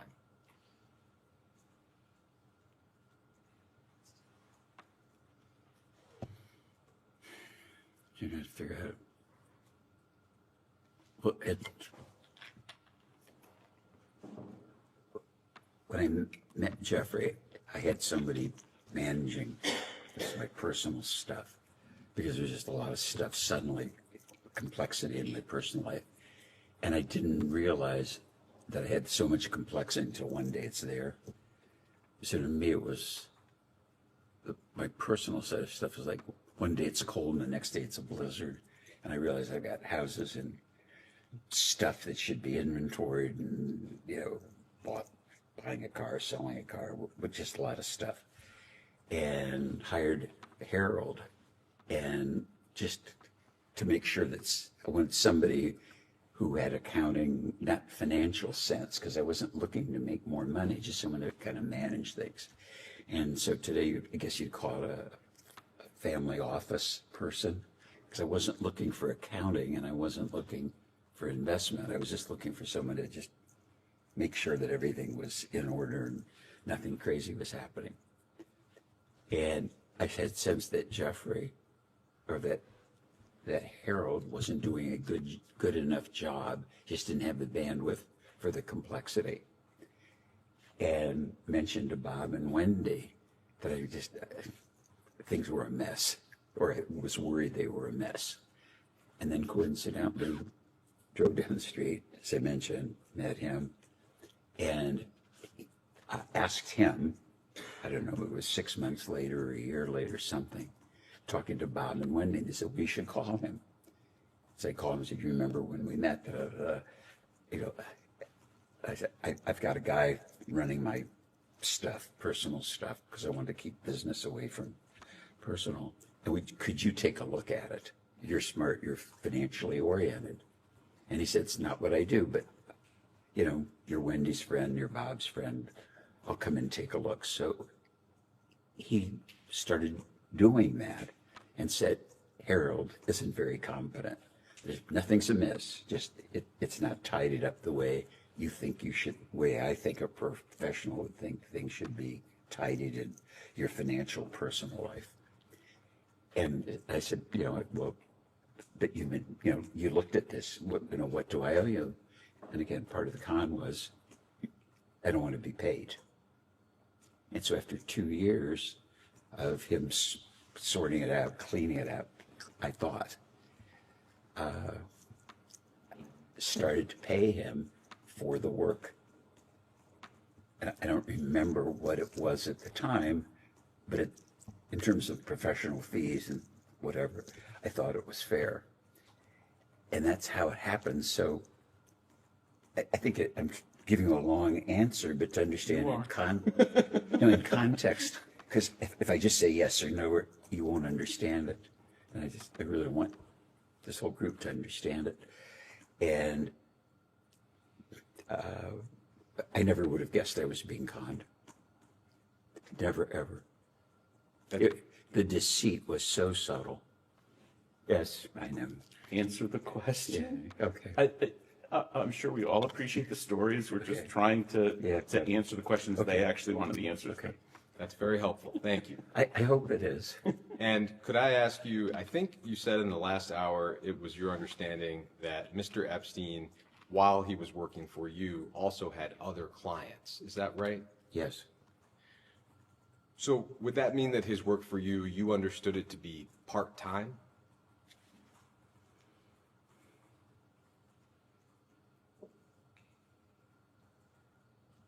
I wouldn't describe it that way. I knew it wasn't I thought it wasn't full-time because he had other clients of substance, real substance.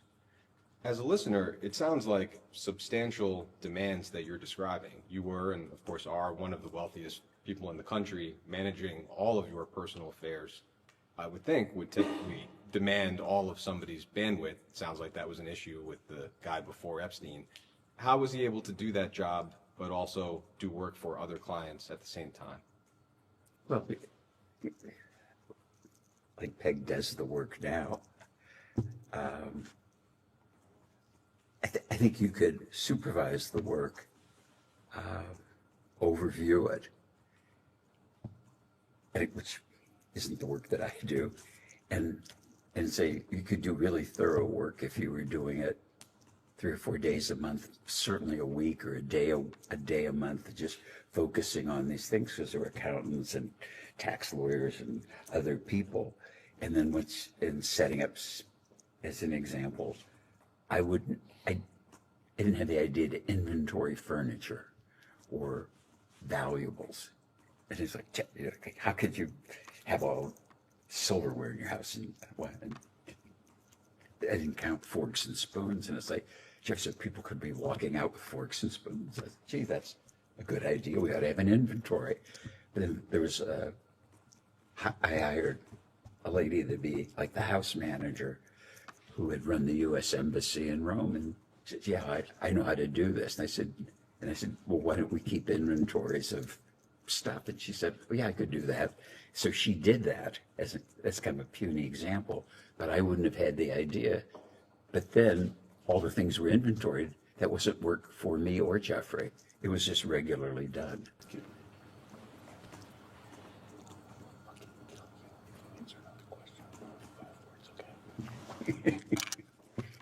Answer the question. Okay. A discrete question on a different topic. We know that at one point you owned a property in Palm Beach. It was a large oceanfront estate.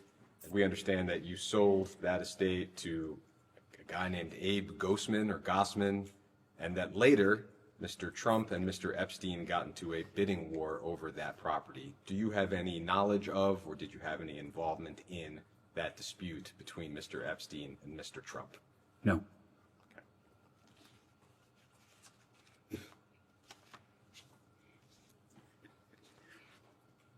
I'd like to touch on a few specific allegations that have been made with respect to Mr. Epstein's crimes. Maria Farmer has been discussed several times today. I'll try not to repeat that too much, but there are a few aspects of her story that I did want to touch on with you. Ms. Farmer has said that the home that we've discussed, you said Mr. Kessler sold it to Mr. Epstein, it's adjacent to your property. Ms. Farmer has said that that home at the time was guarded by your security staff. And at least one member of your security staff told the Washington Post that that was accurate, at least at the time, which I think was 1996. Do you have any sense of why this home, that at that point was not on your property and wasn't your home, would have been guarded by your security staff? Objection to the hearsay, but answer. No. Do you have any knowledge as to whether or not the home was guarded by your security staff, either then or now? Then for sure not. My daughter lives there now with her husband, so I'm sure they pay attention to it, but I don't know for sure that, because it's part of the family, that they pay attention to it, but that's as close as I can get. When it was owned by Mr. Kessler and Mr. Epstein, you have no knowledge of whether or not it was guarded by your security staff? I have no knowledge. I would doubt that. It would be frankly fucking impossible. Impossible. Does that sound strange at all? It sounds a little strange to us as readers and listeners that a home that is not yours would be affirmatively guarded by your security. Me too. Ms. Farmer says that she, in the wake of her assault, reached out to the county sheriff's office and that she was told, quote, "We work for Wexner." And the sheriff's office confirmed that at that time they were contracted to assist with your security detail. Do you have any sense of why that would have been the case? Same objection to the hearsay, but answer.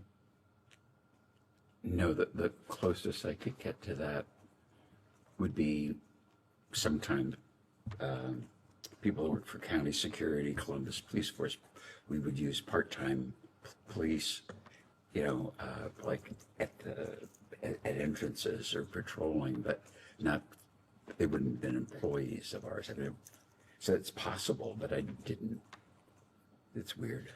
I don't know the sheriff. Could you elaborate for a moment on what would that part-time role have been? Like a special event? They would be at the entrance? Yeah, it would have been special events.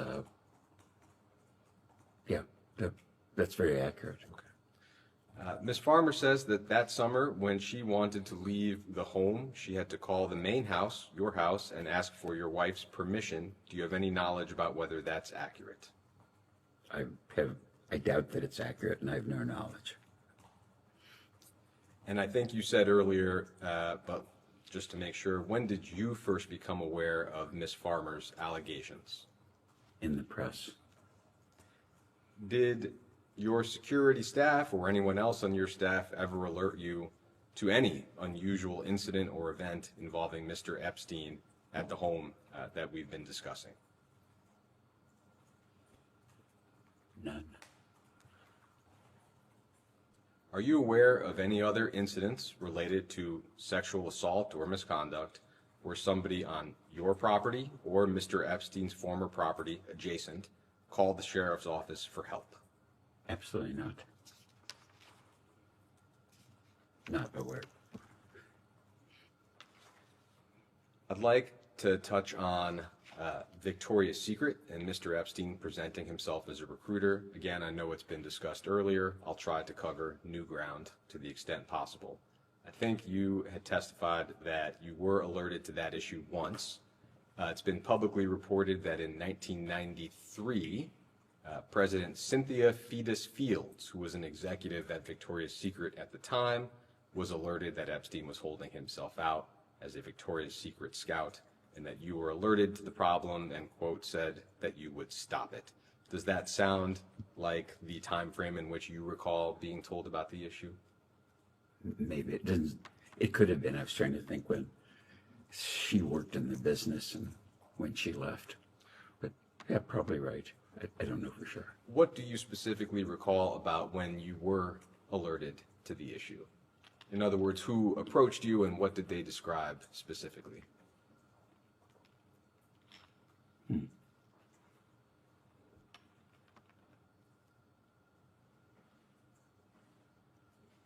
Something like Jeffrey's trying to pick up women, and he says he's a Victoria's Secret talent scout. And I said, that's terrible, or the nonsense, or I'll put a stop to it. Something like that, because it could be possible, I think, in my memory, but I didn't believe it. But I know I called him up and said, are you Jeffrey, what is going on? He said, do you think I'm stupid? And I said, because I hope not, because if not, you'll be dead. There was a very brief conversation. I remember him being definite about it didn't happen, and it wasn't a long conversation. I was mad. So it was a blanket denial from Mr. Epstein. That's very accurate. And did you believe or were you convinced by his denial at the time? At the time, yes, I did believe it. So is it right that you were no longer upset following that conversation because you believed that he had not, in fact, held himself out as a scout? That's accurate, yes. That's how I felt. Do you recall whether you had the impression that your executives simply made the story up? Or...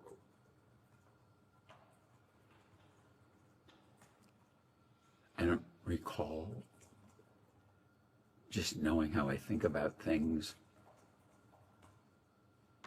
I probably would have said this is just Jeffrey Single. It's a thing to say. A rumor could get started. I got to chase it down because God forbid that anybody was in the business, let alone outside the business, was dating people in the business or dating models or recruiting them or any of the stuff that we now know is true. I would have fired him on the spot.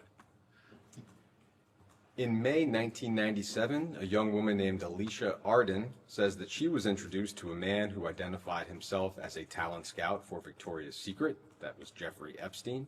Mr. Epstein allegedly invited Miss Arden to his hotel room in Santa Monica, California, to audition for the catalog.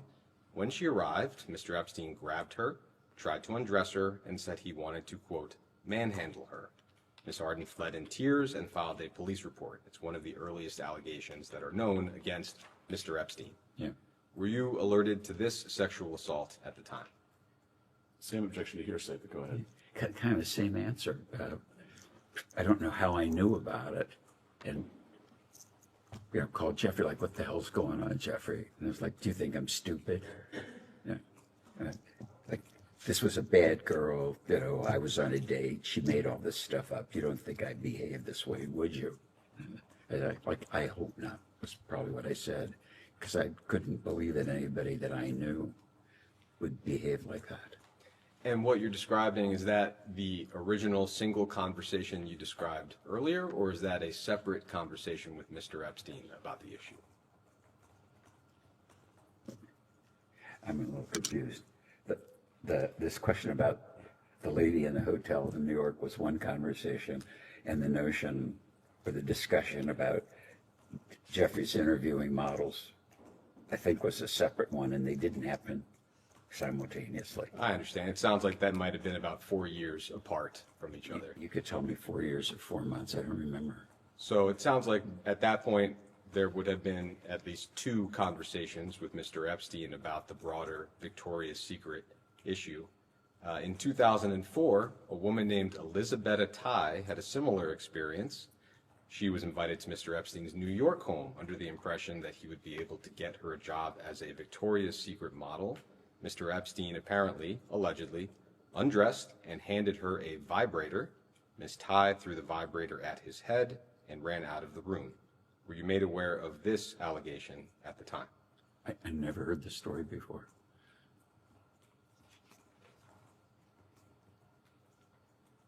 In 2005, the New York Post ran an article describing a Romanian model who allegedly landed a gig at Wexner's Victoria's Secret brand thanks to Mr. Epstein.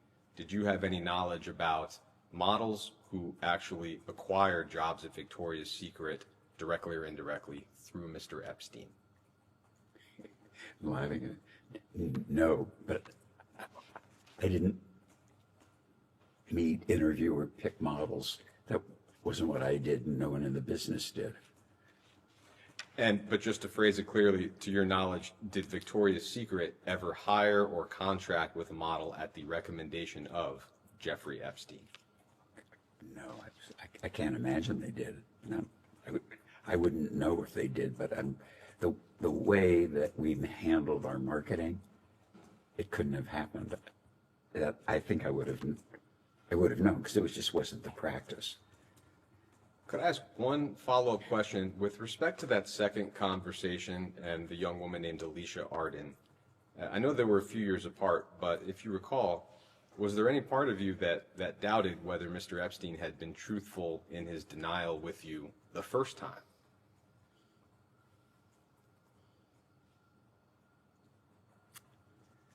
At the time, I don't think I connected them.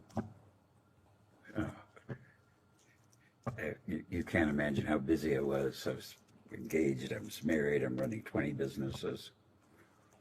I never made the connection.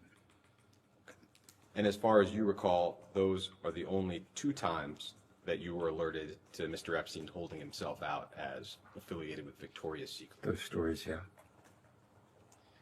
It's been reported that following Mr. Epstein's arrest in 2019, the limited company, L Brands, retained two different law firms were retained to investigate Epstein's affiliation with the company.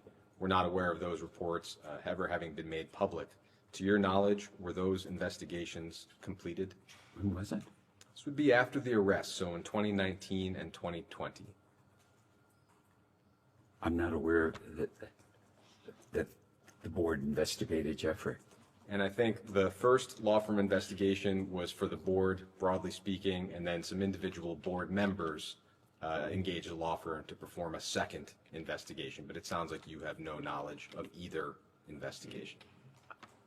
I found out about 2 weeks ago that from one of our ex-board members that he had hired Kroll to investigate Jeffrey, and I never knew it. Could you elaborate on that just a moment? In other words, a board member described what exactly? Well, this was 2 weeks ago. That he was worried about Jeffrey, and he asked Jules Kroll to investigate him. Is Jules Kroll an investigator, white-collar criminal? He was a Justice Department, FBI kind of a guy that started his own, I think it's the largest international and private investigation firm in the world. And so he said, and I said, so what happened? And he said, he didn't think Jeffrey was a good guy. And I said, what else? He said, that's all he would say. He said, just not a good guy. And he said, he asked him for specifics. And Jules said, I don't have any specifics. He's just not a good guy, whatever that meant. Do you recall approximately what time frame the Kroll review was undertaken, or how was it described to you? Well, the way it was described to me is the board member asked Jules Kroll. He didn't tell me it was a board thing. And so it must have been, I don't know, about 19 or 20, because I know when I retired, I know when I think I know when COVID was and all those things that happened, but I had no knowledge of it. And I was frankly, it made no difference to me, but I was kind of surprised that somebody on the board would investigate somebody and not tell me, or, as the founder, principal, whatever. They didn't, which is probably a good thing. So for the two law firm investigations I described and this separate Kroll inquiry, it sounds like you had no awareness of those when they occurred. Nothing.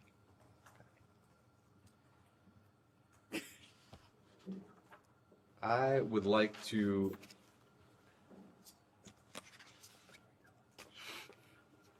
introduce Minority Exhibit J.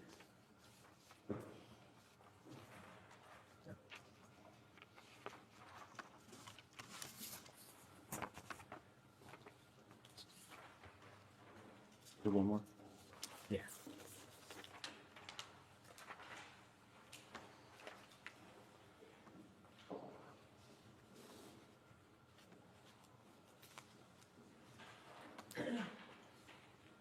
So, as you can see, this is an email from June of 2008, right around the time that Epstein pled guilty to soliciting a minor for prostitution.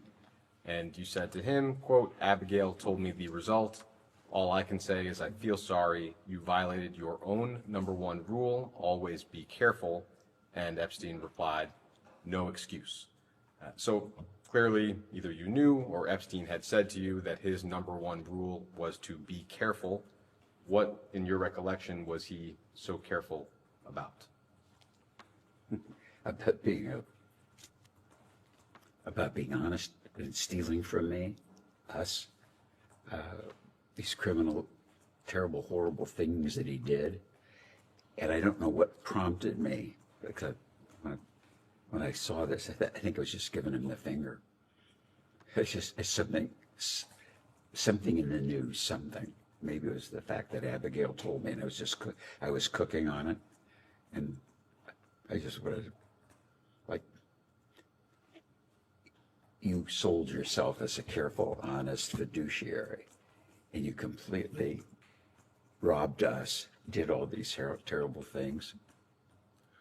It sounds like you, at least at the time, understood that Mr. Epstein, it sounds like Mr. Epstein would say that his #1 rule was to be careful. Is that correct? Correct. Okay. What do you recall that being in the context of when Mr. Epstein would say that? Why was that his #1 rule? I'll phrase it that way. Well, again, he alleged himself to be a fiduciary, and I'm always careful about my clients. You know, I don't do risky investments. I wasn't looking for cleverness. I was looking for accuracy, conservative. You just run things really smoothly. And Jeffrey would say, "Don't worry, I'm always very careful." And that might have meant to be not abusive to my admin or to be prompt and accurate with tax returns. He's just careful because that's what you would expect. If my personal attorney would have said, "Don't worry, I'm always careful on your account," that would ring, comfortably for me. And complete crook. And you touched on it, but in terms of what you can recall about how you felt at the time, the crimes, even the crime that he pled to, was not insignificant. It involved a minor. Do you recall? I mean, that would seem not to necessarily be the product of simply not being careful. So do you recall whether you felt anger, shock, or simply how could you have been so careless? I don't remember how I felt. Probably anger that a person in a trust position could be so mistrusted, so crooked, so bad. As far as you can recall, when was the last time you spoke with Mr. Epstein? Well, it was probably sometime before I gave him the finger. So it probably was in 07 or 08, sometimes when he got in trouble.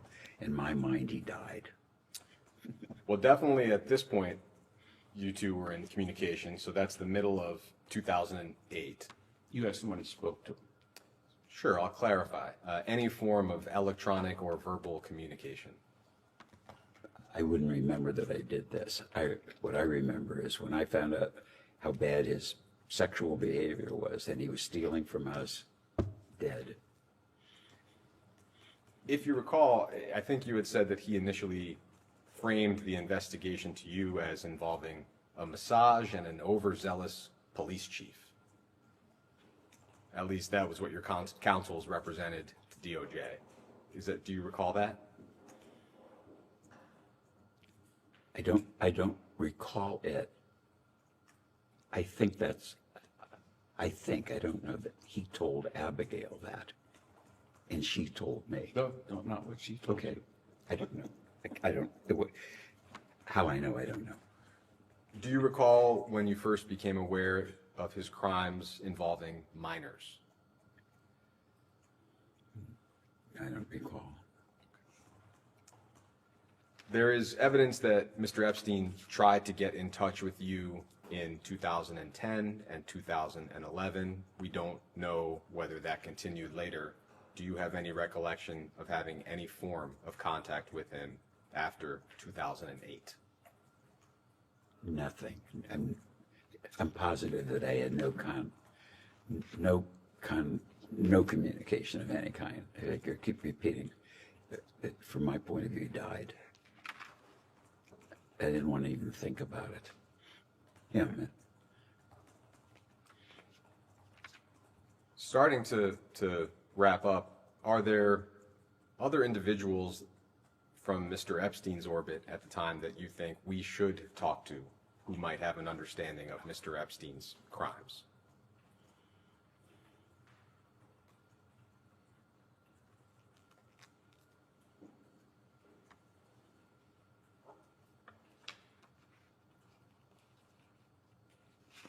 What I'm thinking is that he referenced several people that I never met. Do I think they might have information? Possibly, but I don't know whether he made it up or he really did it. Do you recall some examples of people he would reference? Yeah, he'd say, I was in Aspen last week. And I'd say, oh, what were you doing in Aspen? And he said, the family that owns Fidelity in Massachusetts, Johnson. He said, I worked for Abigail Johnson, and I was there talking to her about their family situation. But he could have been making it up, but at the time, I said, geez, he works for the Johnson family. They're pretty sophisticated. He would talk about the founders of Google, that they were friends and he'd visit them. He would talk about, you got to come out to San Francisco. You should meet the Amazon guy. Bezos. And I said, no, I'm not too busy and I'm interested and I don't do what he does. And I said, but he's really a smart guy. You should meet him. I said, if I'm ever in San Francisco, I'll look him up. I'm too busy.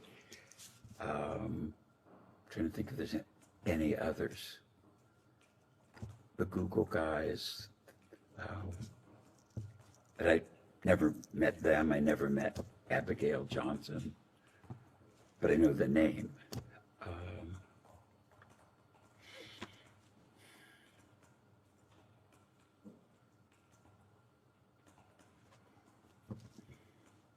That's all I can recall. But there were so many names dropped that, and I don't know, I don't know as much interest in celebrities, political celebrities or whatever's. He was just like, I know so-and-so or I know so-and-so.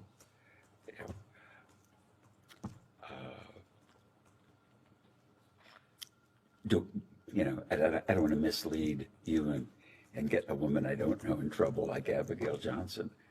But up until the fact that I believed that he was a crook, I believed that he knew all these people. Do you recall whether he ever described anybody as his closest personal friends? Do you have an understanding of who his close friends would be?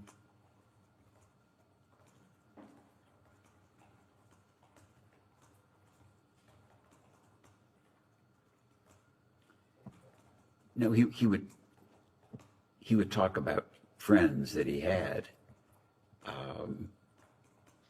He would say he told me how friendly he was with Ava's husband. And I always thought, that's kind of funny that you're friends with your ex-fiancee girlfriend's husband. But, you know, it was stuff like that.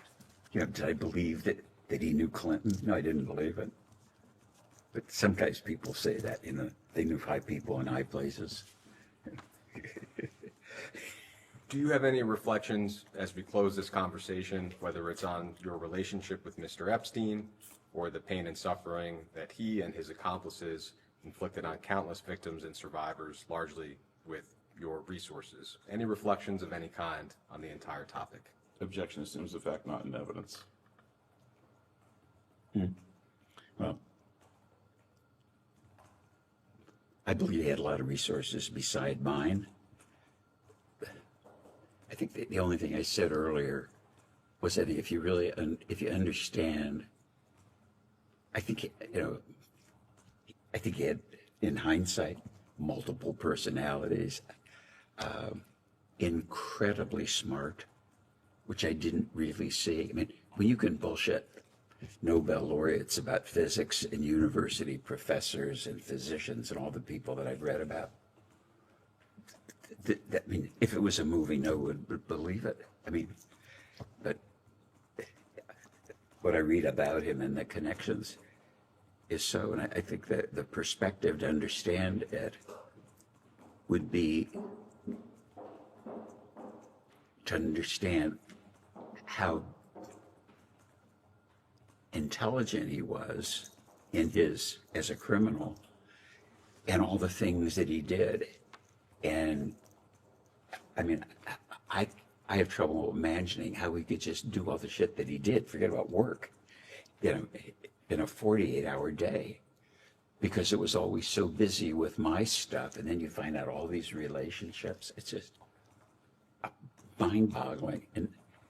And some of it, even today, I can't believe that it's so, but some of the stuff I believe because I read about it.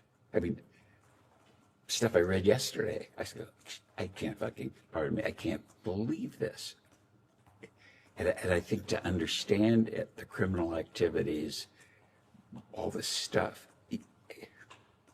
it's like, I hope you guys are really good. And I, as I said earlier, I hope, you know, probably the dismay of my advisors to give you an accurate picture of how I am and how he was, how I perceived him. And I mean, diabolical isn't a big enough word. And I think I said earlier, Bernie Madoff was a Boy Scout compared to Jeffrey. I mean, if I just believe what I read in the press about people that he contacted, university presidents, Gergen, my friend, I mean, it's just crazy. But he was beyond perfect or good at doing all the shit that he did. It's just, I think it's the rumor and innuendo that goes around me makes me very mad, because I think I'm a very straight arrow and a very responsible person. You know, I don't want to give you a speech on my virtue, but I'm comfortable in my own skin. And I look up, I say, it's so preposterous to me what he got away with so long with so many people that I can't imagine how a mind could do that and be robbing banks. It's crazy. Thank you. And then one last question. I think your counsel has represented to DOJ that your assets accounted for virtually all of Mr. Epstein's wealth. Sounds like you don't agree with that? I wouldn't know it.